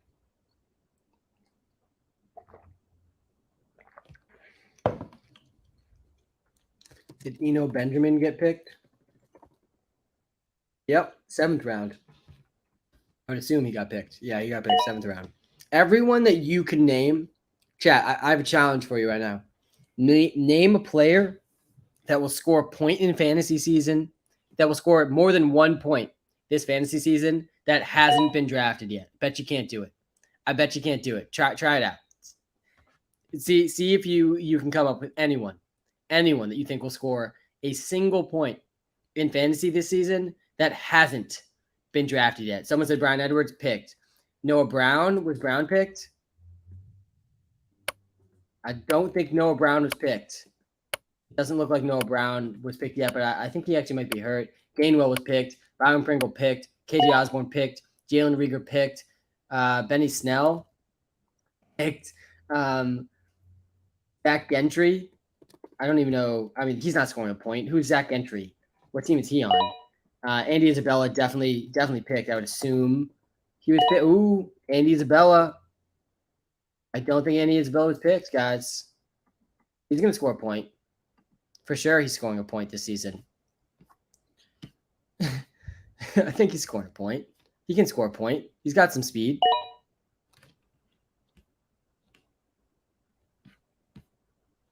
Whose pick is it? Oh, here we are. I don't think Andy Isabella's been picked. Let's see. No. Andy Isabella's still on the board. Still on the board. Last round sleeper, Andy Isabella. Juwan Jennings definitely was picked. I don't think Deion Kane was picked, but I could be wrong. I don't think he's going to score a point, though. Probably not this season. Freddie Swain. He wasn't picked. Was Gunner picked? He wasn't picked. Oh, this is actually pretty impressive in the TikTok live, YouTube live. Jalen Warren, he was picked. Ashton Doolin, was he picked? Yeah, he was picked. That's actually a pretty good pick here by Evan in the 10th round. There's been some chirps out of camp that he's actually had a pretty good pick. Has anyone? Ooh, I like that question. I don't think anyone's probably taken him. No one is taking N'Keal Harry. The disrespect to N'Keal Harry, and I'm actually on the clock here. I took Jameson Williams. I've taken a lot of rookie wide receivers in this draft. sort of unintentionally.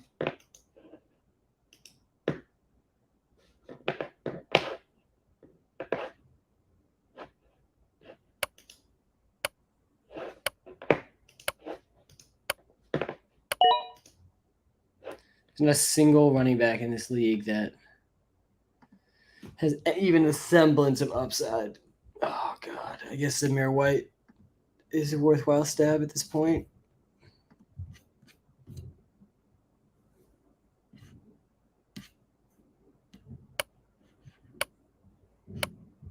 Isaiah Spiller, maybe?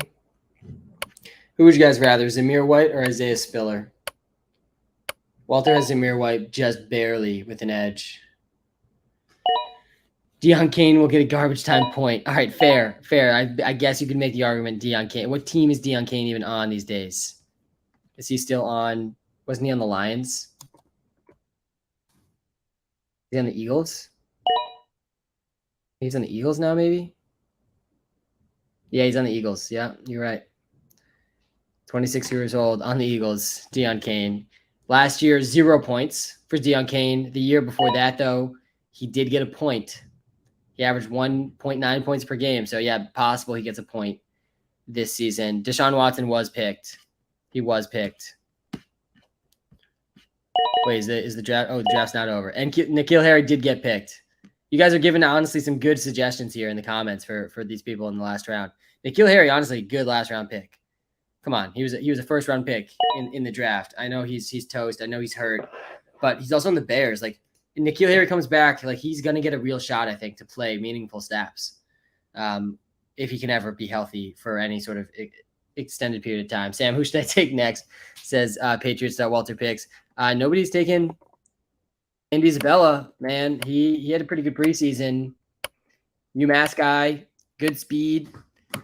DeAndre Hopkins suspended for 6 weeks. He was one injury away from playing time. Josh Gordon goes in the last round. Kind of like that pick from our Eagles creator.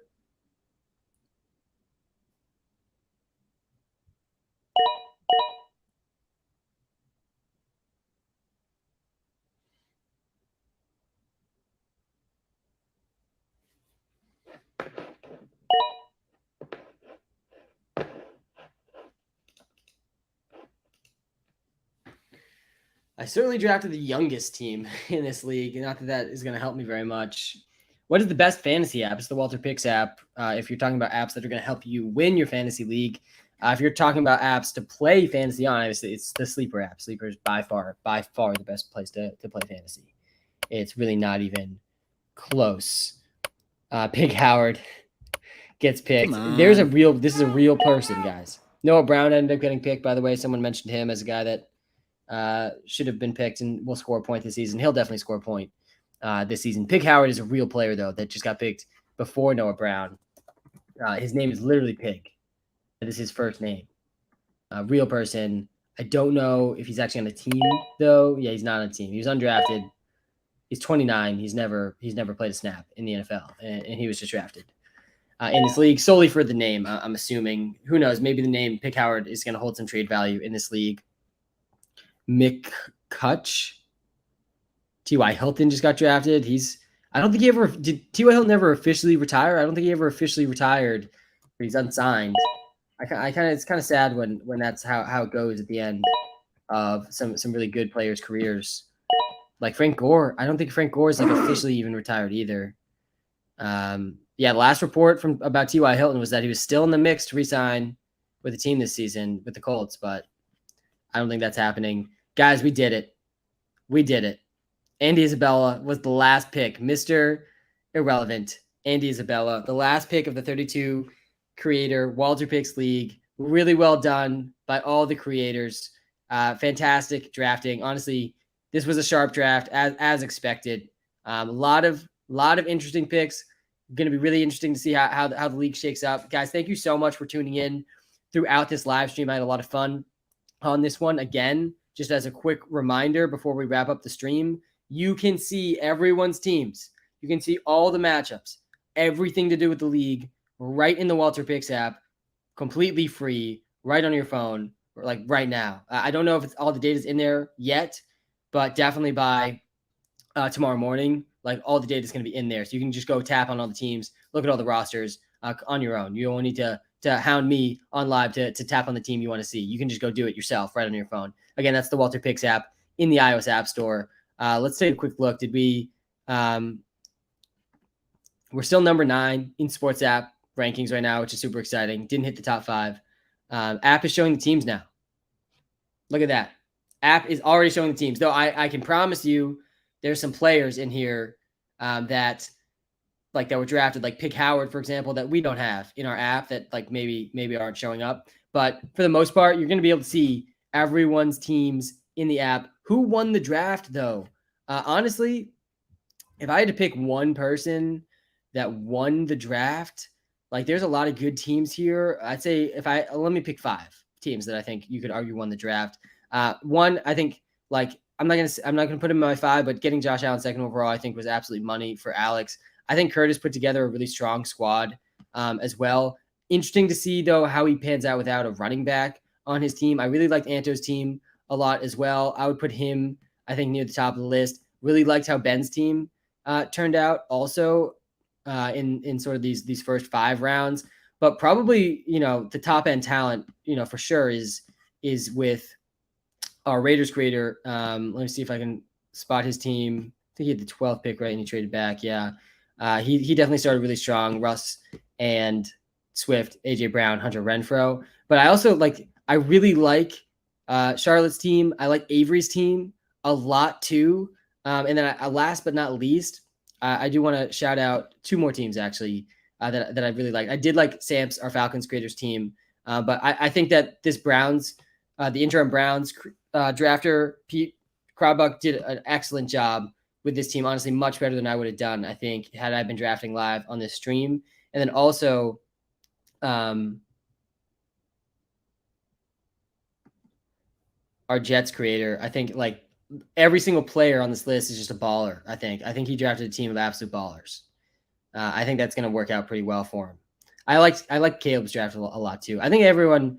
There wasn't anyone that stood out to me as a horrible draft. I actually think Aldo made up a lot of ground too with his picks, and I don't think he's a lock by any means for last place. I don't think anyone's safe from last. That's really, I'd say, the most important thing, because raising $1,000 with a lemonade stand is going to be extremely, extremely tough. Guys, thank you so much for tuning in. Time is the most valuable thing we have. Thank you for spending some time with me tonight. If you are having any issues with the app, email support@WalterPicks, and we'll work on getting it cleaned up. We did just launch this tool. There's probably going to be some bugs, some crashes with it. We'll fix them though on the fly. So definitely email support@WalterPicks if any of that happens. Guys, have a great rest of your night. Thank you so much for tuning in. I'll be back live very, very soon. Have a good one.